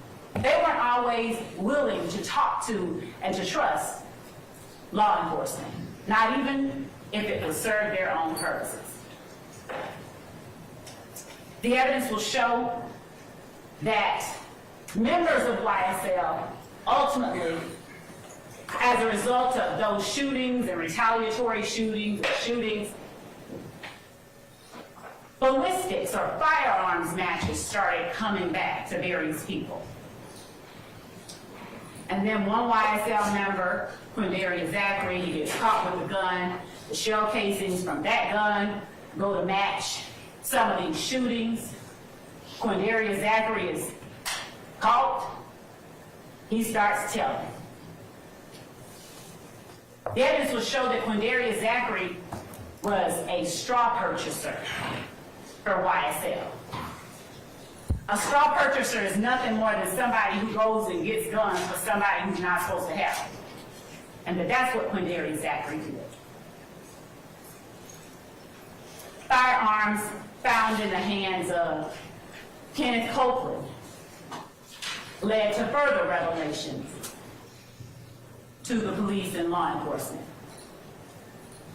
The evidence will show members of YSL were so eager, so gangster about acting on behalf of and in the protection of the defendant Jeffery Williams and YSL, that when Wayne Carter, otherwise known as Lil Wayne, came to town to perform at the compound while the defendant Jeffery Williams was performing in Lil Wayne's hometown, according to word from the people that talked, getting booed at the time, members of YSL show up at the compound, locked and loaded with guns. Evidence will show that security knew to be on the lookout for members of YSL. The authorities were alerted to ongoing public rifts and back and forth between the defendant, Jeffery Williams, and members of his gang, and statements being made publicly on social media about, towards, and threatening Wayne Carter. So when Tyrone Dennis, who is working an extra job, he is a law enforcement officer. At the time, he was an investigator with the Atlanta Police Department gang unit. So when he's there working his extra job, and he sees Walter Murphy, one of the founding members of YSL, show up with the defendant's sisters and Trontavia Stevens and ultimately Jimmy Winfrey with guns. When he sees Walter Murphy try to secret a gun underneath the wheel well of a car, he calls him out. He's like, what are you doing? Walter Murphy's like, oh, hey. The evidence will show that the YSL gang members that showed up at the compound that night were not allowed entry into Lil Wayne's concert, his venue. So what they did was they waited until Lil Wayne leaves, gets in his tour bus, and is attempting to leave the area. They get up beside the tour bus and they unload bullets into the man's tour bus. Bullets. For nothing, except to show their dominance. There will be no evidence that Lil Wayne threatened either of them that night. But that act on the part of Jimmy Winfrey and the defendants before you today, that act was intended to show their solidarity, their willingness to act on the behalf of, their willingness to exact violence upon anyone who threatened the position of the criminal street gang calling itself Young Slimelight. You'll hear evidence that after being arrested, or actually when he was approached back in 2014 about an armed robbery he allegedly committed, YSL member and associate Trontavia Stevens was seen bearing tattoos on his hands, ROCCREW, Cleveland Avenue, and that on his side he had YSL. And Detective Mark Belknap inquired of him, what's that? Though Belknap knew, because he had been working the streets of Atlanta for a long time. He was familiar with Right Crew. But as gang investigators, they're taught to interact with and talk to people when they see indicia of criminal street gang activity. You'll hear that Trontavia Stevens told Belknap, well, Rock Crew is the name we used to call ourselves. Then we started going by YSL, which stands for Young Slimelight, or it did stand for Young Slimelight. But then, when my friend Jeffery Williams started becoming successful, we changed that name to Young Successful Life. The words of a member of the gang himself. The only time, as the evidence will show, that members of YSL don't want to call themselves and acknowledge that they are in fact a gang is when it would be to their detriment. The evidence will show that any other day of the week, they are loudly and proudly promoting their criminal activities.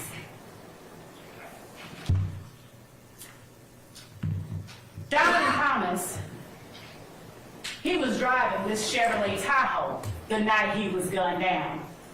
The evidence will show that this location here is the barbershop right up from the Texaco at the corner of McDaniel and Northside Drive in Atlanta, Fulton County.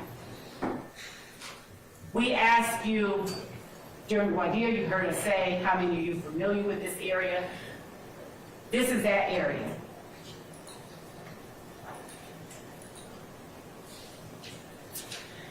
The evidence will show that that is the way that Donovan Thomas looked last time his loved ones saw him. That his life was swallowed up in that crater created by YSL in the Cleveland Avenue community. And the words that they found while looking into this murder, spoken by members of YSL. We don't speak about shit on wax but indeed they do, as the evidence will show. They just kind of thinly veil it. We are known to kill the biggest cats of all kitties. Donovan Thomas in the community, he was a big homie. He was a friend to a lot of people. He was a big deal. And it touched a lot of people, as the evidence will show, when his life was taken. The words that were spoken, we known to kill the biggest cats of all kitties. How coincidental that Donovan Thomas was gunned down. And these were the words later spoken by members of YSL. The evidence will show that it's not coincidental at all. 100 rounds in a Tahoe. 100 rounds in a Tahoe. The evidence will show that the lyrics released by YSL members, the lyrics they chose to speak, they bore a very eerie significance to real life. 100 rounds in a Tahoe. And you'll see that Donovan Thomas's Tahoe had bullet defects all along the back of it when they sprayed Donovan Thomas and his car on January the 10th of 2015. This that slime shit, killing 12 shit. The evidence will show that 12 is the word that is commonly used to denote law enforcement. And speaking of the young people whose innocence and whose lives were swallowed up by that crater created by YSL, Christian Eppinger. He's not before you today, but he is a co-conspirator of these defendants. He is a YSL member and associate who got YSL tattooed on his face at the tender age of 15. He repped YSL continuously and notoriously throughout his social media. The evidence will show that at the age of 16, he, along with an accomplice, robbed a young woman by the name of Taravia Hill at gunpoint in front of her child. And that at his sentencing hearing, Taravia Hill, seeing a young black boy, who could have been her brother, cousin, she actually advocated for Christian Eppinger's lenient sentencing. So Christian Eppinger, he wasn't sentenced on what he was originally charged with. With the acquiescence of the victim, Christian Eppinger received a lesser sentence. He went to prison for a short time, and within less than a year, he committed an armed robbery. And when law enforcement officers are out there looking for Christian Eppinger, who incidentally constantly posted on social media with the guns and his gang signs and the green emojis with the gun pointing to the camera or to some other emoji talking about how he reps hard for YSL. When law enforcement officers, specifically a law enforcement officer just 30 years old by the name of Officer Rogers, when they go to apprehend Christian Eppinger on this armed robbery he committed after being released from prison, having robbed Taravia Hill, they do everything they can to take him in without causing any harm to Christian Eppinger. But you will see that while he's being taken into custody, what Christian Eppinger does, he takes the firearm of this young officer. He pulls it out of the holster and he fires, putting 7 bullets in Officer Rogers. The evidence will show leaving a law enforcement officer with PTSD after he has tried to humanely apprehend a member of YSL. The evidence will show that this person depicted here is Quantavious Greer, also an associate, but perhaps more importantly, the brother of the defendant, Jeffery Williams. Christian Eppinger was so deeply entrenched, ingrained with, loyal to YSL, he's even posting free bitch as Quintavious Greer served a sentence for murder. Who said they want smoke? Christian Eppinger, as he's calling himself YSL Briss. Note that Chris does not start with the letter B, but it does when you're associating yourself with a criminal street gang who aligns itself with the Bloods. And that's the tattoo that Christian Eppinger on the side of his face proudly publicized on June 27, 2015. He wasn't even 16 yet. New ink with the green snake emoji and a red heart.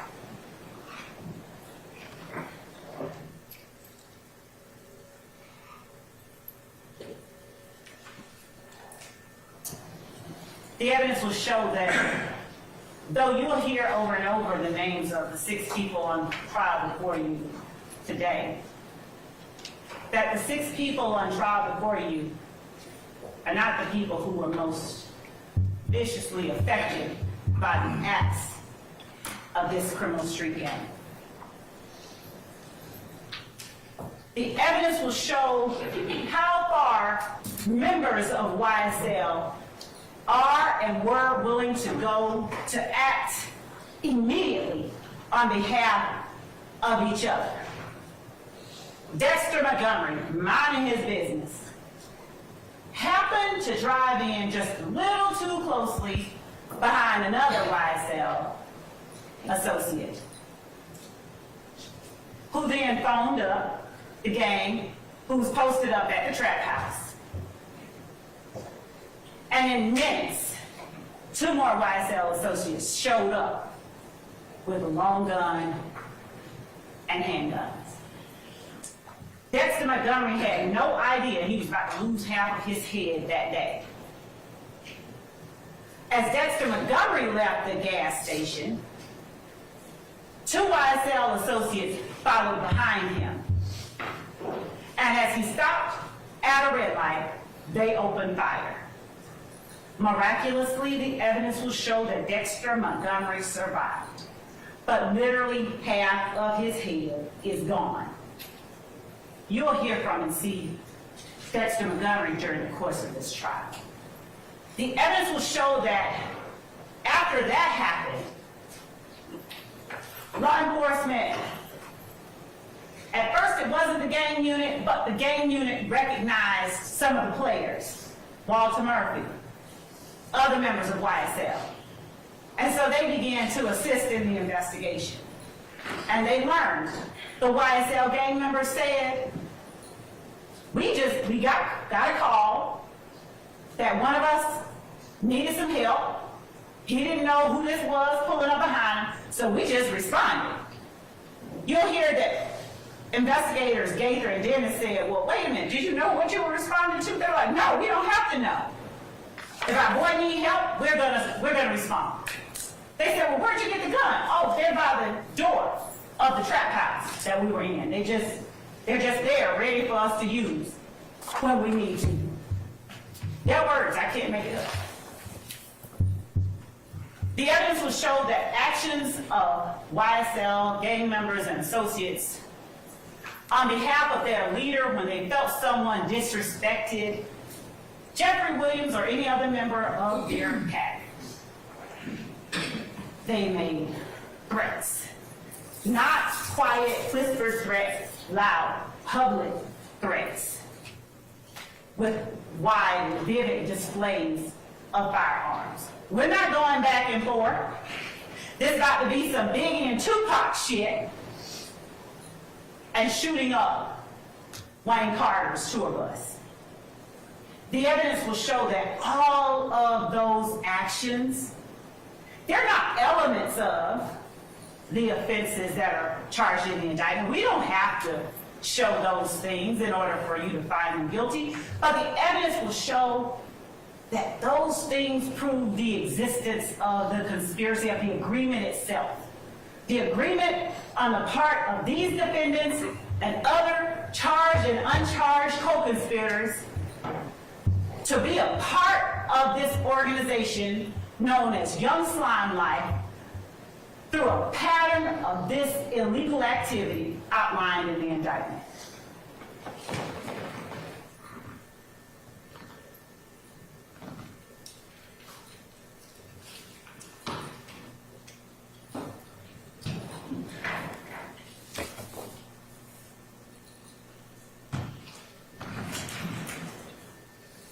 There are numerous victims that you're going to hear about.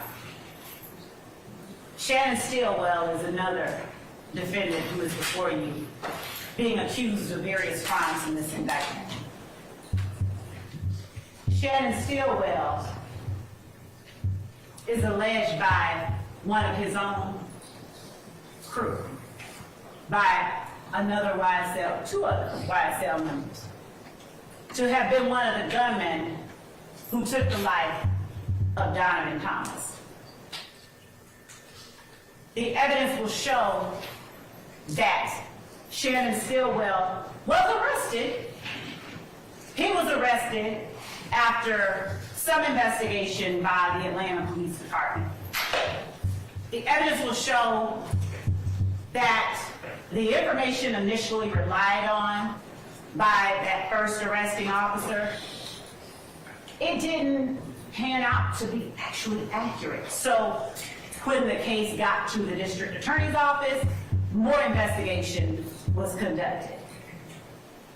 The evidence will show that the office didn't just take the word of the person who originally identified certain people as having committed the murder of Donovan Thomas.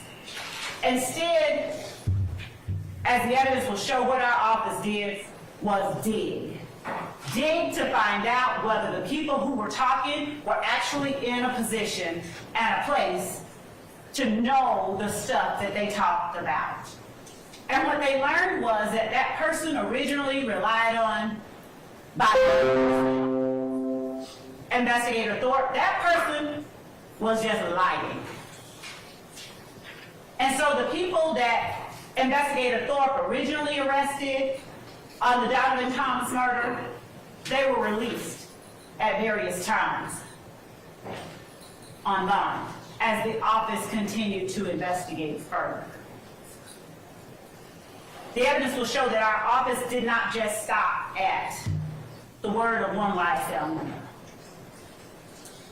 The evidence will show that yet another accomplice corroborated the words of the first YSL member that talked. The evidence will show that cell phone records further corroborated the information law enforcement was getting from these people.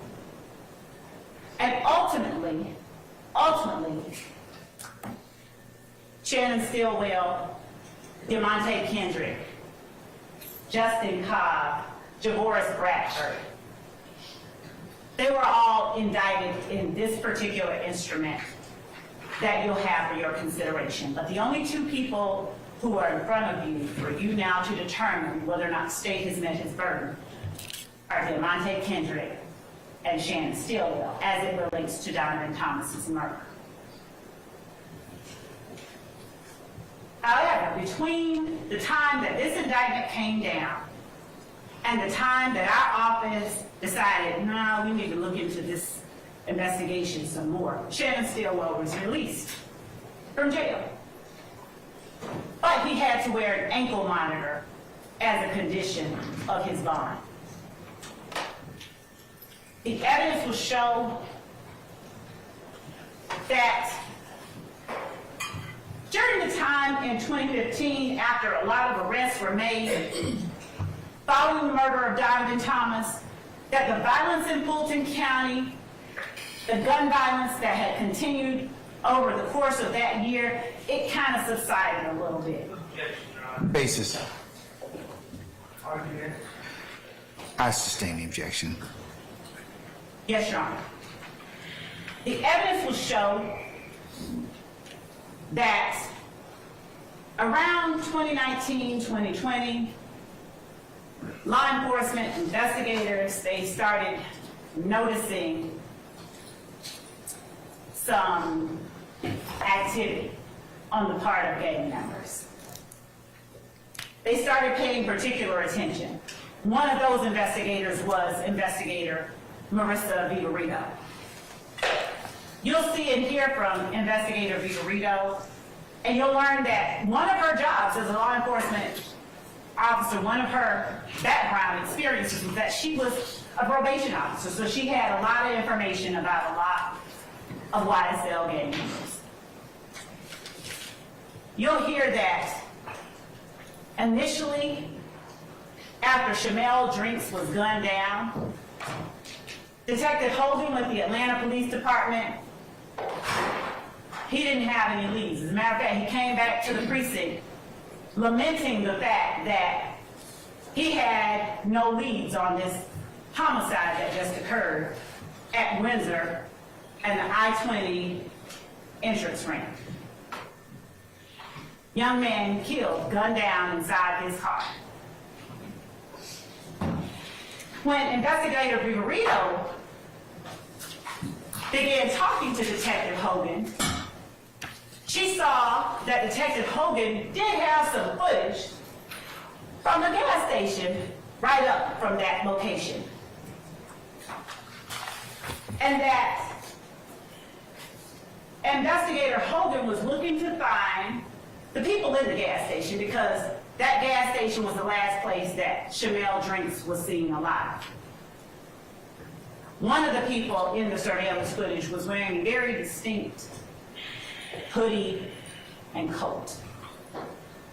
And as it would happen, investigator Vitorito had hours earlier been at a Waters Road location, one of YSL's hangouts, as the evidence will show, a place from which they conducted transactions, and that the Waters Road address had been shot up, and investigator Vitorito happened upon Shannon Stillwell and other members of YSL in the same outfit he was seen in the surveillance video on at the time Shamel Drinks was inside the gas station.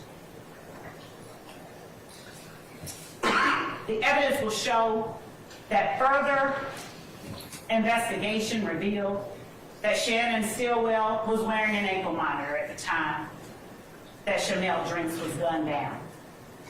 And that ankle monitor put him right there at the place that Shamel Drinks took his last breath. The evidence will show that in this murder, much like in the Donovan Thomas murder, there was a rental car involved. A rental car which these defendants had gone and gotten the windows blacked out, tinted on, earlier the day that Shamel Drinks was gunned down. Tinted the windows of a rental car. The evidence will show that it was to evade being seen by the opposition. The evidence will show that as a result of all of this violence and activity, during the midst of it all, investigator Vitorito had secured a wiretap for Demekion Darlington, YSL gang member and associate. She was able to listen and detect hours of the goings-on of the enterprise.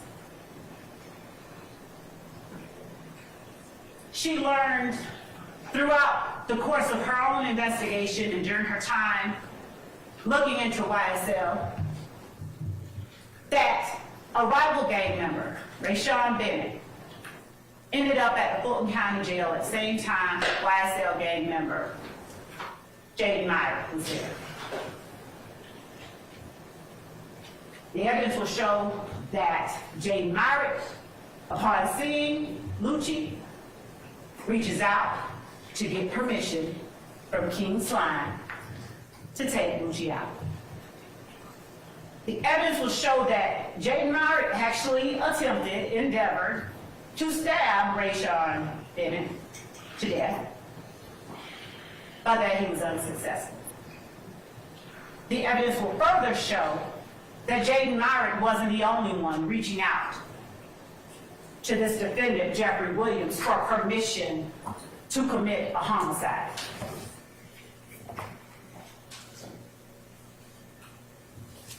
Looking at Shannon Stillwell's words along with his actions,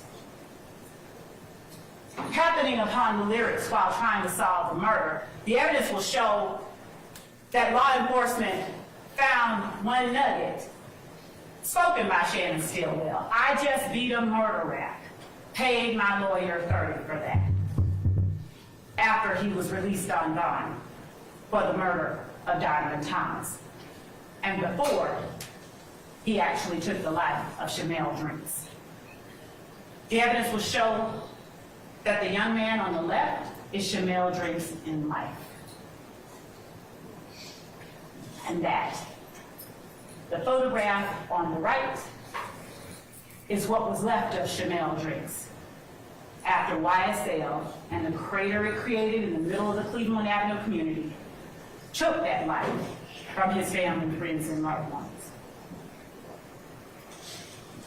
I said a lot, and I'm not the only one you get to hear from today. So you might be happy, I'm about to sit down. I want to ask you to make use of those notepads and those pencils that you have in your possession. The court's already given you the instruction, take notes. Rely on your memory. Use the notes to document and help you remember after you've heard weeks and weeks and weeks and scores of witnesses who said what. I expect that as you listen to and evaluate witnesses who come in to testify, there will be witnesses who you discover changed their stories from the time they first made a statement to the time they actually had to appear here in court, in public, and tell on folks.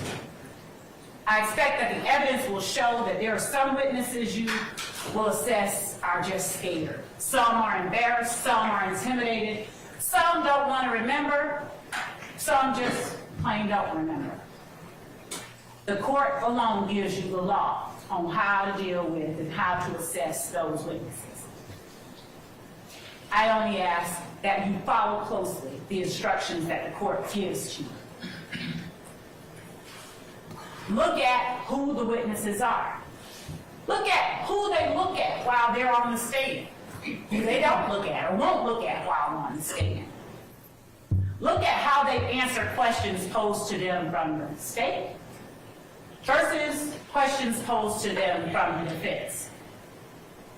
And if the occasion arises that you find that a witness, as presented in court, says something different than what they said previously, you determine why it is you believe that they said something different once they got in court. Words and actions. The defendant's actions coupled with their words.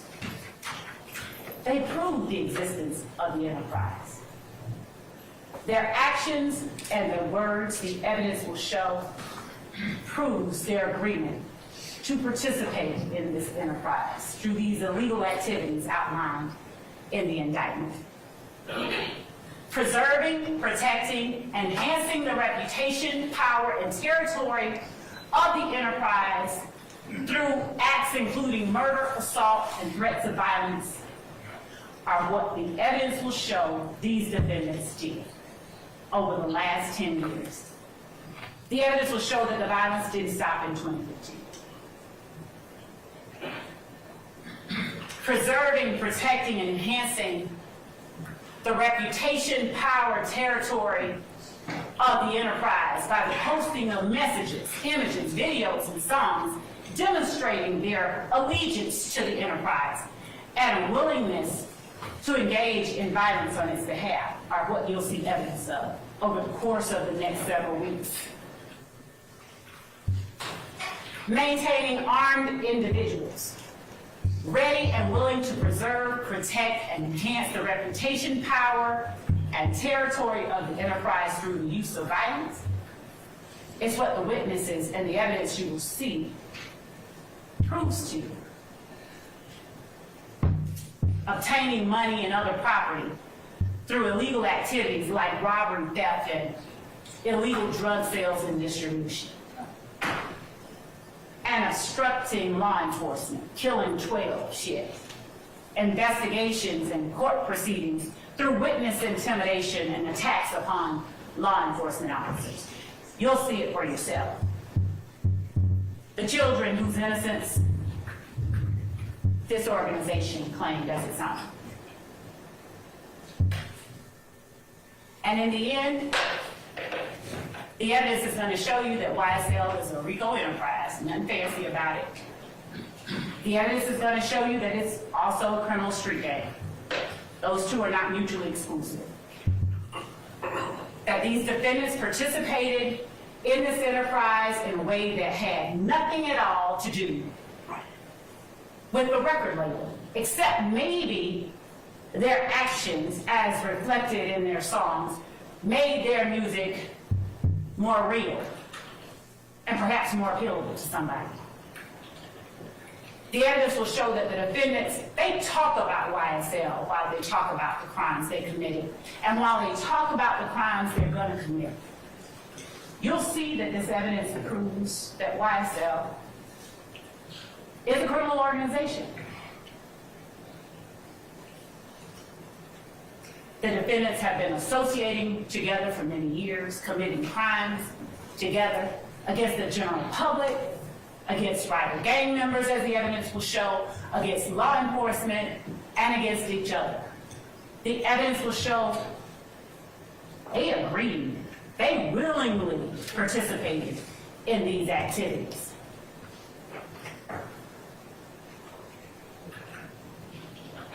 In the end, the court has told you and will tell you again that you are to evaluate the evidence and apply that the law the court gives to you to that evidence and render a verdict that speaks the truth. I expect that at the close of this evidence, you'll see that the defendant's presence, companionship, and conduct during all of these illegal activities, their words and their actions, not only show the existence of the criminal enterprise called YSL, it also shows the conspiracy. And in the end, we're going to all come back and make our arguments to you. But the one thing that I'm going to be doing, our team will be doing, is asking you to uphold your duty and render a verdict, the only verdict that speaks the truth, and find these defendants guilty of each and every crime listed on this indictment alleged against them. Thank you.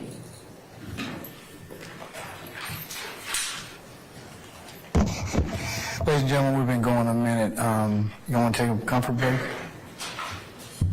Anyone? All it takes is one, you know. Okay, all right. 2, see, and then everybody else will go after that. Let's take 10 minutes, and then whoever next would like to make an opening statement, I'll offer that to them at that point, okay? All right, so we'll be in recess for 10 minutes. Remember my admonitions to you. All right, we're in recess.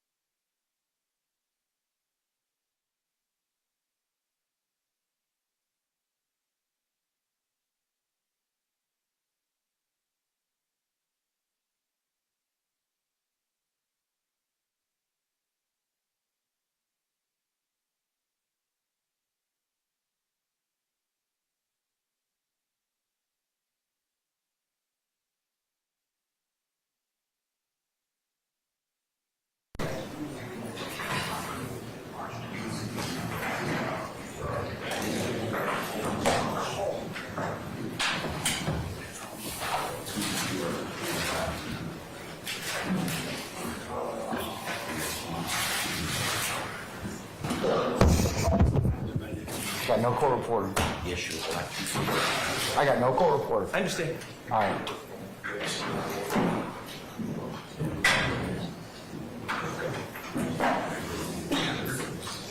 Your Honor, if it's all the same to you, it doesn't need to be on the record for mine. It does. Okay, okay, okay. It's be on the record for me. All right.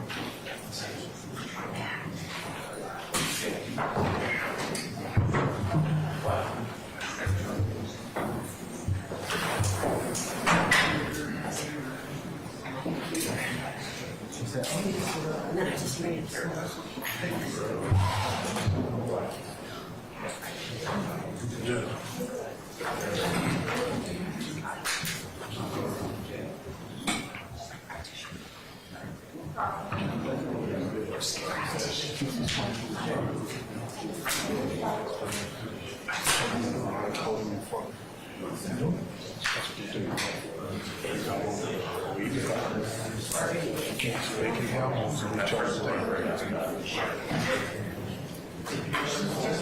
All right, Sergeant Ingram, do we have everybody back, present, sir? Can I get all our attorneys to please kind of start making your way toward your seats, please? Thank you, sir. All right. Okay, we checked on our jurors. Are they all ready, sir? Yes, sir. Yeah. Okay, all right. Mr. App, what do you need? Your Honor, my understanding, I planned my opening arguments around I'm not using any PowerPoints. I didn't turn anything over the state because I planned my opening arguments around using just paper and notes to speak to the jury off of, with the understanding that I was going to have a lectern to speak, to put those papers on in front of the jury. And my understanding was from Mr. Steele that there was a conversation with Captain Kendall last week that a lectern, which is in the hallway, would be allowed to be placed up there so that then those papers could be used. I understand now there's some disagreement or understanding about whether a lectern that's out there can be used or not. I wasn't involved in that particular conversation, but I want to say that also, in order for us to for you to be heard, my suggestion is you probably use the podium. And there's plenty of room on the podium, that particular podium that's immovable, and it's also got a microphone. And you're welcome to walk back and forth, sir. You can walk around the well. I'll give you permission to do so. You won't bother me. So I can tilt this? There's a sign on it. Do not move. Do not move. Do not. Yeah, because it's part of our evidence presentation system. Well, there is a lectern on wheels that's 20 feet away from here that if we could just move it into the... Well, you've also got the challenge of you got some jurors there available. So jurors that are sitting there closer, so I prefer you not do that, okay? You have to do the best you can with the table you have. Like I said, you can walk around. You can even put some of your stuff on the edge of the state's table if you'd like to. And also, related to that, if there's anybody in the media that is zooming in on anything that's involved on any council table, please do not do that, okay? If you are, don't do it. So just please, just wanted to make you all aware of that, all right? So, Mr. App, if you'd like to, since all this furniture belongs to me, technically, you are free to put your whatever you need on the edge of the state's table. Can I use the witness stand when I'm giving my... Yeah, sure. Absolutely. I'll make it work. Absolutely. I prefer the lectern, but I understand. Yes, Mr. Sharp. As the person who spent most of this morning trying to procure a lectern, there's also... You didn't tell me, though, and we could have gone through this earlier. I spoke to Captain Kendall last week. I spoke to numerous members of the Sheriff's Department this morning, and I was going through every procedure that I was supposed to go through. Well, ultimately, it's my decision, right? I understand. Okay. There is a much smaller lectern that can easily be picked up and placed here in courtroom 1D. It would literally take 2 minutes. Sir, I want to move the presentation of this evidence. We could have discussed this weeks ago, and we could have gone ahead and planned it. I could have brought it over here and test drove it, but you didn't give me that opportunity, so let's move on. Okay. Thank you. Anybody else? Sure. Do you know what time, you still No, 6 o'clock? I don't know what time it's going to. But I'll let you know as soon as, I'll figure that out in just a little bit, Mr. Steele, okay? Thank you. All right. Who's making the opening statement next, if so? That'd be me, Your Honor. Okay, all right. Let me know when you're ready, sir. We're just going to set up on Zoom. Okay, all right. Let me know when you're ready. Your Honor, Yes, Ms. Abt. I'm gonna see. That- Kokomo is helping me with the... That's fine. That's fine. Thank you. That'll work out.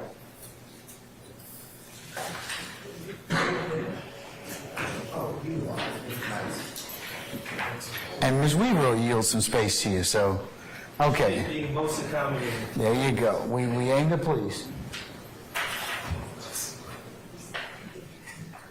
Oh, man.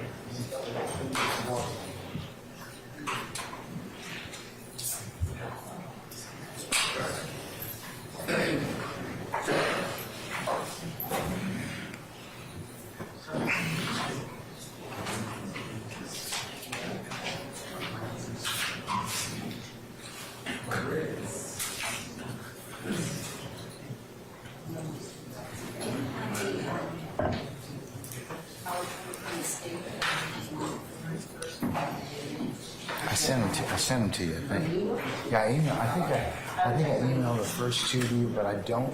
The second two, Chris, Miss Love's gonna have to send them to you because they're password protected.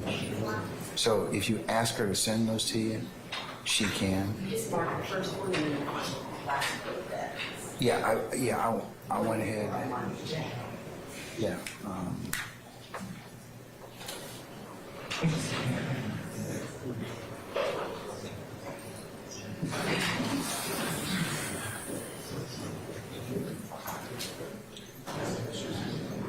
You ready, young man? I think he said he's ready. Oh, you ready? Okay, all right. Can we summon our juror, Sergeant Ingram, please? All right.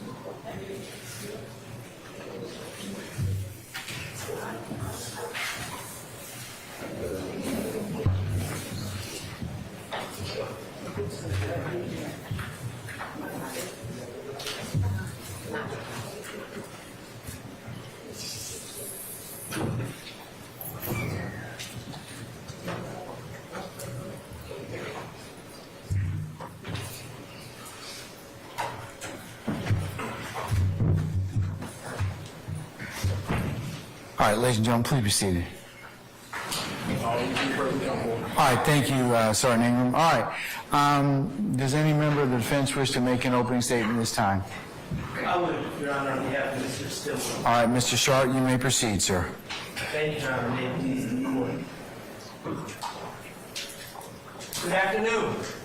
Good afternoon.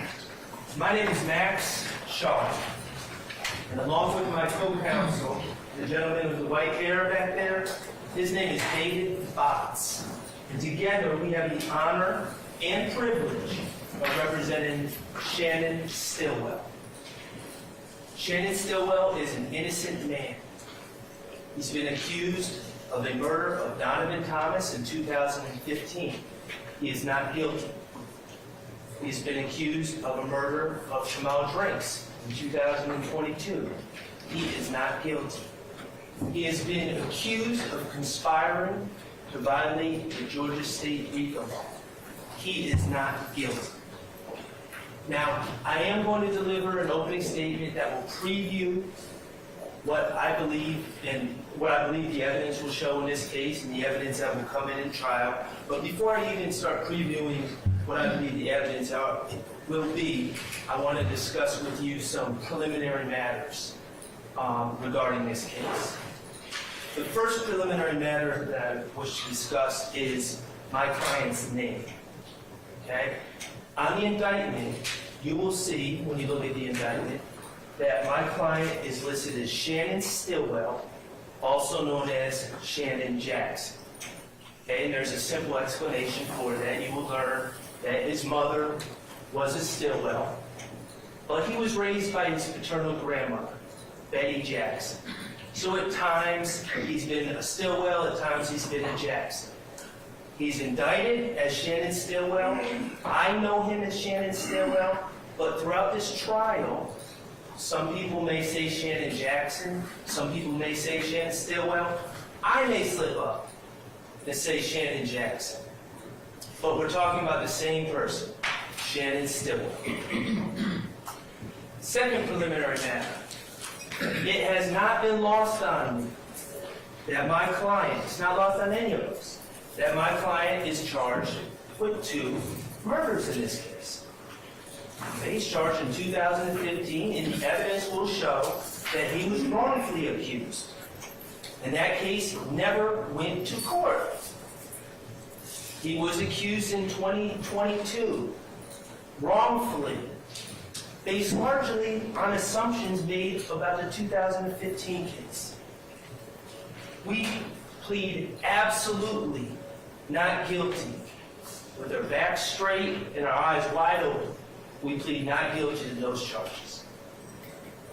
And finally, ladies and gentlemen, as far as preliminary matters, as you probably have realized, through jury selection and the fact that we have some visitors from the press here today and different things about this case, this is somewhat of a unique case. It's drawn some attention. But the thing I want to stress is that this case is no different than any other case in the state of Georgia or the United States of America as far as criminal cases go. And it has the same ground rules as any other case tried in this great union. The ground rules of this case are that the defendant, Shannon Stillwell, and all the other defendants are presumed innocent. The state bears the burden of proving their case against all the accused individually. And the state's burden of proof is the highest burden in our system, beyond a reasonable doubt. Beyond a reasonable doubt.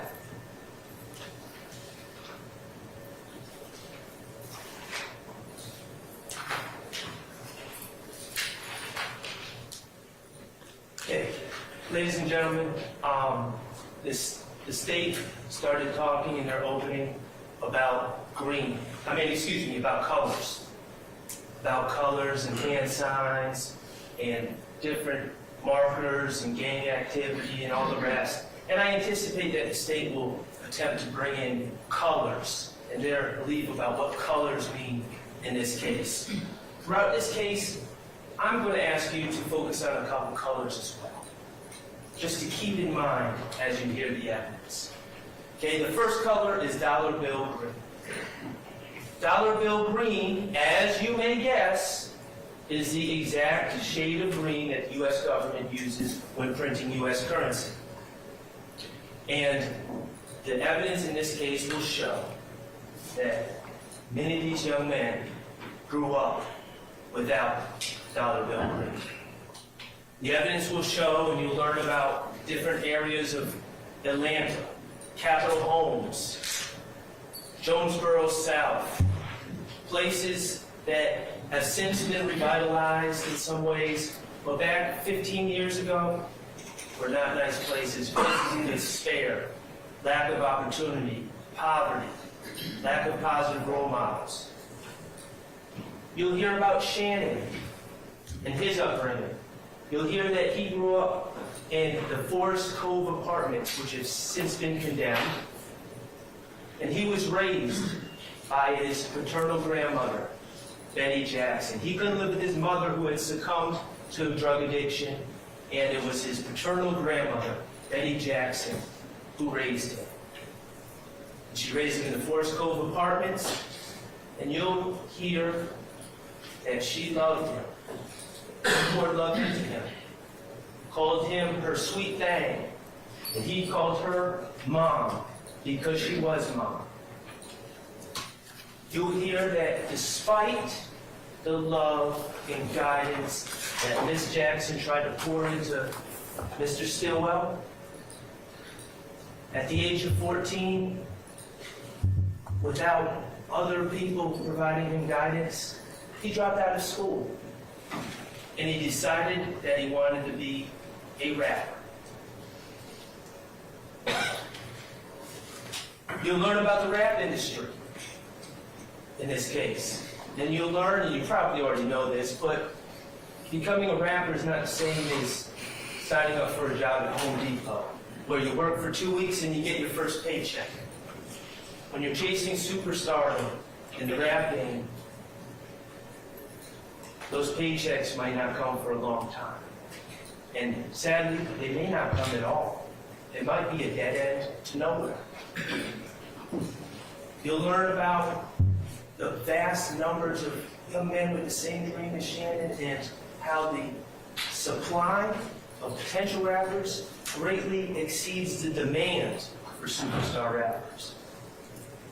I was really a bad occupation to try to get into when it really comes down to it. But Shannon was 14. And you'll hear how he tried to hone his skills and tried to make it in the rap game. But you'll hear that Shannon, like many other young men chasing the same dream, weren't making any money. And bills have to be paid. And kids have to eat. And rent becomes due. And in this case, and we're not going to hide from it, the chase of dollar bill green turned into a different shade of green for Shannon and many others. That type of green, that shade of green is called bud green, which is actually a color. You can paint your house bud green. But in this case, of course, bud green stands for marijuana. And you'll hear how Shannon, trying to make it in rap, sold marijuana. The state has alleged in their overt acts, okay? These are acts that they claim prove that there's some RICO conspiracy afoot. You'll hear that on August 23rd, 2013, Shannon was charged with possession of marijuana with intent to distribute, approximately 1 ounce, over 10 years ago. And you'll hear that he pled guilty and did his time. You'll hear that in 2015, in July of 2015, he was charged with possession of marijuana with intent and possession of a firearm. And you'll hear he pled guilty, took responsibility, did his time. You'll hear that in September 25th of 2019, he was arrested and charged with possession of a firearm. And he took responsibility and he did his time. We're not hiding from the fact that Shannon Stillwell has sold drugs. We're not hiding from the fact that he's been found in possession of marijuana. We're not hiding from the fact that he's been found in possession of a firearm, which is always synonymous with selling drugs. Okay. These are his path, his past, his truth, and they were his decisions. His motivation was to make money for him, to live, to pay rent, to eat. Ladies and gentlemen, we're not hiding from the past. But the evidence will show that Shannon's decisions, starting over 10 years ago, had nothing to do with YSL or any other organization. You won't hear evidence that Shannon was selling marijuana and then calling someone from YSL saying, hey, I got some money to support the organization, or calling Jeffery Williams and saying, hey, I got some money for you, man. No, it was for him. He was a drug dealer. He pled guilty. He did his time. Just like thousands of other people in Atlanta. This has nothing to do with YSL, has nothing to do with the January 10th shooting of Donovan Thomas, and it has nothing to do with the 2022 shooting of Shamal Briggs.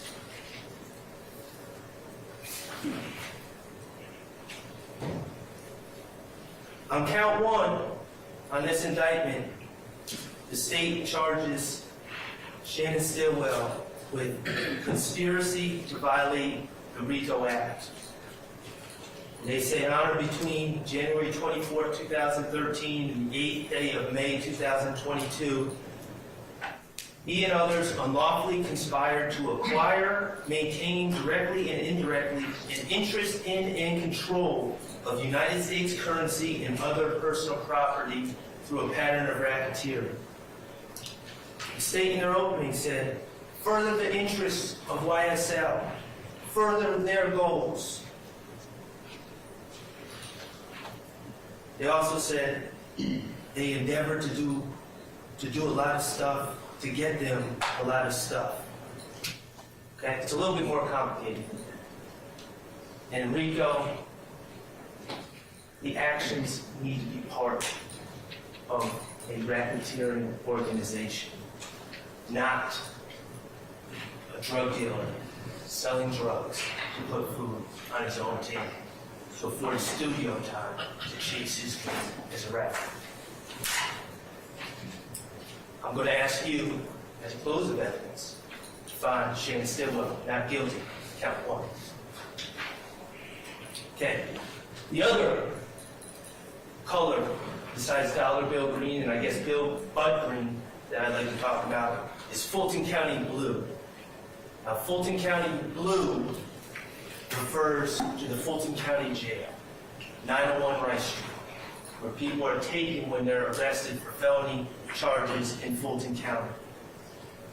And Fulton County blue refers to the jumpsuits that these individuals wear, the county-issued jumpsuits that are typically navy blue, a deep navy blue, and say Fulton County inmate on the back. You'll hear about the conditions of jail life and Fulton County jail life in particular, and common sense dictates some of this. You're confined to a cell, sometimes with another man sharing that small cell with you. You have no privacy. Use the bathroom in front of men, shower in front of men. You're in fear, danger. You're separated from your family and your loved ones. But most importantly, the men wearing blue, Fulton County blue, they've lost control of their lives. They've lost control of their destiny. Their destiny is now in the hands of the judicial system, in the hands of prosecutors. Ladies and gentlemen, Fulton County blue is going to be a very important color in this case because the state's key witnesses in this case that they're going to call to testify, that I anticipate that they will call to testify against my client Shannon Stillwell, when they became involved in this case, they were all wearing the Fulton County blue. When Darius Zachary, Kenneth Copeland, Sammy Davis, Tremont Stillwell, Spencer Wright will hear them testify, if they're called, you'll hear what they've said previously, perhaps. But what you should keep in mind is, when did these men say what they have to say? Did they say it when they first got the information to share? Or when they claim they first got the information to share? Or did they share it when they found themselves wearing the Fulton County blue? When they no longer had control of their destinies and they needed a favor. And they decided to insert themselves into a high-profile case that could solve all their problems.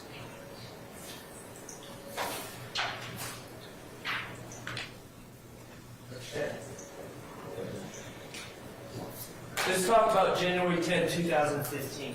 That's the case involving Mr. Thomas. And the evidence will show that this was a high-profile case. And the reason,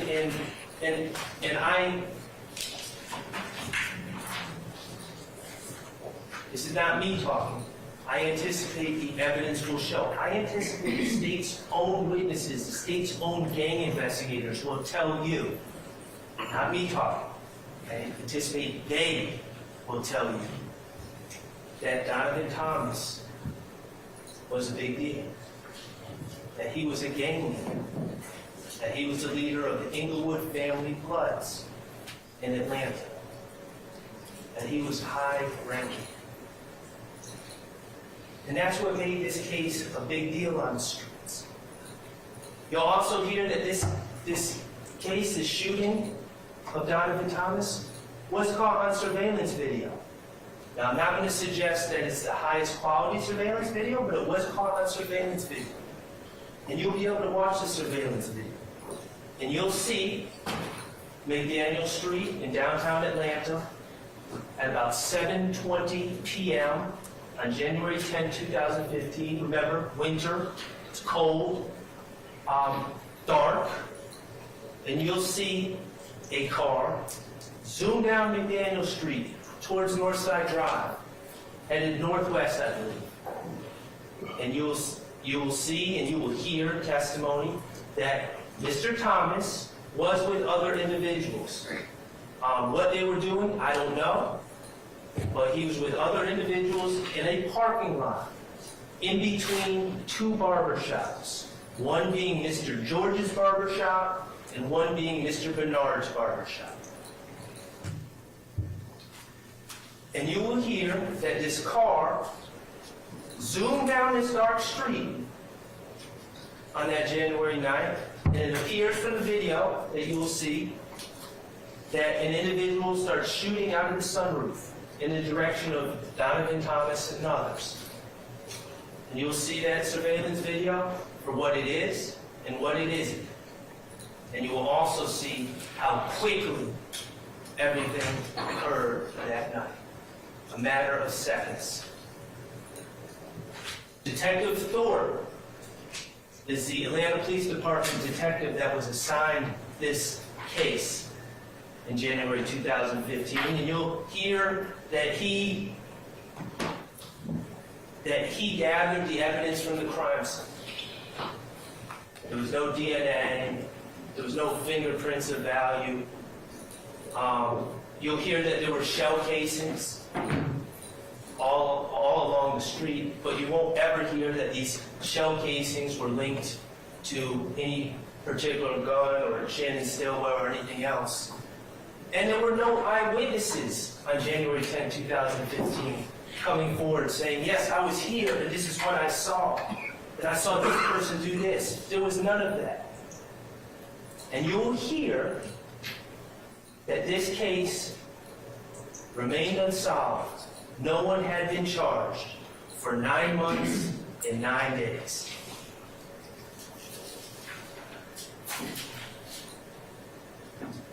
On October 19, 2015, 9 months and 9 days after the Donovan Thomas shooting, a man named Nicholas Robinson was arrested on the streets of Atlanta and brought to Fulton County Jail for various pending charges. And you will hear evidence that Mr. Robinson decided he needed help. He didn't want to wear the Fulton County blue. You'll hear that he contacted the Atlanta Police Department and got in touch with Detective Thorpe. And Detective Thorpe came out and interviewed this Nicholas Robinson.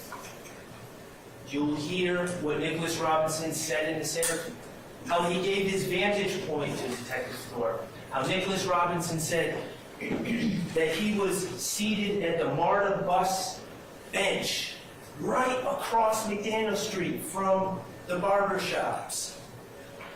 And you'll hear that Nicholas Robinson told Detective Thorpe that he saw it all, and he saw the people that were inside the car.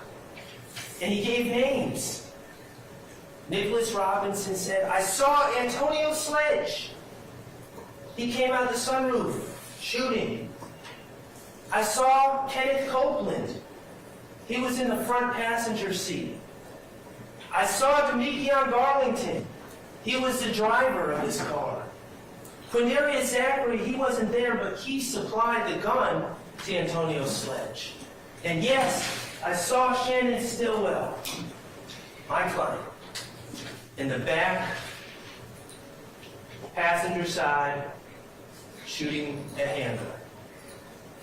So Detective Thorpe, after taking this information from Nicholas Robinson, who just broke the case, created photo lineups. And you'll learn what a photo lineup is. It's essentially 6 photos that that contain a picture of a suspect, and then 5 what we call fillers. And you'll learn about that.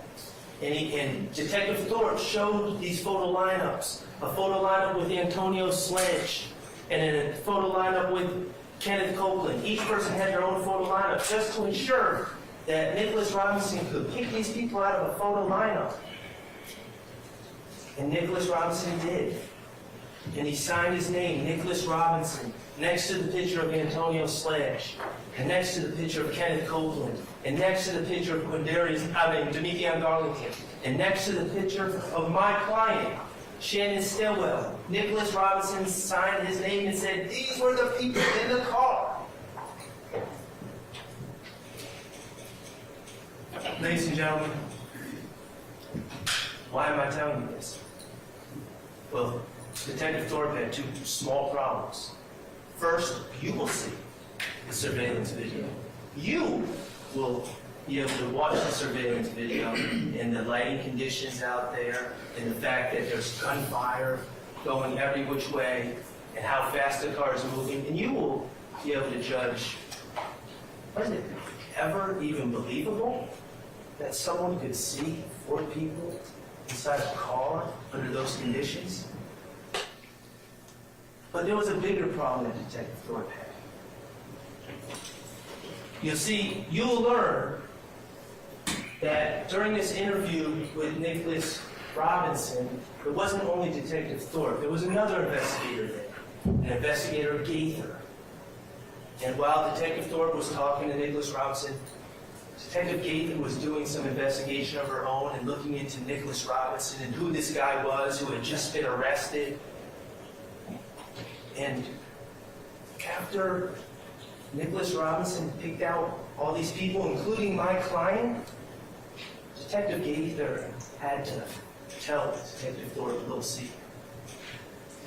Detective Gaither had to tell Detective Thorpe,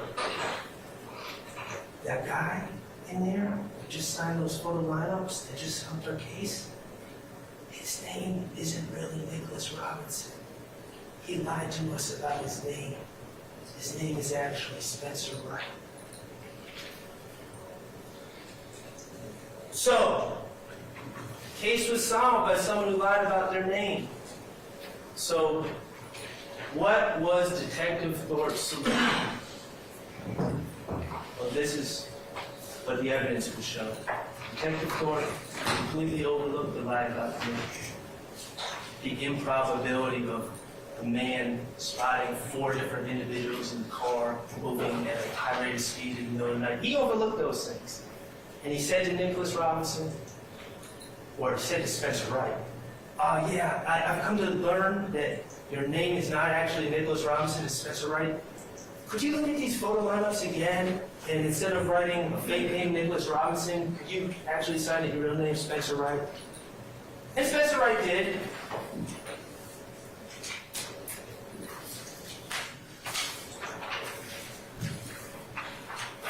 So what happened?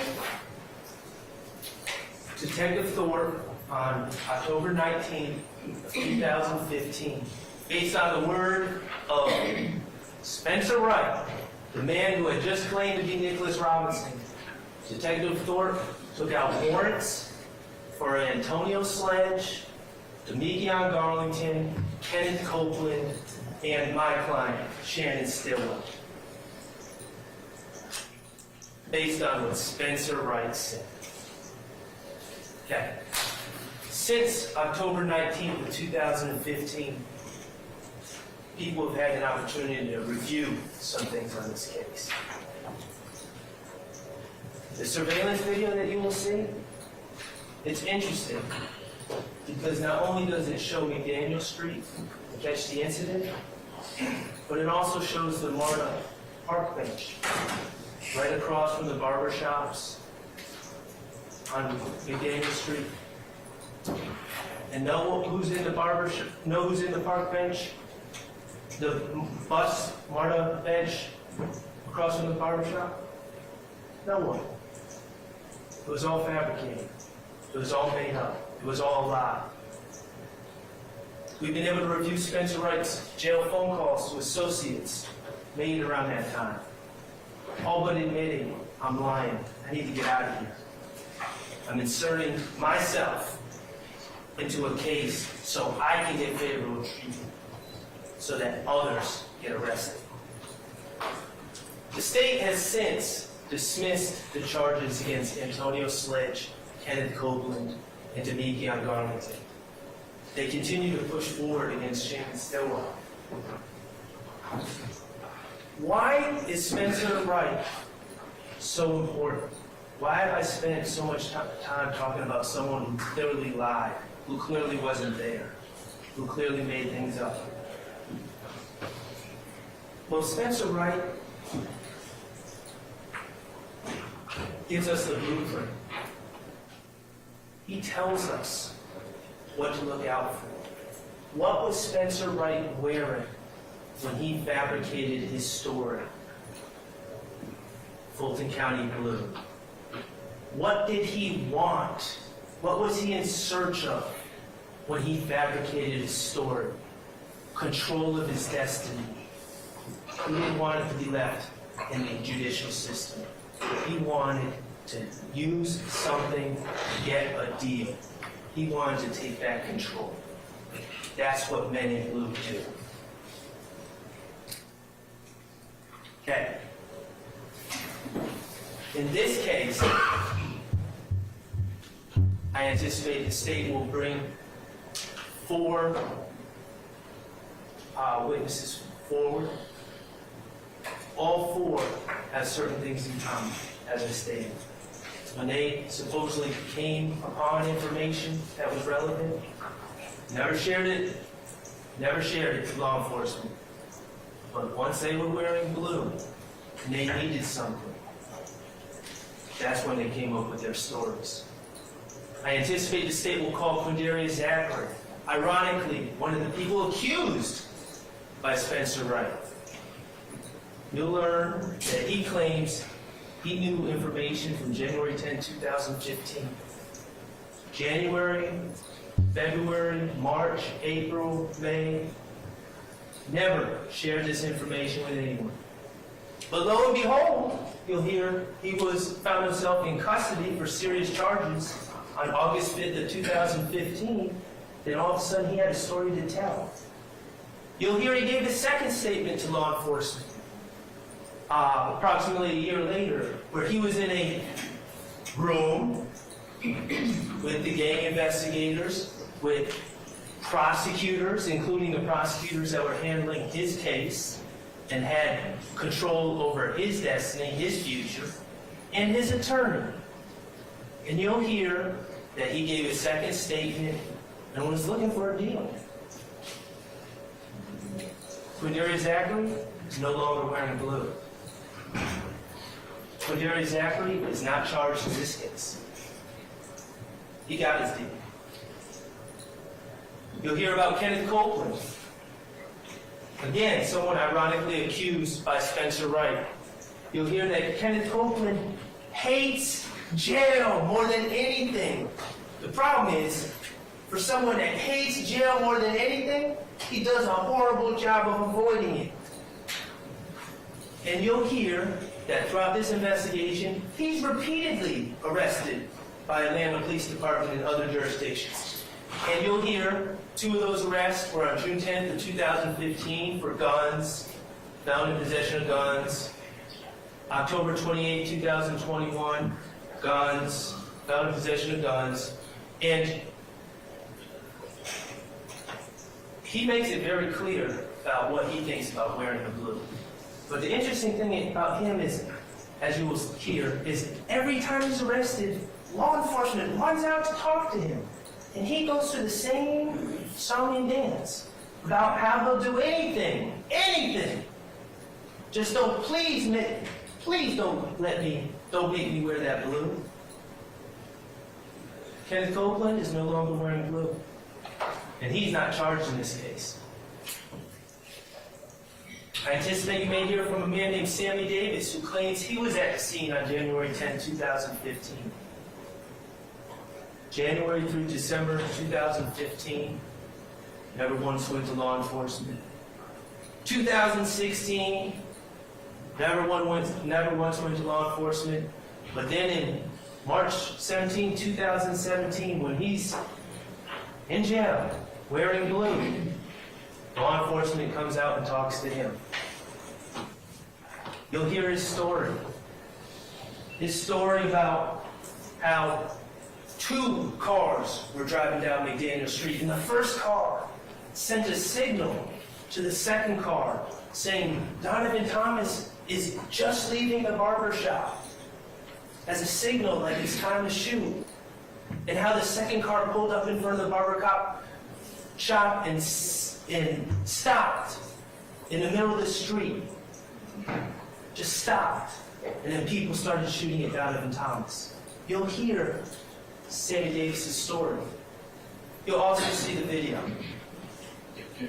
You'll see that there's no first car, second car. You'll see that there's no signal. You'll see that Donovan Thomas wasn't just leaving the barber shop, that he had, in fact, like the state had already stated, been hanging out with friends in that parking lot for quite some time prior to the shooting.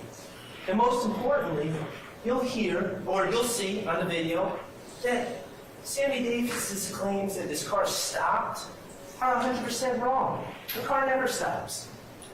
The car drives on by. Bullets flying everywhere.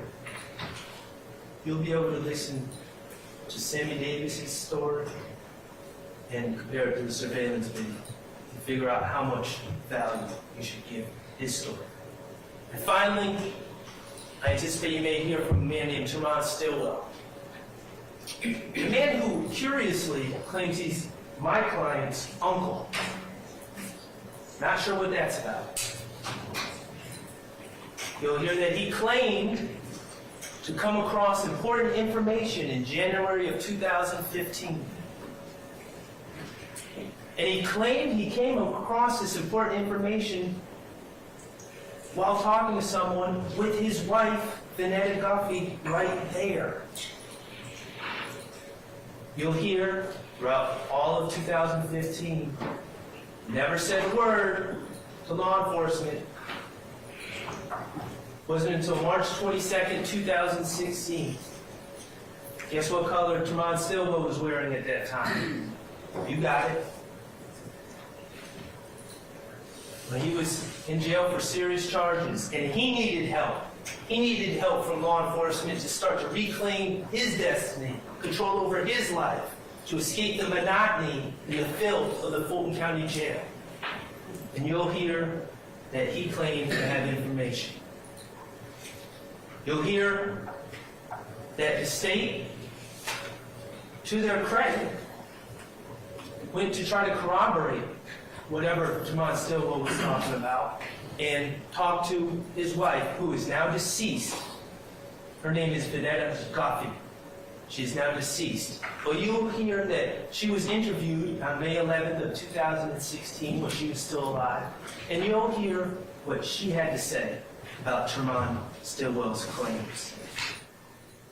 That what he's saying happened, never happened, A, and that Tremont Stillwell is a effing liar.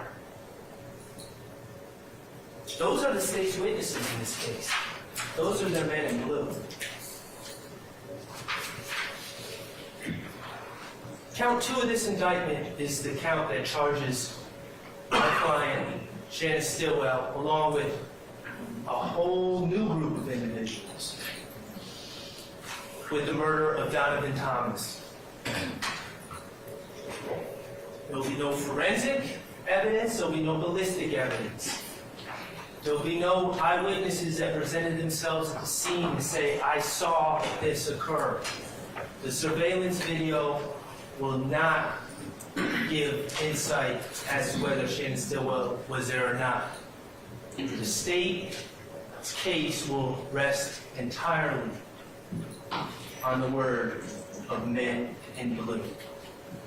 When the evidence is done and trial is done in this case, I'm going to ask that you return a verdict of not guilty to count 2, murder. Okay. Hold on one second, Shannon. Now, I would like to preview a little bit about my client's life after the Donovan Thomas murder.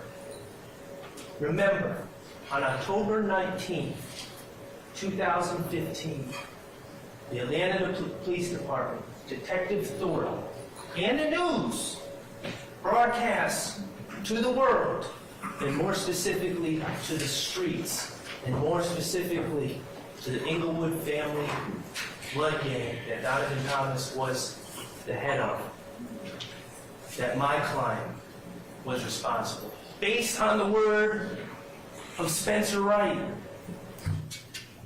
based on the word of someone that even the state is saying lied.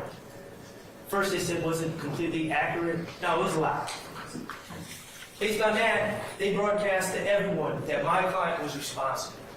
And there has been repercussions. You'll hear in 2015, people pulled up to my client as he stood outside his store, shot a gun at his head, and grazed his forehead. Thankfully, he's still with us. You'll hear that later in 2015, my client went to go get a fish dinner with the mother of his child and another young lady named Tiara Jones at JJ's Fish at the corner of University and Pryor. And members of the gang spotted them there, stalked that car, drove behind the car, and unleashed bullets upon that car, hitting that poor lady, the driver, Tiara Jones, in the face, killing her, causing the car to crash and spin, breaking bones in my client's body, collapsing his lungs. The streets have not cared that Spencer Wright is a liar.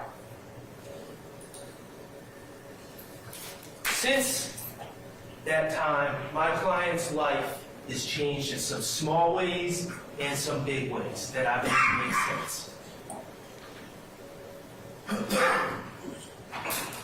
Shannon Stillwell, since that time, has been careful about his surroundings. He tends to back into parking spots. He tends to run red lights at intersections, not to be a sitting duck for IF gang members or anyone else. He habitually changes residences. And yes, he does habitually rent cars, including a white Audi. He does this, the evidence will show, so no one can associate him with any particular car. None of the IF gang members can know where he is. And yes, when he rents cars, he does tint their windows, so no one can see in. That's the life he leads since 2015. And yes, when he leaves the house late at night, he does conceal his identity. It was during COVID, but he does wear a mask.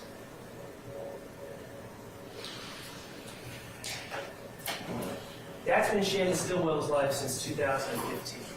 And I'm going to ask that you keep that into account as you consider the evidence as it's presented.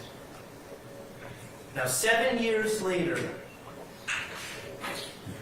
March 14, 2022. Remember, Shannon has been publicly accused, but no one has ever taken that case to court. No one has ever even tried to actually prove the case. They just accused the case. And Shannon has remained a wanted man. Not by the police, but by someone scarier. On March 14, 2022, the evidence will show that Shannon, Marvius Nichols, Nikion Garlington, and Miles Farley were planning on going to the music studio to work on music. Still chasing it. The evidence will show that Mr. Garlington was a passenger in Mr. Stillwell's and Shannon's rented white Audi with tinted windows, and Mr. Nichols was with Mr. Farley in Mr. Nichols' white Ford Fusion. The evidence, and you'll see, in this case, you'll see there's several different surveillance videos that you'll see in this case. The first being the BP footage. That's from the BP at the corner of Fulton Street and Windsor Street in Atlanta. And you'll see the video. And you'll see Mr. Stillwell. No, we will never deny that he was at the BP. We will never deny that. We'll never deny that he was in a rented white Audi. And you'll see Mr. Stillwell pull up on that camera and back into a parking spot right in front of the BP. And you will see Mr. Nichols shortly thereafter in his white Ford Fusion pull up at the gas tank so he can purchase gas to get to the studio. You will see footage from inside of the store. That's Mr. Nichols. You'll find out that that's Mr. Nichols purchasing an item, and that's Mr. Stillwell, my client, wearing a Pink Floyd hoodie with a pink wool cap on. And you'll be able to observe them on video, and you'll see Miles Farley, a third person in their group, a shorter individual, come in, and you'll see them playing around and pushing each other in a playful manner as friends do. I'm going to ask you to observe them on a video and ask yourself, does that appear to be men on a mission? Or does it appear to be friends just planning on going to the studio? The video will reveal that at some point, a gentleman by the name of Shamal Drinks pulls up in a red car at another, and in fact, I believe that's a picture of it right there at that gas pump, and he enters the store. You'll be able to see the video of him entering the store from the parking lot, and you'll be able to see him inside the store. You'll see that he gets into some sort of argument or altercation, not an altercation, an argument. It appears with the clerk, and he leaves the store, and he gets in his car. There will be no interaction whatsoever between Mr. Drinks and my client, Mr. Drinks and Mr. Farley, Mr. Drinks and Mr. Nichols, Mr. Drinks and Mr. Garlington. There'll be no interaction at all.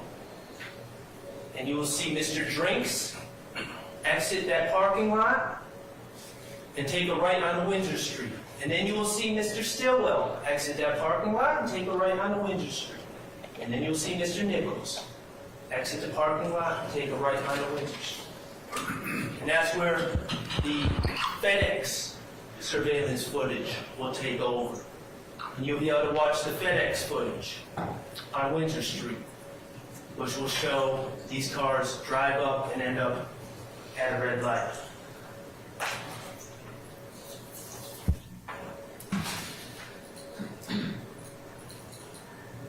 You will see my client's car, white Audi, run a red light.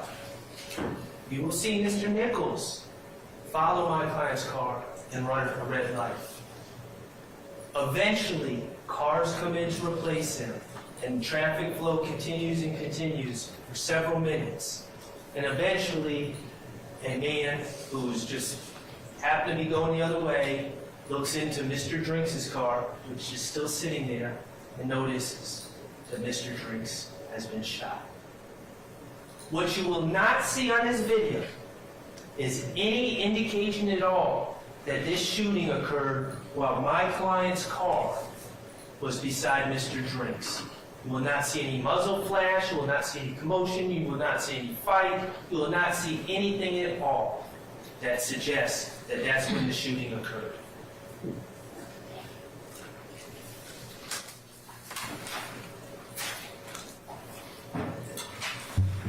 So, this March 14, 2022 case, what I anticipate is you will not hear any eyewitnesses say that Shannon Stillwell, and let's be clear, the state is accusing Shannon Stillwell. I mentioned that there's 4 people in this party. They are accusing Shannon Stillwell of shooting Mr. Drinks out of that white Audi. The state will not present to you any witnesses that saw this occur. The state will not present to you any forensic evidence that proves that this occurred. The surveillance I submit to you, and you'll be able to see and judge for yourself, points to the exact opposite, that the shots did not come from Mr. Stillwell's car, nor did, and I'm not suggesting they came from Mr. Nichols either. They came from neither car. So why was Shannon Stillwell arrested? Well, they had video of Shannon at the BP. Okay, that's fine. We don't deny that. Never will. They made certain assumptions about what would be on that FedEx video that you will be able to look at and determine what it shows and what it doesn't show. And I'm sure they assumed that it would show some shooting, but it doesn't. And finally, they made assumptions about Shannon Stillwell. Remember what the state said in opening about how Detective Hogan had his case, and he had people on a video at the BP, which is near where the shooting occurred, but not where the shooting occurred. He had people on his video, and then he talked to another detective, Viverito, and Viverito said, "Oh, that's Shannon Stillwell. That's Shannon Stillwell. Oh, that's Marcus Nichols." And they just ran with it. Yeah. Shannon Stillwell was at the BP that night. He didn't shoot Shamal Drinks. None of his friends shot Shamal Drinks. They went to the studio.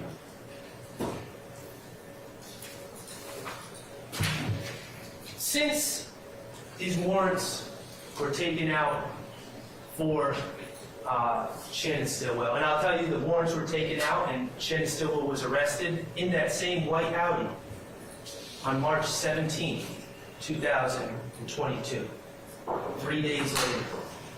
Since those warrants have been taken out, some other information has come forward. First, I'm going to ask you, and you will, this will be entered into evidence, I'm going to ask that you consider the rental agreement for the white Audi. You will learn that on March 16, 2 days after this alleged shooting, when every other person who has a guilty conscience, anyone who has a guilty conscience is trying to get out of the rental car, Shannon extended his lease. I'm going to ask you to consider and really think about that. Extending a lease of a car that you supposedly just killed someone. Are those the actions of someone who's guilty of that crime? You're going to hear about the wiretap on Demekion Garlington's phone. Remember, Demekion Garlington was in Mr. Stillwell's car. And the state hinted at it a little bit. They were talking about Jaden Myrick and people wanting to attack a man named Lucci. And based on these concerns in the jail, the state applied for it, and you'll learn what a wiretap is. They applied for a wiretap and received a wiretap for Demekion Garlington's phone. The phone of the person who was with Shannon Stillwell on March 14, 2022. And you'll learn what a wiretap is, and how a wiretap really consists of law enforcement sitting and listening in on all your phone calls. incoming and outgoing, and recording all the relevant and pertinent phone calls and conversations that occurred.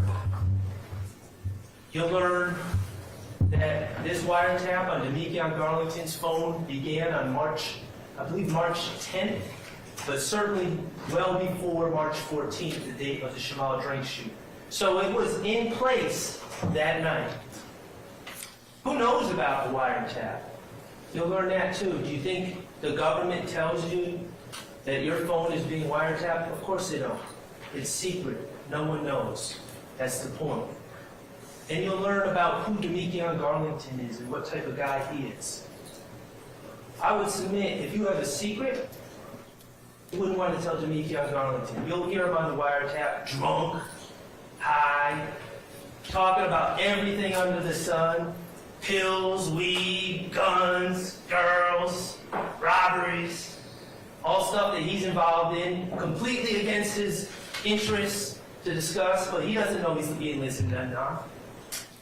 But one thing that's interesting, of all the things that this loudmouth talks about, all the crimes, and they said they bragged about this stuff.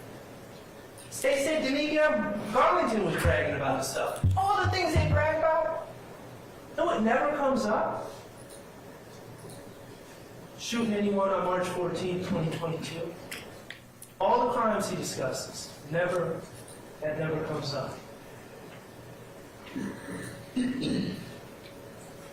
Finally, and most importantly, the science about this March 14, 2022 case. We're going to learn about gunshot residue.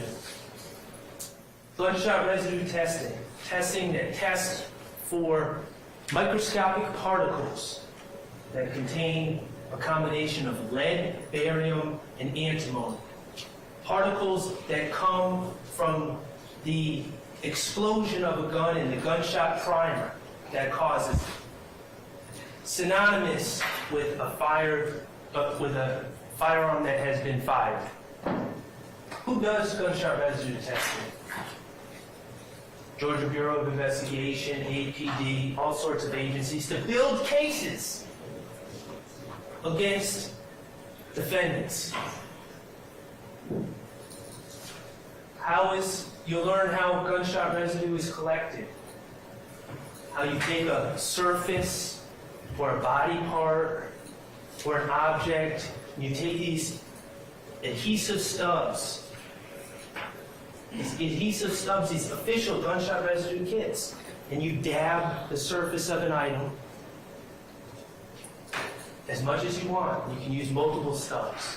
And then you take these stubs and you place them under an electron microscope. And a scientist can look under this microscope and see if there's any particles of gunshot residue that are on said item. You'll hear that Shannon Stillwell was arrested on March 17th in that same white Audi that he was in on the 14th.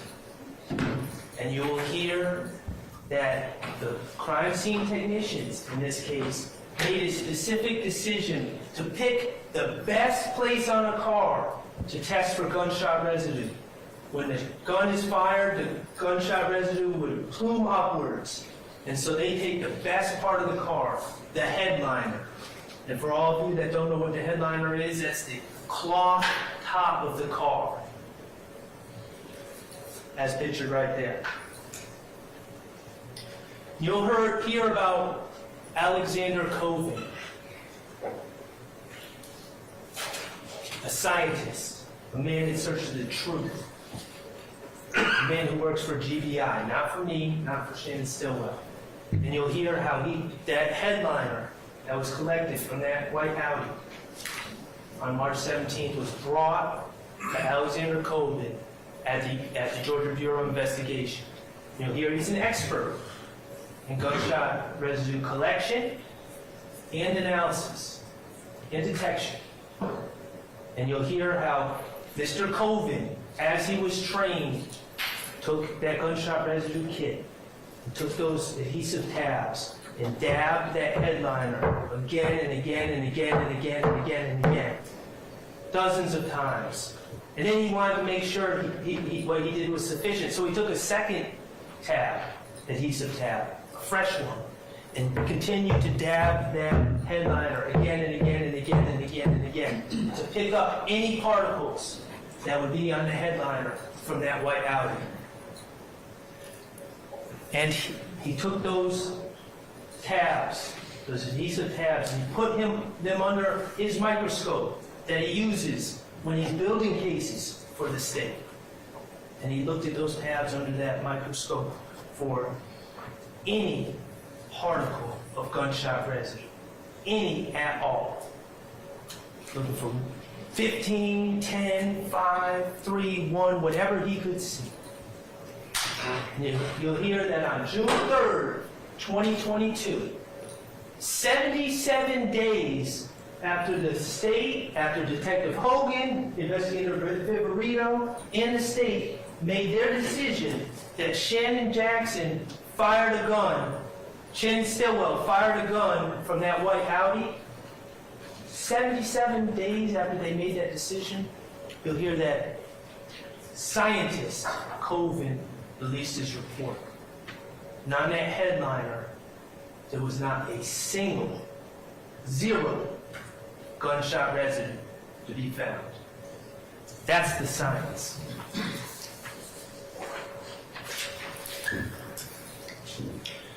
Ladies and gentlemen, regarding the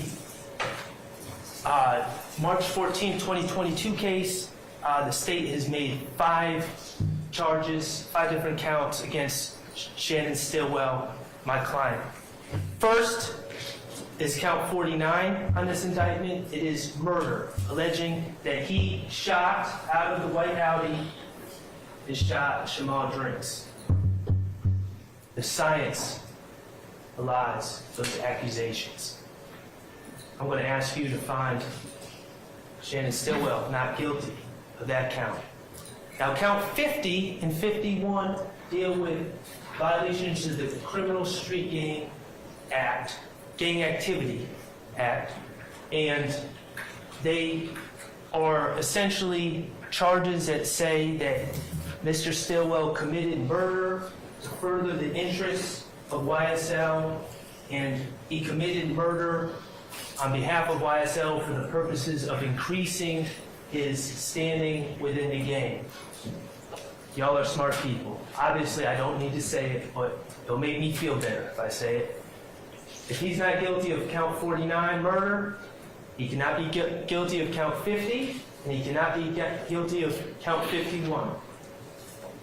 Counts 52 and 54 similarly charge Shannon Stillwell with possession of a firearm by a convicted felon on March 14th of 2022 on the belief that he used a firearm to kill Shamal Drinks. If the state does not prove that case beyond a reasonable doubt, he cannot be found guilty of count 52. And in count 54 charges Shannon Stillwell with possession of a firearm during the commission of a felony, that felony being murder. Obviously, if he didn't commit the murder, then he cannot be in possession of a firearm during the commission of said felony.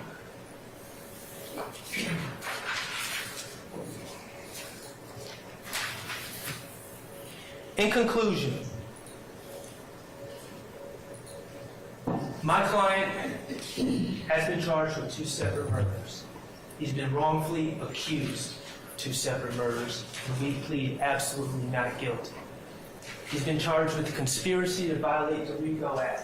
And while he has sold marijuana in the past, those were his decisions for his benefit and had nothing to do with YSL or anyone else involved in this case. He's pled guilty to those charges. He's done his time. That makes him an ex-drug dealer. It doesn't make him a conspirator. It doesn't make him guilty of violating any RICO acts.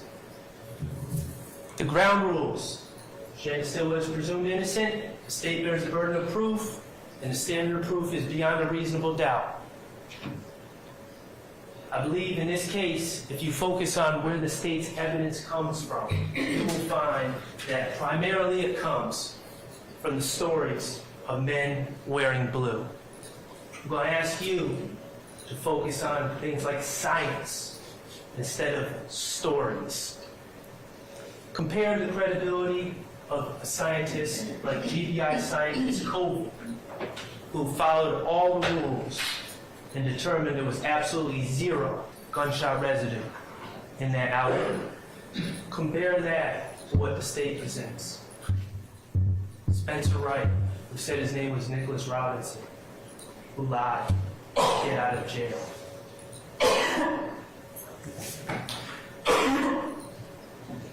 Spencer Wright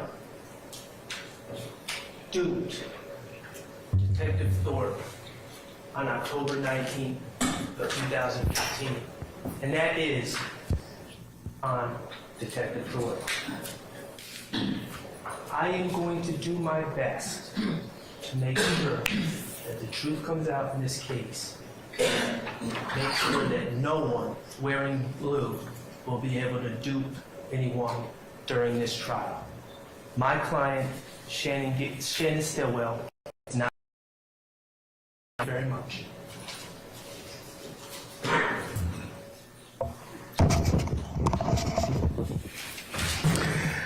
Ladies and gentlemen, how you doing? It's 5:30.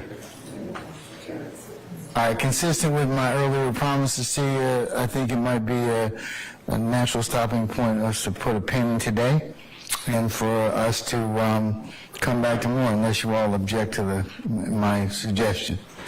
Hearing no objection, I think we're going to go ahead and do that. So let's go ahead and kind of review a couple of things to begin with. All right, first thing is when you go back into your headquarters jury deliberation room, dump your notepads, okay? Hopefully everybody's written their name in the inside cover of those particular ones like I told you earlier. But if you haven't done so, go ahead and do so. Take a juror sticker and put it in your pocket, your purse, or whatever carrier device you have, so that when you come back in tomorrow morning, we'll go ahead and you can put that on as soon as you get into as you come in through the being screened in the courthouse, okay?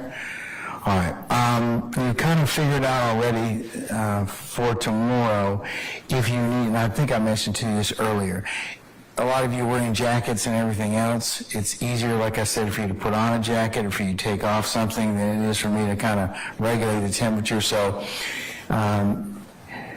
please bring whatever it is that'll make you comfortable tomorrow, your jacket or otherwise. Okay, that's kind of the administrative, and if you're running late tomorrow, as I mentioned earlier, let Ms. Umana know, but remember, I can't start until I've accounted for all 18 of you, so it's very important you, again, as I mentioned earlier, only you know how long it takes for you to get down here to Fulton County from wherever you live in our great county. So just plan accordingly, leave a little bit earlier. It's always easier for you to sit back there and just kind of relax and don't be so stressed than it is for you to kind of leave late, and that just kind of just puts you in kind of a position that you probably are stressed already when you get here. So I'd advise you to do that. Okay, you remember all my ad nauseam admonitions? They still apply, okay? So, very important, I mean, that you not talk about the case amongst each other as you're walking out. Do not talk about the case as you're in your headquarters jury deliberation room. Don't go on any social media sites. Do not let anybody friend you. Do not do any of the other things that I've told you earlier, like research anything, go buy any scenes, take any photographs, or otherwise try and educate yourself to some things that you may have heard in the courtroom today. Remember, the only things you can consider are what's lawfully presented within the four walls of this courtroom. So it is very important that you consider and keep the court's admonitions, which I know you will continue to do so. There's great temptation when you go home tonight. Hey, what happened in court? Well, I saw you on TV. Are you supposed to respond to that? No, you're not. And you can blame me, you can even tell Judge Glenville said for you not to do that, all right? Because remember, your doing that would affect, and if we found out about it, would affect our ability to have a fair trial, a just trial, lawful trial as to all parties. So please adhere to that admonition and all the others, okay? Remember, nobody's supposed to have any ancillary or incidental contact with you. If anybody tries to reach out to you, I need to know about it so you can tell Sergeant Ingram or any of my team if anybody should try and do so, okay? And consistent with my instructions when you were here before, we'll go ahead and get you squared away for those of you that are taking the shuttle and for those of you that need to make other alternative arrangements. We have just get with Sergeant Ingram, he'll go ahead and coordinate that for you, okay? All right, so you're probably wondering, what time are we going to start tomorrow morning? I need you all here to be here by 10 o'clock, okay? We will start somewhere between 10 and 10:30 tomorrow morning, and I'll do that, try and give that to you every single night that we conclude, tell you what time in the morning you need to come to be here. That's your target or mark time you need to be here in the morning. Try and get here a little bit earlier because then, like I said, you'll be a whole lot more at peace, and then as soon as we at 10 o'clock or thereabouts, I can find out if all 18 of you are here, and I don't have to look for anybody. And then I can go ahead and we can get started once we're ready to pick up from where we left off from today. Okay? So, 1,000 hours tomorrow, you need to be in your headquarters. Okay, I think I've gone through all the things I need to with you. Any ministerial inquiry of me at this point in time, ladies and gentlemen? Anything from me? Questions? None? Okay. Ladies and gentlemen, thank you for your patience with us, and as I mentioned earlier, and I mentioned through this entirety of the process, the patience that you've given us, are giving us today, and will continue to give us throughout the consideration of this matter. So unless you have any other query or questions for me,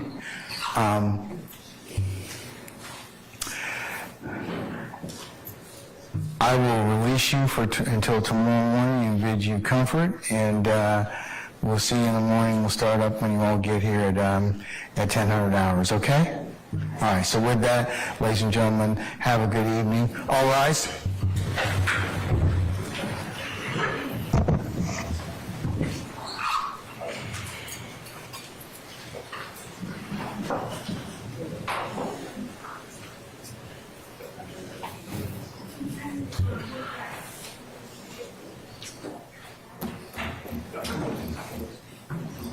Ms. Sangerty and Mr. I made eye contact with you and asked you, please stop talking during all that. Please told me, and yeah, you just stop all this. I would appreciate it.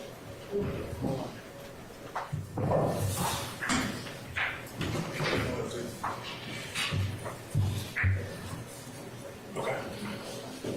You want to pick them up the front? Okay, ladies and gentlemen, please be seated. Our jury has left us and the door is closed. All right, so, counsels, tomorrow morning, first, before I go ahead and set the time for you all to be here tomorrow morning, Mr. Harvey, sir, have you talked with counsel for your client?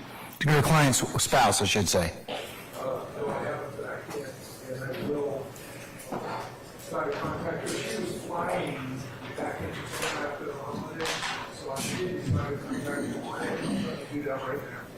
All right, if you could ask her to be present for at minimum 9:45-ish tomorrow morning, I'll take it up somewhere between the 9:45 and 10 o'clock time period, and I can go ahead and get that done, or you can have a conversation with the state, and I can final that particular ruling, okay?